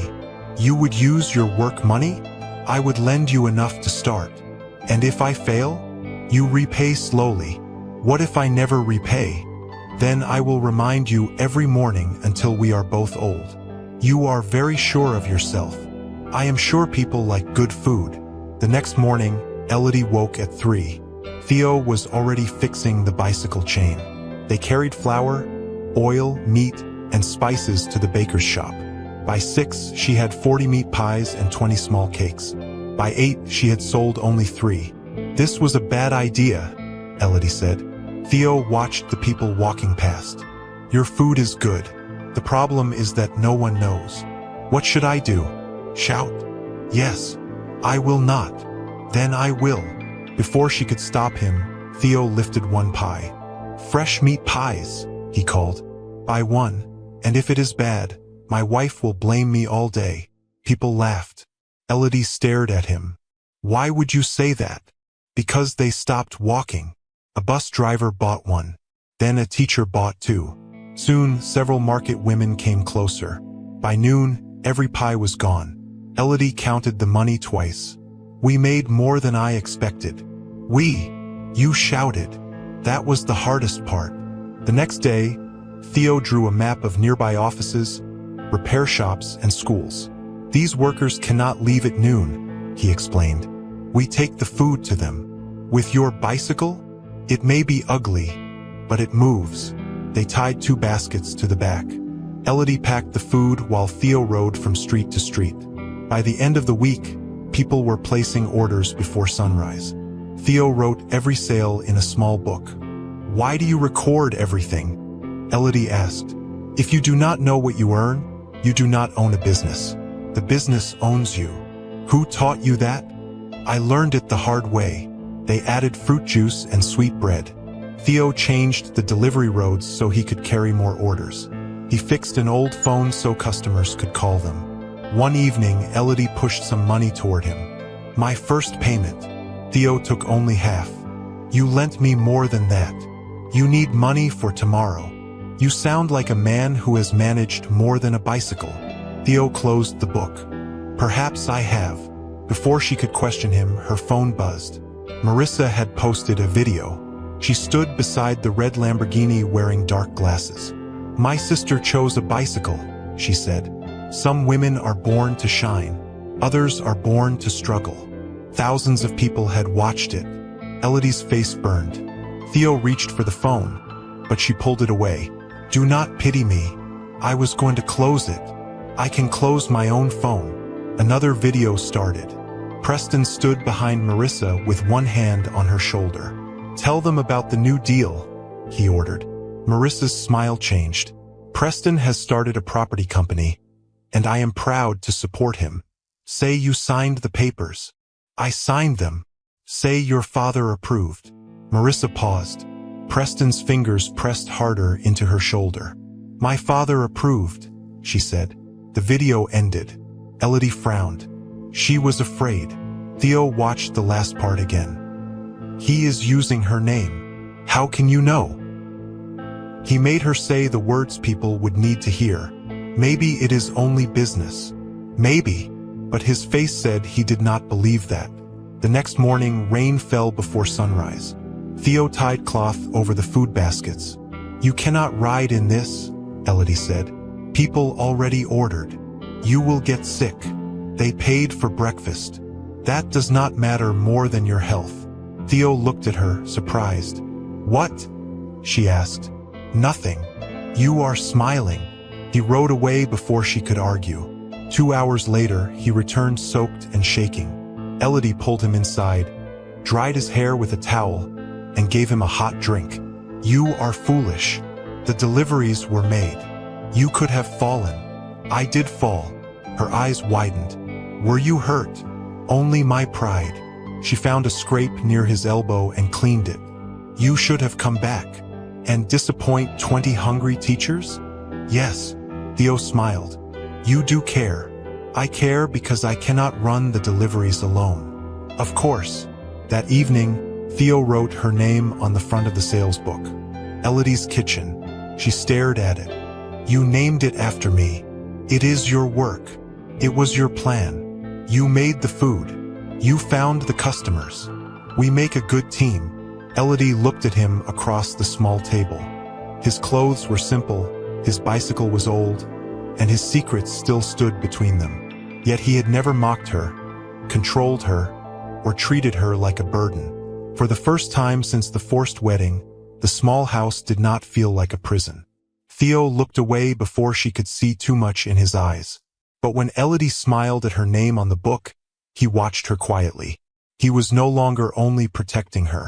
He was beginning to love her. The next morning, Elodie woke before Theo and found him asleep on the mat beside the bed. Elodie's kitchen. Then someone pounded on the door. "Elodie, open up." Theo sat up at once. His eyes became sharp, and his hand moved toward the box. "It is Ruth," Elodie said. She opened the door and found Ruth breathing hard. "You have to come now," Ruth said. "The medicine truck is missing." Elodie's smile disappeared. "What do you mean missing?" "It left the main store last night. It never reached the clinic." Theo stood behind her. "How much medicine?" "All of it. The new order for the children." "The boxes from the private donor?" Elodie asked. "No, those are almost finished. This was the next delivery. The one your father said he would release after the wedding. Elodie grabbed her scarf. Let us go. At Hopewell Clinic, nurses stood in the hall. 2 mothers held sick children. One little boy was coughing so hard that his body shook. Ruth placed several papers on the table. The driver signed out last night, she said. The company says he delivered everything. He did not, Elodie replied. The delivery office says the clinic received it. Who signed? Ruth pointed at the bottom of the page. Your name is here. Elodie stared at the paper. I did not sign this. Franklin's voice came from the doorway. But it is your name. Elodie turned. Her father entered with Yvonne and 2 men. What are you doing here? Elodie asked. Franklin walked to the desk. Medicine worth thousands has disappeared, and your name is on the form. That is not my signature. It looks close enough. Theo stepped beside Elodie. Close enough is not the same as real. Franklin looked at him with disgust. Nobody asked the bicycle beggar. Theo did not react. Then perhaps someone should.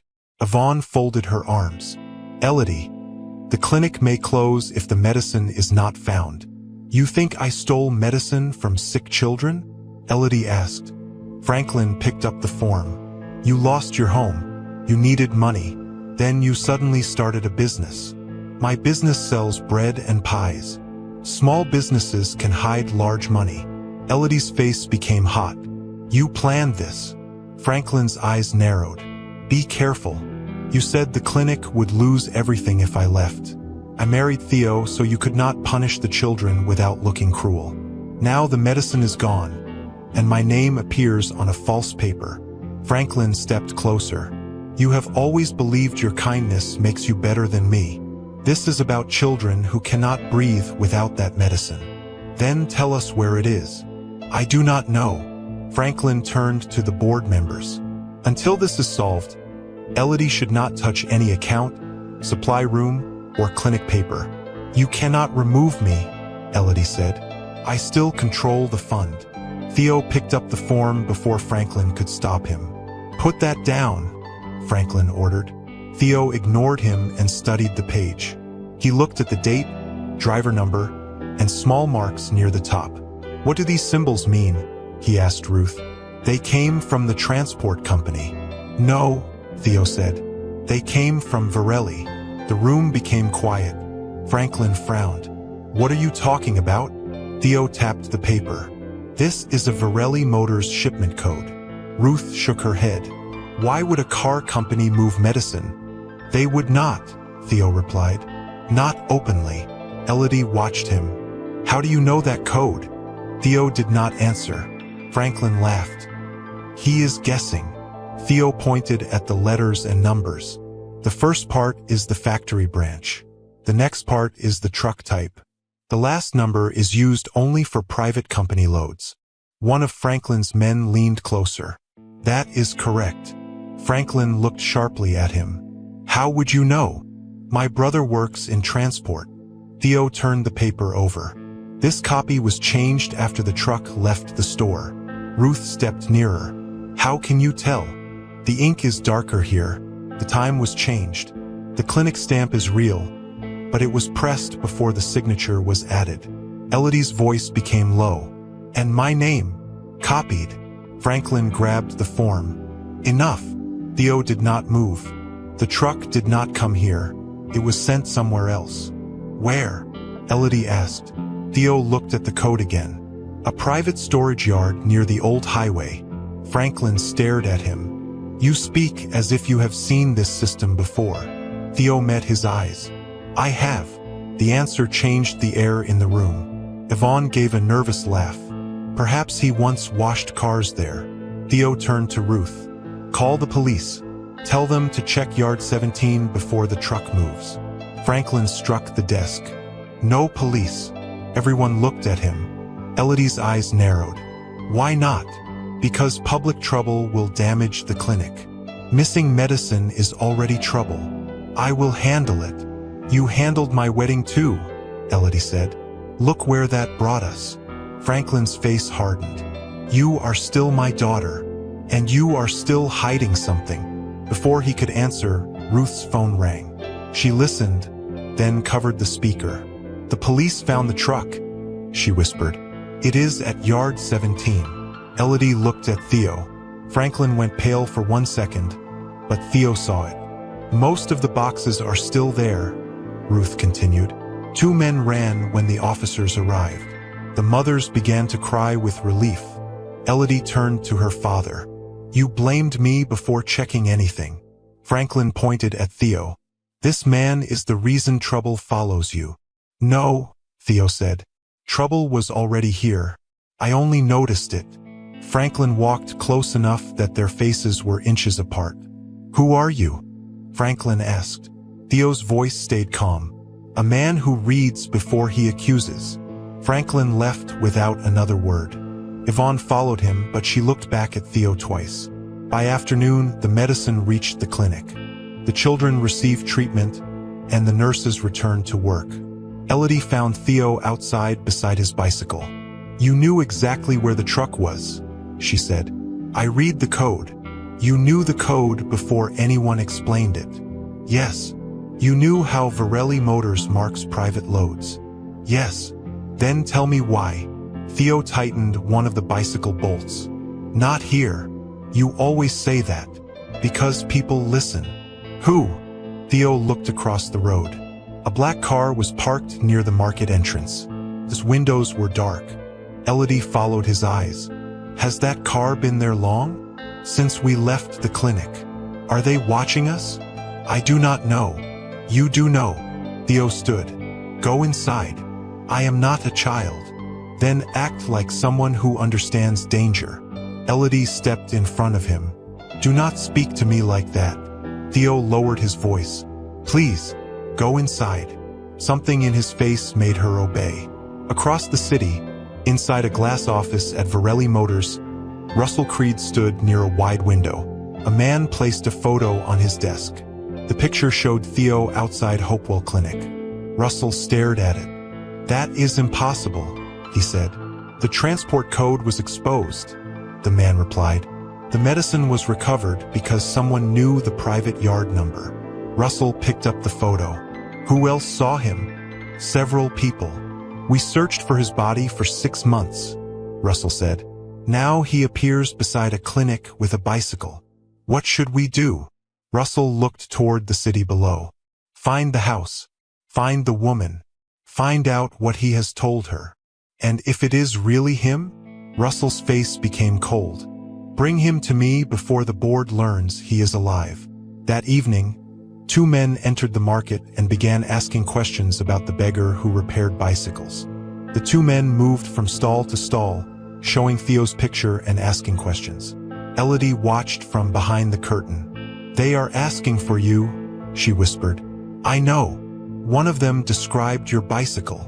I heard him. Then we should leave. Theo shook his head. Running now will tell them they found the right place. They already know the market. How long before someone points at this house? Not long. A woman from the next stall called out, The bicycle man? He repairs near the old bread shop. Elodie grabbed his arm. Inside. Now. They entered and closed the door. Theo pulled the wooden box away from the wall and opened a loose floorboard. Elodie stared. How long has that been there? Since before you came. He removed a black bag. What is inside? Things I need. A hard knock struck the door. Open up, a man called. We are looking for a repairman. Elodie moved toward the door, but Theo caught her wrist. Do not open it. They will become suspicious. They already are. The knocking came again. Elodie raised her voice. The repairman is not here. Where did he go? I do not know. We only want to speak with him. Theo leaned near her. Ask who sent them. Who sent you? Elodie called. There was silence. Then the man answered, A customer. What customer? He damaged something important. Theo's eyes hardened. Elodie replied, Then leave your name. Their footsteps moved away, but Theo stayed still. Elodie pulled her hand free. You knew they would come. I knew it was possible. You brought me into this without telling me. I did not know your father would force you to marry me. But after that, you still kept me here. I offered you freedom. You offered words. I had nowhere else to go. Theo looked down. You are right. I am sorry. Sorry will not stop those men. No, but this might. He opened the bag. Inside were a second phone, a small drive, and papers sealed in plastic. What are those? Proof. Of what? We have to move the rest before they return. The rest? He rolled the bicycle inside, locked the door, turned it over, and removed the worn seat. Elodie saw a thin metal case hidden inside the frame. You hid papers inside the bicycle. I hid copies. Copies of what? Theo opened the case. There were company records, bank pages, photographs, and letters marked with the Varelli Motors name. Elodie picked up one page. These numbers are huge. They are missing payments. She lifted another. This has Russell Creed's name. Yes. Why do you have his records? Theo closed the curtains. Because Russell stole from my company. Your company? Varelli Motors. Do not do this. I am telling you the truth. You expect me to believe the man sleeping on my floor owns one of the largest car companies in the country? I founded it. I own more shares than anyone on the board. Elodie pushed the paper back at him. Stop saying things that make no sense. Theo took the old phone from the bag and opened a picture. It showed him in a dark suit beside a new car. Elodie looked from the screen to his face. That could be changed. He showed her pictures beside the Varelli factory sign and inside a board meeting with Russell. Elodie sat on the bed. Theo Mercer, she whispered. The founder who disappeared. She could barely believe what she heard. Yes. The news said you stole company money and escaped. That story came from Russell.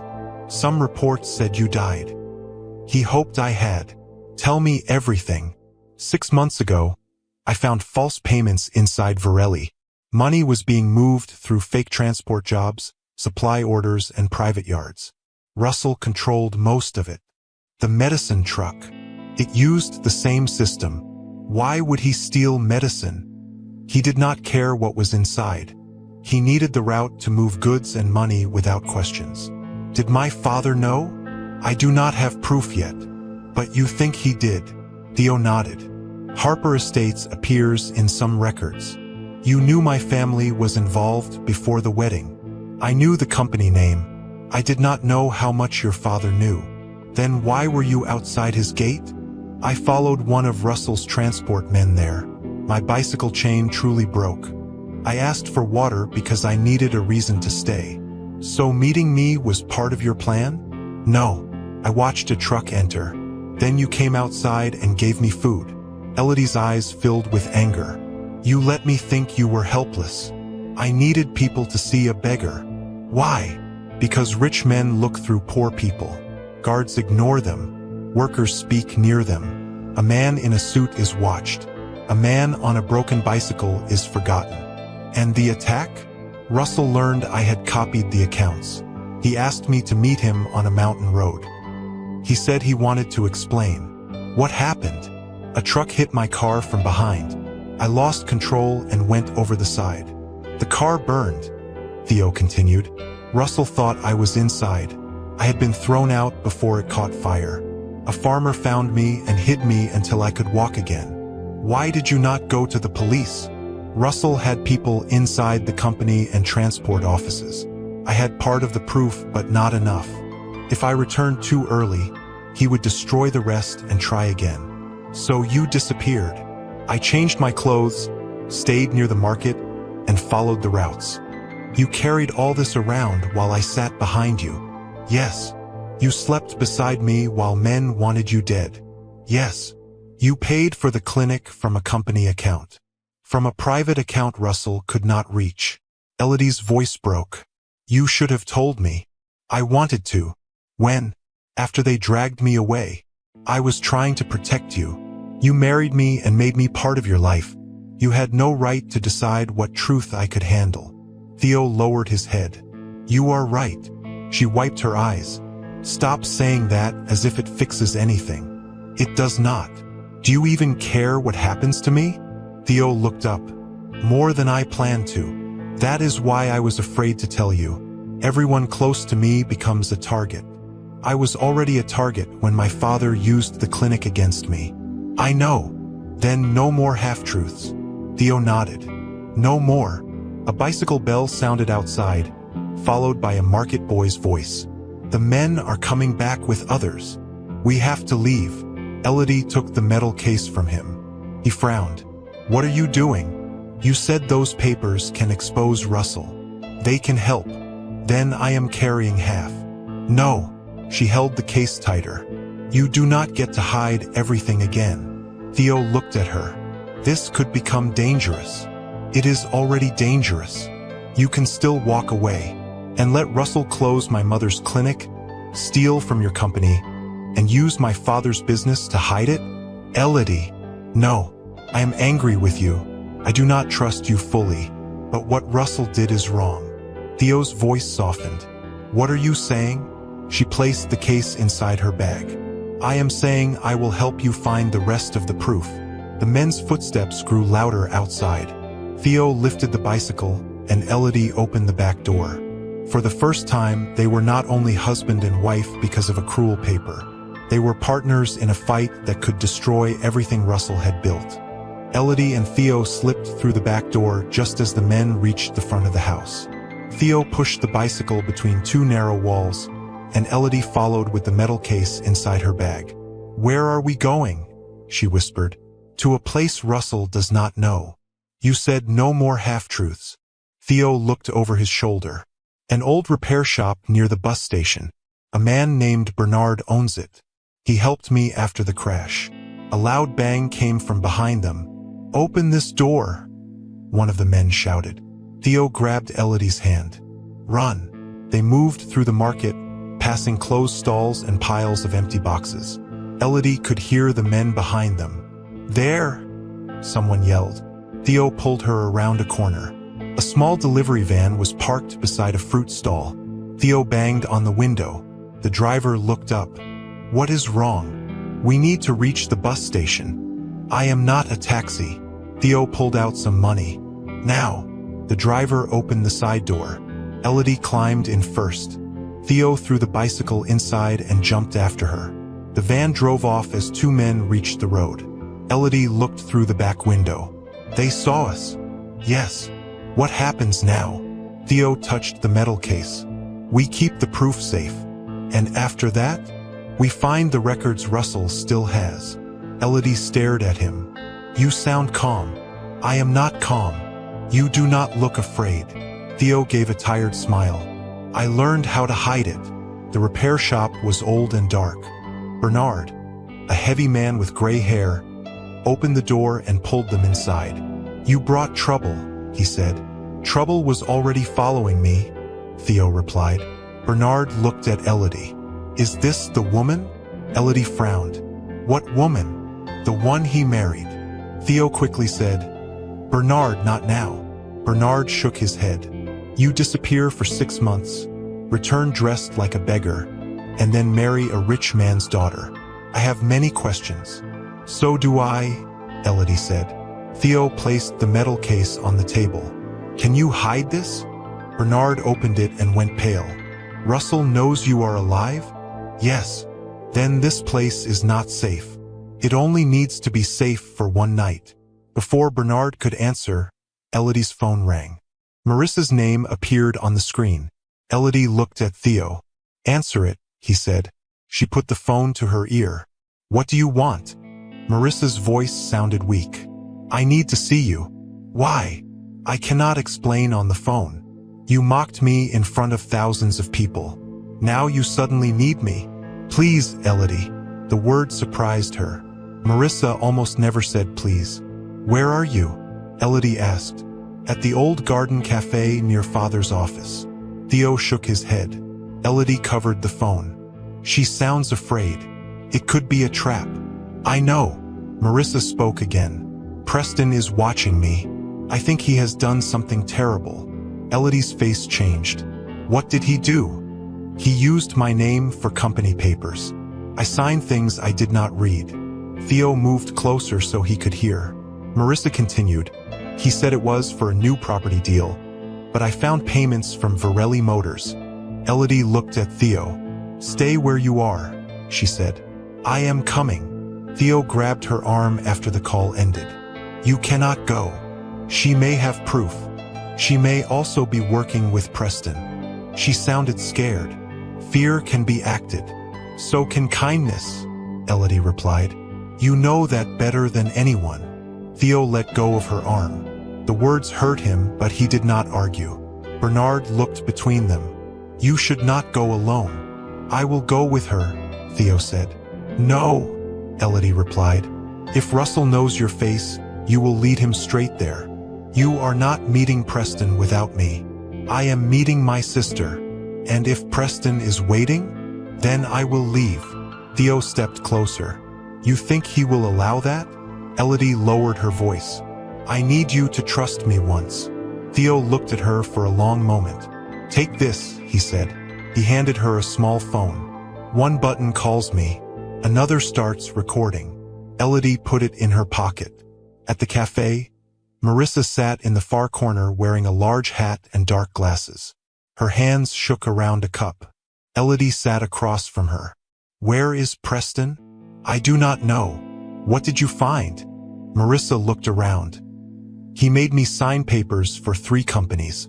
He said I would be listed as owner because people trust the Harper name. And you agreed? I thought he loved me. That was not my question. Marissa's eyes filled with tears. Yes, I agreed. Elodie stayed quiet.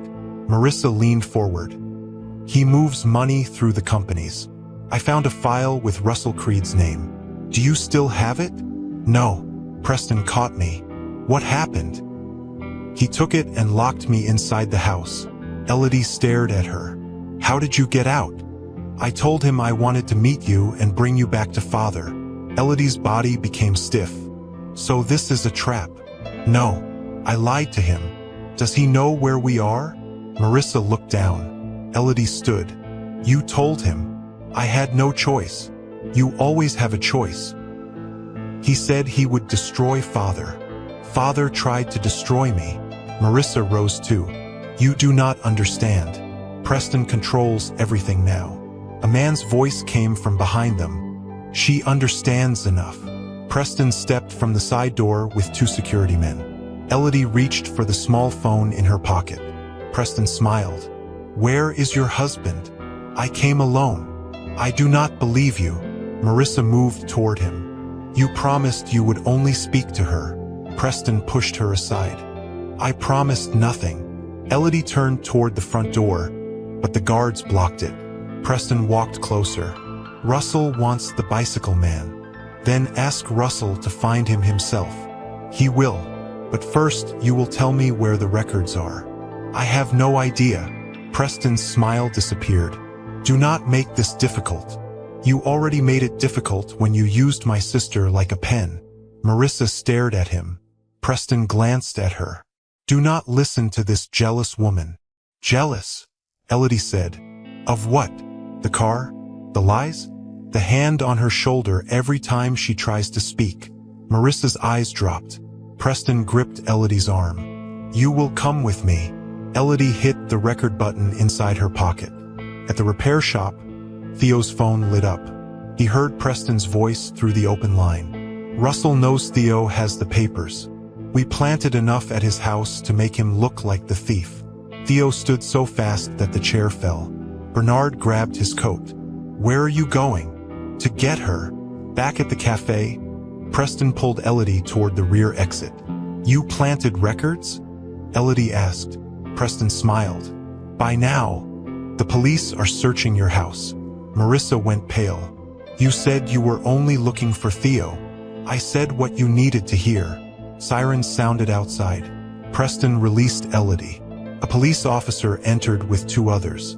Theo Mercer has been accused of stealing company records and private funds, the officer said. Where is he? Elodie looked at Preston and understood the trap. You arranged this. Preston said nothing. Minutes later, police found Theo near the bus station and arrested him. Franklin arrived at the station before Elodie did. He watched Theo being placed in a cell and smiled. "The beggar finally showed his true face," Franklin said. Elodie stepped between them. "You know this is false." Franklin's smile faded. "You are still defending him?" "Yes. He lied about who he was. So did everyone in your house." Franklin pointed at the cell. "He brought shame, crime, and danger into your life." "No. You brought him into my life when you forced that marriage." Franklin had no answer. That night, Elodie returned to the Harper mansion with Marissa. Preston had left, and the red Lamborghini stood in the garage. Marissa wiped her tears. "He keeps a second phone somewhere in the car. I saw him hide it once." They searched under the seats, inside the doors, and behind the spare tools. Elodie reached beneath the passenger seat and felt a small black box. She pulled it free. A red light blinked. Marissa stared at it.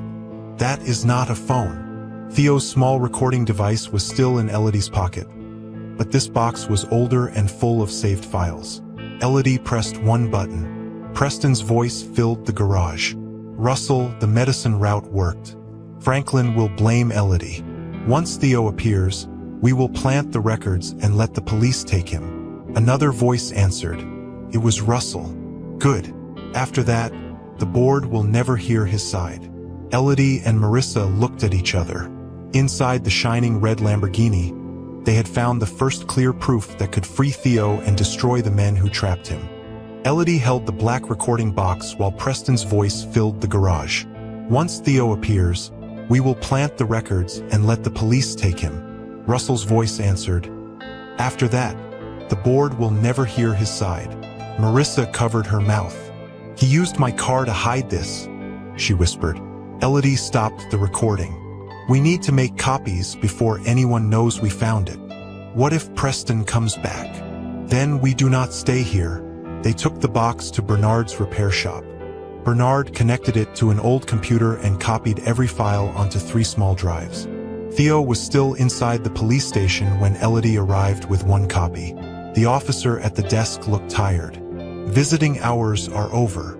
I am not here for a visit." She placed the drive in front of him. "What is this?" he asked. "Proof that Theo was framed." Franklin stood near the far wall with Yvonne. He had been speaking to another officer. "Elodie," he said sharply, "go home. I do not have a home in your house. You are making a terrible mistake." "No, I made the mistake of trusting you." Franklin walked toward her. "Whatever you think you found, give it to me." Elodie picked up the drive before he could reach it. "Why are you afraid of a recording?" His face changed. "What recording?" he asked. Marissa entered behind Elodie. "The one Preston hid in my Lamborghini," she said. Franklin stared at her. "Why are you involved in this?" "Because Preston used me. You signed those papers willingly." "I signed because you told me he was the right man. I told you he came from a good family. You cared about his family name. You did not care what kind of man he was." The officer raised one hand. "Everyone needs to calm down." Elodie pointed at the drive. "Play the files." The officer listened to the first recording with 2 other policemen. Then they took the drive into a private room. Franklin moved close to Elodie. "You do not understand what you are doing," he whispered. "I understand that medicine was stolen. False papers were planted, and an innocent man was arrested. You do not know that he is innocent. I know you wanted him to look guilty." Franklin's eyes became cold. "You are choosing a stranger over your own blood. You made Theo my husband in front of 200 people. Now you call him a stranger because he may expose you." Before Franklin could answer, the office door opened. The officer looked at Elodie. "The recording is serious. Theo Mercer will be released while we investigate the claims." Franklin stepped forward. "You cannot release him because of one voice file. We also received a request from Varelli Motors. Their board is holding an emergency meeting this morning." Elodie frowned. "Why?" "The company lawyer says Theo Mercer must be present." An hour later, Theo walked out wearing the same worn clothes from the day he was arrested. Elodie hurried toward him. Are you hurt? No. Did they question you all night? Yes. Why did you not tell them who you were? Theo looked at Franklin. Because I wanted Russell to believe his plan had worked. Franklin gave a bitter laugh. You expect people to believe you own Varelli Motors? Theo faced him. You believed it when you used my company to hide your money. The color left Franklin's face. Marissa looked between them. What does he mean? Franklin pointed at Theo. Do not listen to him. Theo turned to Elodie. We need to reach the board meeting. Bernard had brought a clean dark suit. It was simple and had no expensive marks. Theo changed inside the station and folded his poor clothes into a small bag. When he came out, Elodie stared at him. The torn shirt was gone. The weak-looking beggar had disappeared. Theo stood straight, calm, and firm. You look different, she said. I am still the same man. You do not look like the man who shouted about meat pies in the market. His mouth lifted slightly. That man is still here too. At Varelli Motors, guards blocked the doors when they saw Theo. This meeting is private, one guard said. Theo looked at the name on the guard's badge. Call the legal office and tell them Theo Mercer is at the door. The guard laughed. Everyone knows Theo Mercer disappeared. Then today will be surprising. A woman in a gray suit rushed into the lobby. Theo? Her eyes filled with tears. Theo nodded. Hello, Camille. She hugged him before remembering where they were. We thought you were dead, she said. Russell hoped I was. Camille looked at the guards. Open the doors. He is the founder of this company. The guards stepped aside. Elodie, Marissa, Bernard, and Franklin followed Theo into the boardroom. Russell sat at the head of a long table with 12 directors around him. Preston stood near the window. When Russell saw Theo, his chair moved backward. You, he whispered. Theo placed the old bicycle seat on the table. Yes, Russell. Me. Several directors began speaking at once. This cannot be real. We were told he escaped. The report said he stole company money. Theo raised his hand. The room became quiet. Russell stood. This man is wanted for theft. Security should remove him. Camille placed a folder on the table. Theo Mercer still owns 41% of Varelli Motors. No director owns more. Russell's face tightened. His shares were frozen. Frozen, Camille replied. Not removed. Theo sat in the chair opposite Russell. You have been using my seat, he said. Enjoy it for the next few minutes. Russell struck the table. You disappeared after stealing millions. Theo opened the bicycle seat and removed copies of the hidden records. I disappeared after discovering that you moved company money through false transport work. He passed the papers to the directors. These payments went to companies that own no trucks, no offices, and no workers. Russell pointed at the files. Those could be false. Elodie placed the black recording box beside them. Then perhaps your voice is false too. Preston moved toward the door. 2 police officers entered and blocked him. The recording played. Russell's voice filled the boardroom. The medicine route worked. Once Theo appears, plant the records and let the police take him. Nobody spoke when it ended. Theo opened another file. 6 months ago, Russell asked me to meet him on the mountain road. A truck hit my car from behind. Russell shook his head. You have no proof that I arranged it. Theo placed a photograph on the table. The truck belonged to one of your false transport companies. Its driver received a large payment the next morning. Preston looked at Russell. You said all the records were destroyed. Russell turned on him. Be quiet. Theo leaned back. Thank you, Preston. That sounded very helpful. The directors stared at Russell with fear and anger.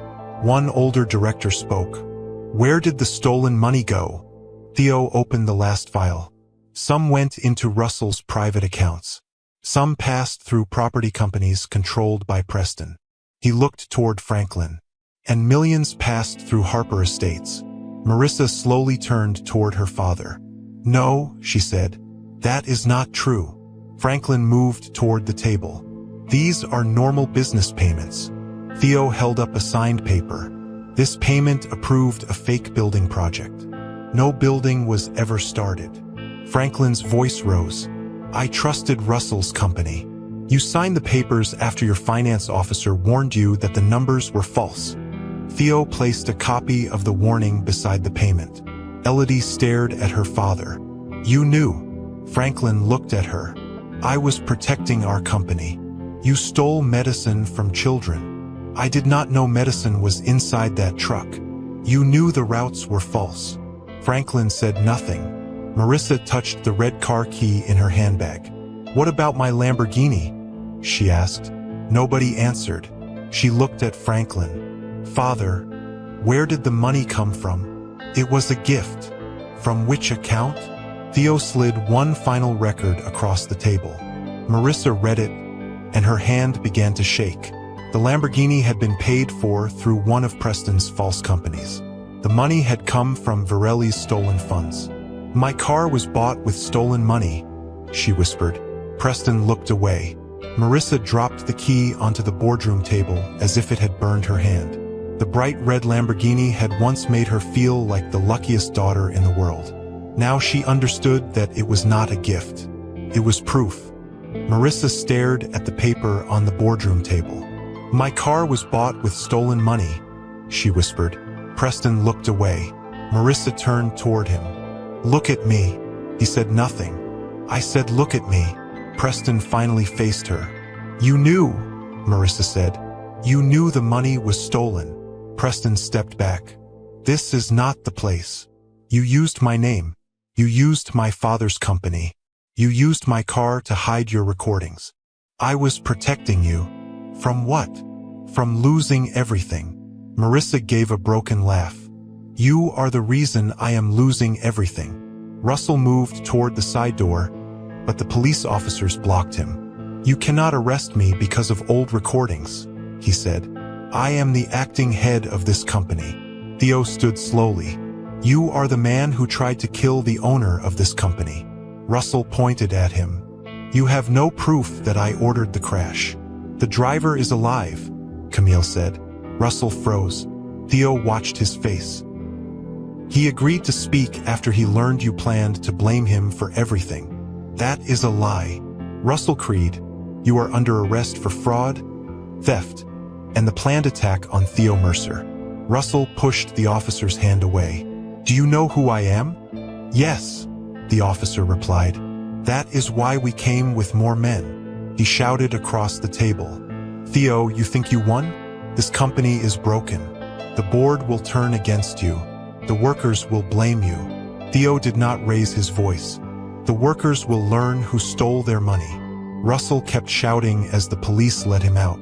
Preston tried to follow the directors into the hall, but another officer stopped him. You need to stay. Preston forced a smile. I am only a business partner. Marissa lifted one of the signed papers. You made me the owner of companies I had never seen. You signed them. You told me they were harmless. You should have read them. The words struck her harder than a slap. Elodie watched Marissa's face change. For years, her sister had believed Preston would protect her. Now he spoke to her as if she were only a tool that had stopped working. Preston turned to the officer. I want a lawyer. You may call one. He reached into his pocket, then stopped. His phone was gone. Marissa looked at him. Where is it? What? The second phone you always carry. I do not know what you are talking about. Theo looked toward the window. Far below, a black car left the company parking area. Someone is running, he said. Preston rushed to the glass. His face became pale. The officer beside him received a call. After listening, he looked at Preston. Your personal driver was seen leaving with several bags. Airport police have been warned. Preston swore under his breath. Marissa stepped closer. What was in the bags? Nothing. What was in them? Preston did not answer. Camille opened a company account on her tablet. The false companies were emptied less than an hour ago, she said. The money was moved to accounts outside the country. Everyone looked at Preston. He shook his head quickly. Russell did it. The final order used your private code, Camille replied. Marissa's eyes filled again. You were going to leave me. Preston's silence answered her. You planned to take the money and disappear. I did what I had to do.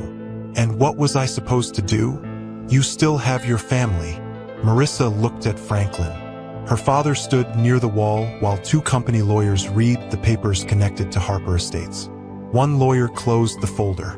Mr. Harper, the board is freezing every payment linked to your company. Franklin stepped forward. You cannot freeze my business. We can freeze company money that passed through it. My workers depend on those accounts. Theo looked at him. So did the clinic. Franklin's face tightened. Do not compare my company to a clinic. Why not? You were willing to close one to control your daughter.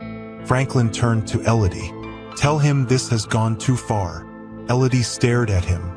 You blamed me for stolen medicine. You tried to make me look like a thief. I was angry. You were cruel. I am still your father. That did not stop you.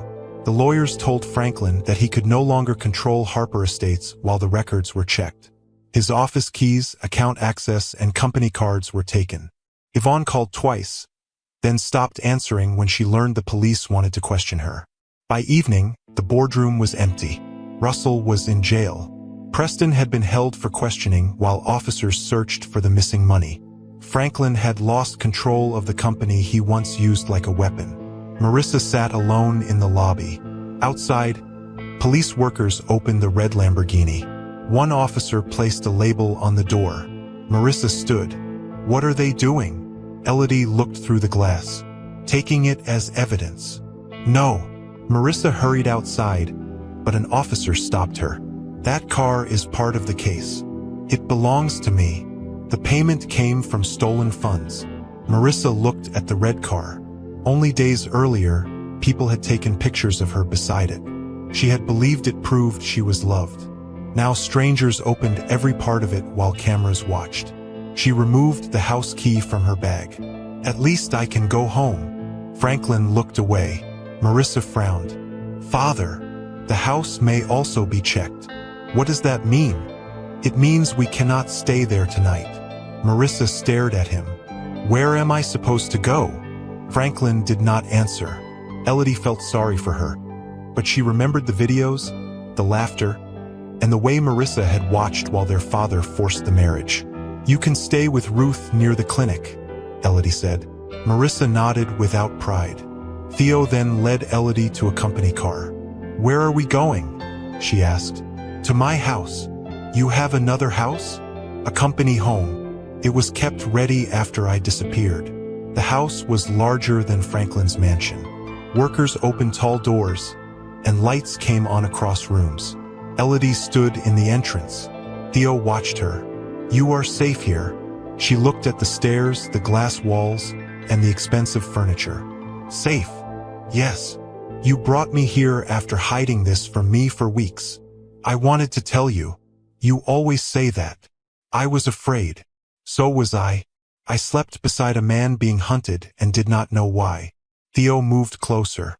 Everything I felt for you was real, but everything around it was built on a lie. I never lied about caring for you. You let me believe we had nothing. I needed the disguise. You needed it. I did not choose it. Theo's voice became soft. What do you want me to do? Elodie lifted her bag. Give me space. Where will you go? Back to the market house. You cannot stay there alone. I stayed in your danger without knowing. I can stay in a small house knowing the truth. Theo looked hurt, but he did not block the door. I will not force you to remain. That is the first thing I need from you. The next morning, Elodie returned to the house behind the market. Theo did not send guards after her. He did not call again and again. He left the company car in the garage, put on his plain shirt, and took out the old blue bicycle. When the workers asked where he was going, he gave only one answer. To give my wife time to decide whether she can trust the man, not the money. Elodie woke to the sound of a bicycle bell outside the market house. For a second, she thought Theo had come back. She sat up and looked through the curtain, but it was only a fruit seller pushing his cart down the road. The room felt different without Theo. His mat was rolled beside the wall. His toolbox was gone, but the sales book rested on the table. Elodie's kitchen. She touched the words with one finger. A knock came at the door. "Who is it?" she asked. "It is me." Franklin's voice made her hand stop. She opened the door but did not invite him inside. Her father stood in a shirt without his driver, guards, or coat. His face looked tired. "I need to speak with you," he said. "You had many chances." "Elodie, please." She almost laughed. Franklin Harper did not say please. He gave orders. "What do you want?" "The police are asking questions. The company board has frozen everything. Some papers have my name on them. Your name is there because you signed them. I did not understand the plan. You understood enough to hide money." Franklin lowered his voice. "Russell told me the payments were temporary. He said the money would return before anyone noticed. And when the medicine disappeared, you blamed me. I was trying to protect Harper Estates. You were protecting yourself." Franklin looked past her into the room. "You cannot let your anger destroy our family. Our family was already broken when you made my wedding a punishment." "I was wrong." Elodie stared at him. He swallowed. "I said I was wrong. That is not the same as being sorry." Franklin's face tightened. "What do you want from me? Do you want me on my knees?" "I want you to tell the truth. If I tell them everything, I may go to prison. If you hide it, people may suffer. I am your father, and those sick children were innocent." Franklin stepped closer. "You can speak to Theo. The board listens to him now. Ask him to say I was fooled. But you were not fooled. I made mistakes. You made choices." He looked angry then, like the old Franklin was pushing through his fear. "After everything I gave you, this is how you treat me?" Elodie's eyes became cold. "You gave Marissa a Lamborghini. You gave me a beggar as a joke. The beggar gave me respect." Franklin flinched. "You are choosing him over me again." "No, I am choosing the truth over you." The door behind Franklin opened, and Marissa stepped into the narrow path. "I heard you," she said. Franklin turned. "Why are you here?" "To give Elodie something." Marissa held a brown folder against her chest. She wore a simple dress, and her hair was tied back. Without her clothes and dark glasses, she looked younger. Franklin reached for the folder. "Give that to me." Marissa pulled it away. "No. What is inside?" "The papers Preston made me sign. Copies of messages. Payments. Names." Franklin's face went pale. "Where did you get them?" "I kept some photos on a cloud account Preston did not know about." "You will destroy us." Marissa shook her head. "Preston already did that. Russell helped him. You helped both of them. I am trying to save what is left." "So am I," she replied. "But I am not saving the lies." Franklin looked from one daughter to the other. "You will both regret this." Elodie's voice stayed calm. "Maybe, but the children will still have medicine." Franklin walked away without another word. Marissa watched him leave, then held out the folder. "This can prove Preston moved money through my name." Elodie took it. "Why are you giving it to me?" "Because I owe you more than an apology. You owe me many things." "I know." Marissa looked at the bicycle mark on the wall. "I laughed when Father forced you to marry Theo." "Yes." "I posted videos to shame you." "Yes." "I thought your life was over because you did not have a car." Elodie said nothing. Marissa's eyes filled. "Then my car was taken, Preston left me, and Father looked at me like I was another problem. I finally understood that none of those things meant I was loved." "That does not erase what you did." "I know." "Then why are you crying?" "Because I am ashamed." Elodie watched her sister. For once, Marissa did not make excuses. "I am sorry," Marissa said. "Not because I lost the car. I am sorry because I enjoyed watching you hurt." The words were ugly, but they were honest. Elodie opened the door wider. "Come inside." Later that morning, they took the folder to the police and then went to Hopewell Clinic. Ruth met them in the hall. "Another notice came from the bank," Ruth said.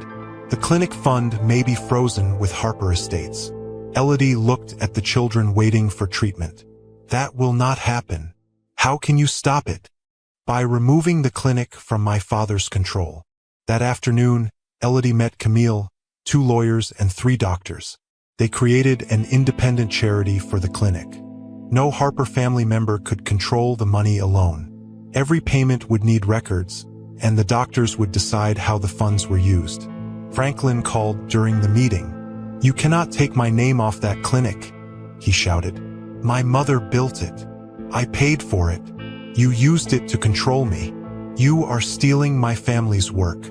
No, I am protecting it from our family." She ended the call. Camille placed the paper before her. "Once you sign, the clinic can never be used as part of Harper Estates again." Elodie signed. Ruth smiled through tears. "Your mother would be proud." Across the city, Theo stood before hundreds of Varelli workers inside the factory hall. Elodie watched the speech later on a television at the clinic. "I cannot return what fear took from you," Theo told the workers. "But I can return what Russell stole." A director leaned toward him. "The payment plan is too large. You will lose your fortune." Theo did not move. "Then I will lose it. You could protect your shares." Workers lost wages. Small suppliers lost businesses. Customers paid for cars that were delayed or never delivered. My company harmed them while I was hiding. You were trying to stay alive. They were trying to feed their families. Theo announced that part of his shares, savings, and company homes would be sold. The money would repay workers, suppliers, and customers before any director received a bonus. The factory became silent. One worker called out, "Why would a rich man give up that much?" Theo looked toward the camera. "Because money is useful only when it repairs what was broken." Elodie remembered the house, the burnt stew, the rain deliveries, and the way Theo gave her the bed while he slept on the floor. Marissa stood beside her. "He meant all of it," she said. Elodie looked at the screen. Theo had hidden his name, his company, and his money. That lie still hurt. But he had not lied when he fed children. He had not lied when he carried breakfast through the rain. He had not lied when he said a forced marriage did not make her his property. His kindness had been real when he seemed poor. Now, while people knew he was rich, it was still real. Elodie closed the sales book in her hands and looked toward the road where the bicycle had once disappeared. For the first time since she left Theo's house, she did not ask whether she could trust the billionaire. She asked whether she was ready to forgive the bicycle man. Elodie stood outside Hopewell Clinic with the sales book pressed against her chest. Theo's words from the factory speech stayed in her mind. Money is useful only when it repairs what was broken. She had spent days asking whether she could forgive him. Forgiveness did not mean pretending he had never hurt her. It meant deciding whether they could build something new. A bicycle bell rang behind her. Elodie turned. Theo stood beside the old blue bicycle. He wore a plain shirt and the same tired shoes from the market.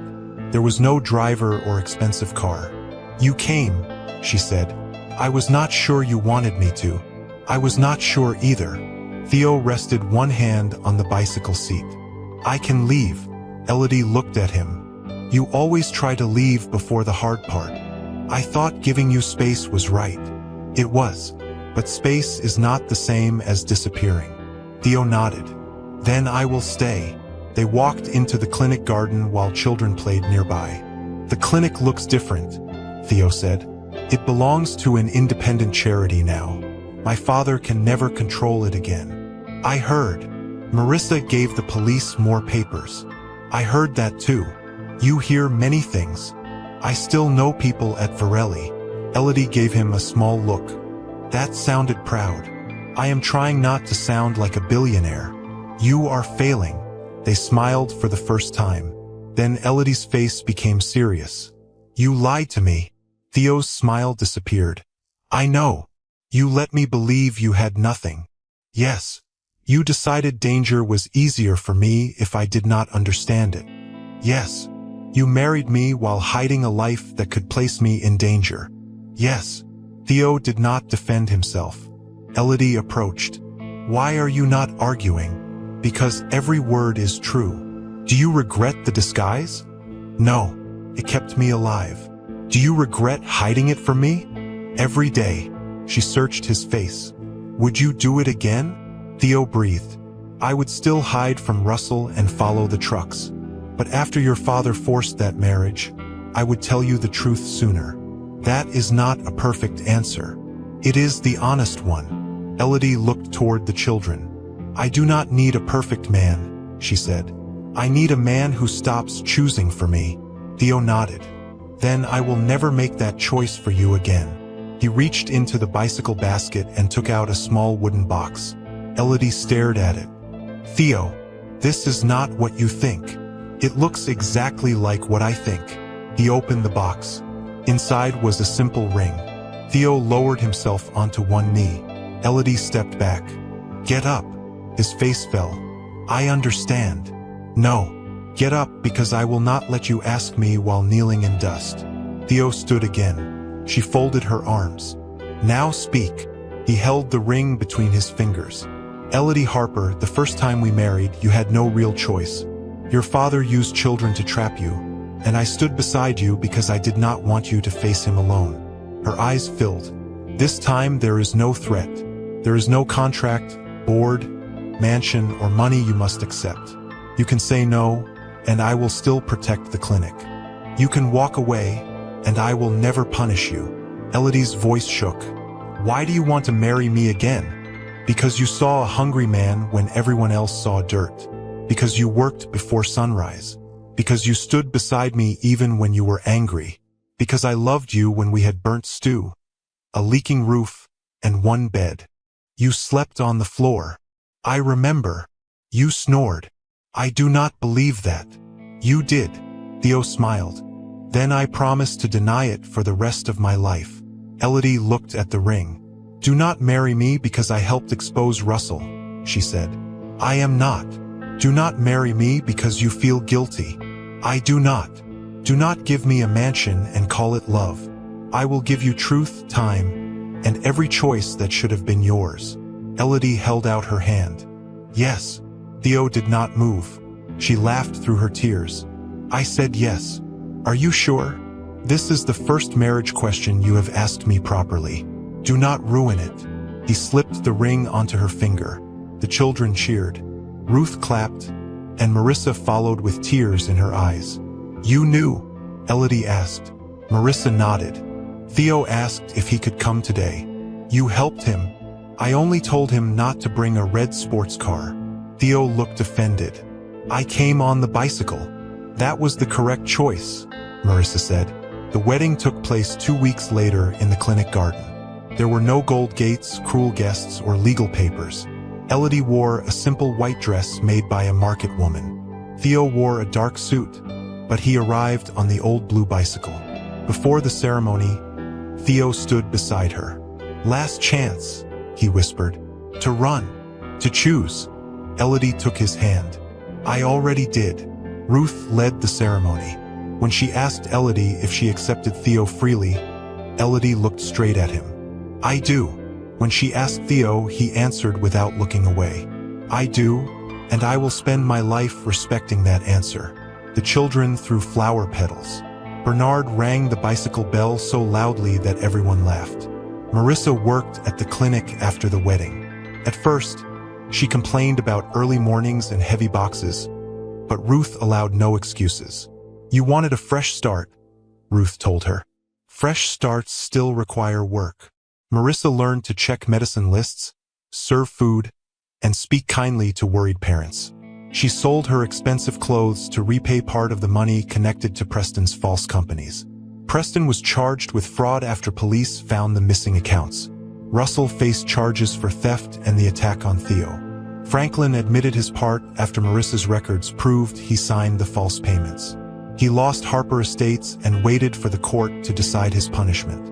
One afternoon, Franklin asked Elodie to visit him. I suppose you came to celebrate, he said. No. Then why are you here? To tell you the clinic is safe. He looked down. Your mother would have wanted the family together. She would have wanted us honest. Franklin's eyes filled, But Elodie did not remove the truth to make him comfortable. "I forgive you," she said, "but forgiveness does not erase the result of what you did." He nodded, and for once he did not argue. Months later, Varelli Motors reopened its main entrance. Workers and reporters gathered around a glass case in the lobby. Inside stood the old blue bicycle, still bent, scratched, and weak. A small sign beneath it carried one sentence: "She chose the man before she knew what he owned." Theo stood beside Elodie while people took pictures. "You kept the broken seat," she said. "It held the proof. And the bell. It brought me back to you." Elodie rested her head against his shoulder. Expensive cars shone outside, but the bicycle drew the largest crowd. It reminded everyone that Marissa once received a Lamborghini built with stolen money, while Elodie was sent away with a beggar on a bicycle. One gift had looked rich and carried lies. The other had looked poor and carried truth. Elodie squeezed Theo's hand. The first time she rode away with him, she thought she had lost everything. Now she knew she had chosen the one thing money could never buy. A man who loved her when neither of them needed to pretend.